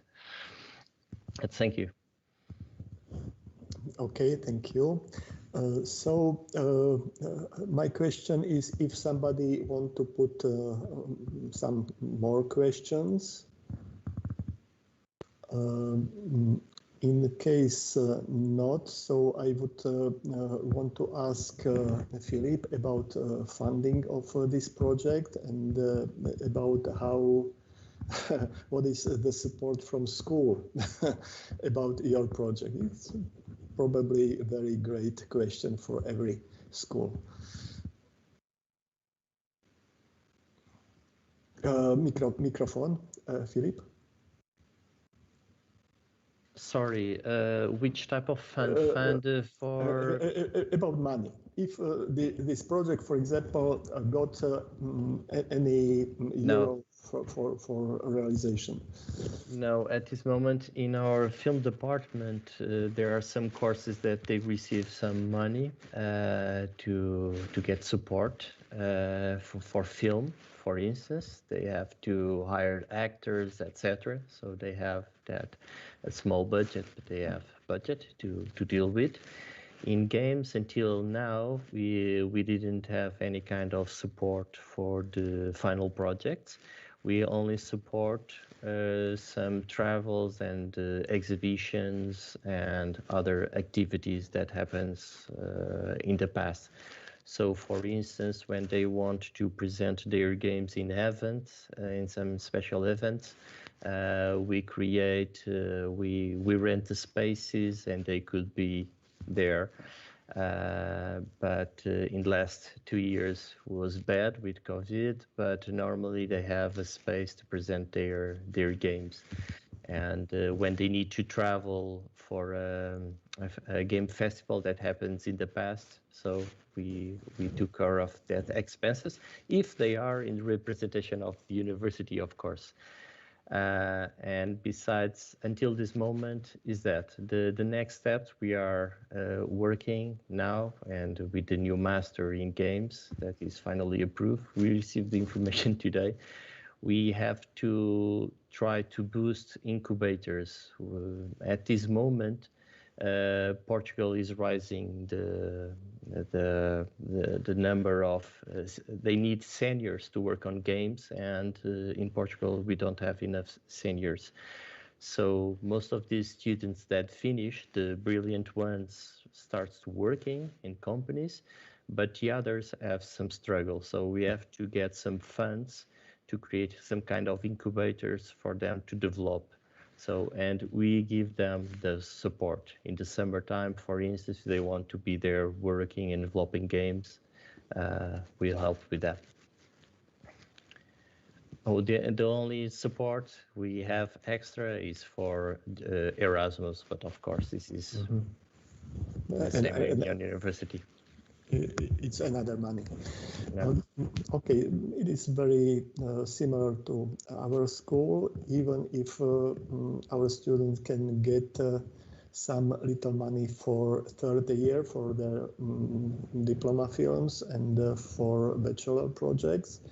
But still it's not enough. But we have a special foundation that it is not inside of school, but outside. It is Audiovisual Fund of Slovakia, and from this fund there is a separate part that is just for art schools.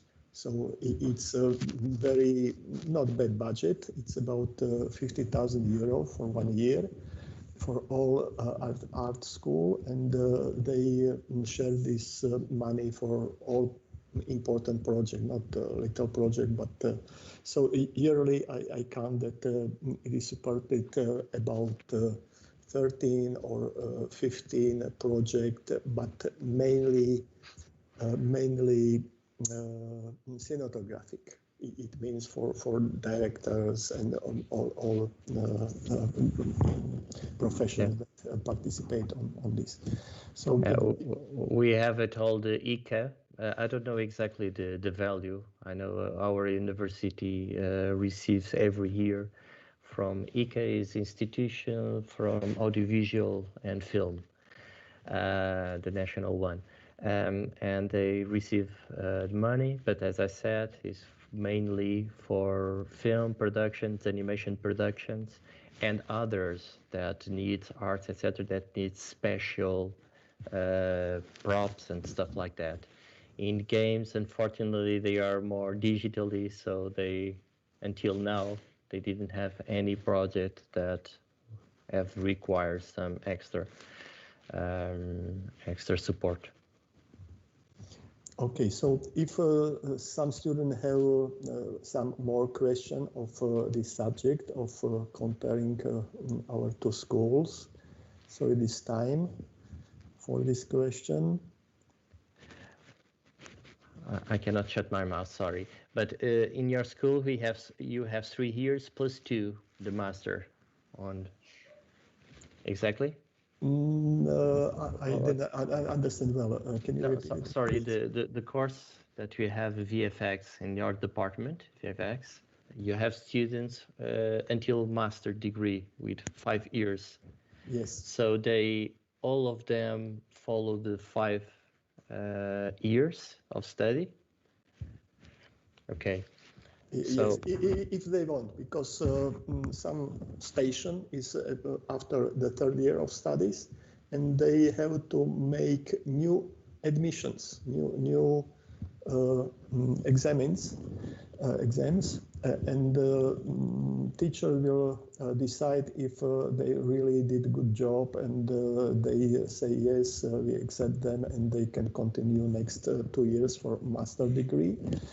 But generally we have VFX, visual effects, so it is mostly developed, and it is exactly so old as your department, so it is from 2011, and we have great successes and good suited students that mostly build their own firms, so they started to be employers.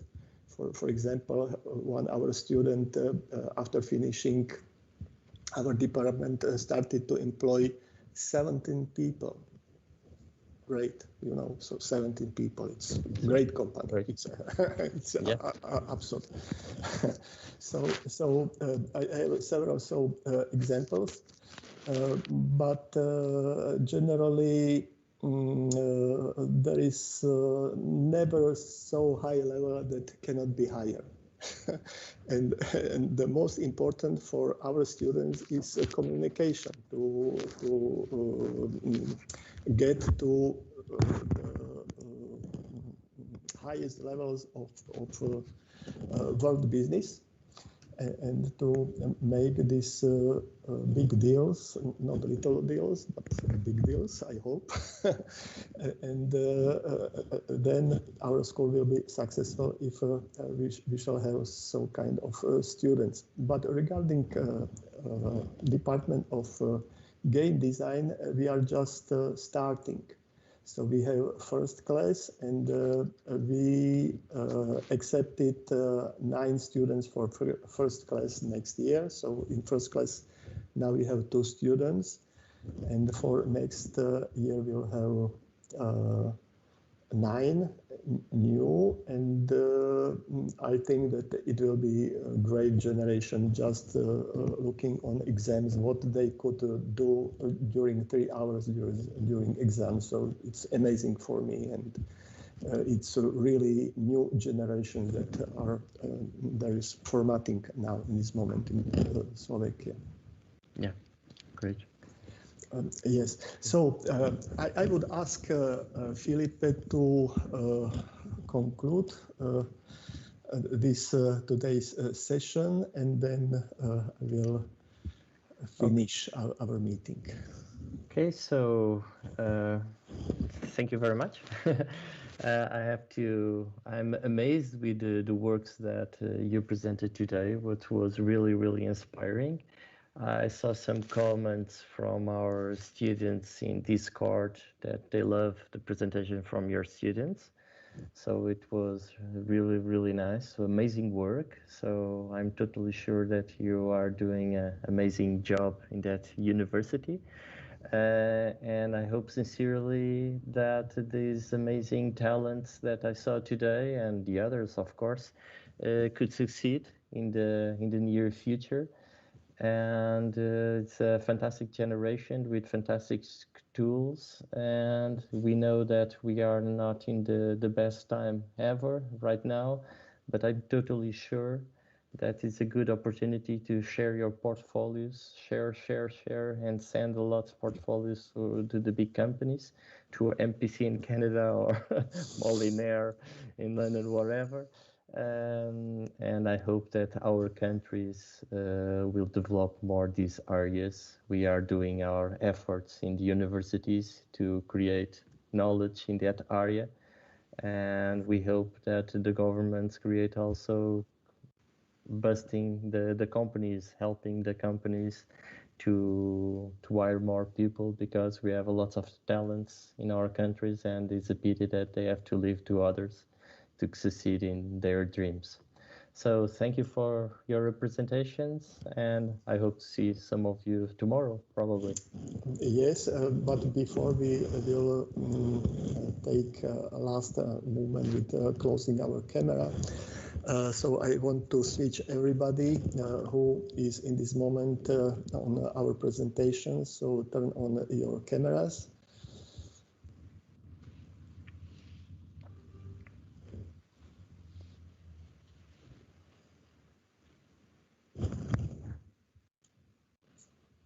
Once more, there is choice to have a large gallery to see everybody in this application.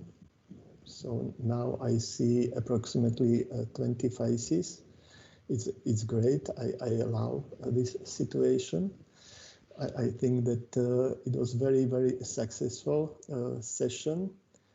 And I'm really surprised about all our students, and also about students from Portuguese and from Portugal, and I hope we'll meet in the same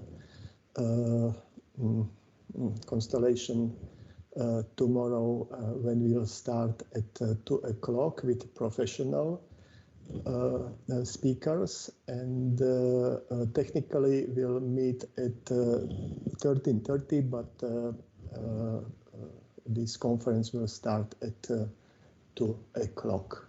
So in the end, we'll wave with our hands and have a nice time to next day. Goodbye. Bye. Bye. Bye. Goodbye. Bye. Goodbye. Goodbye. Deus. Bye.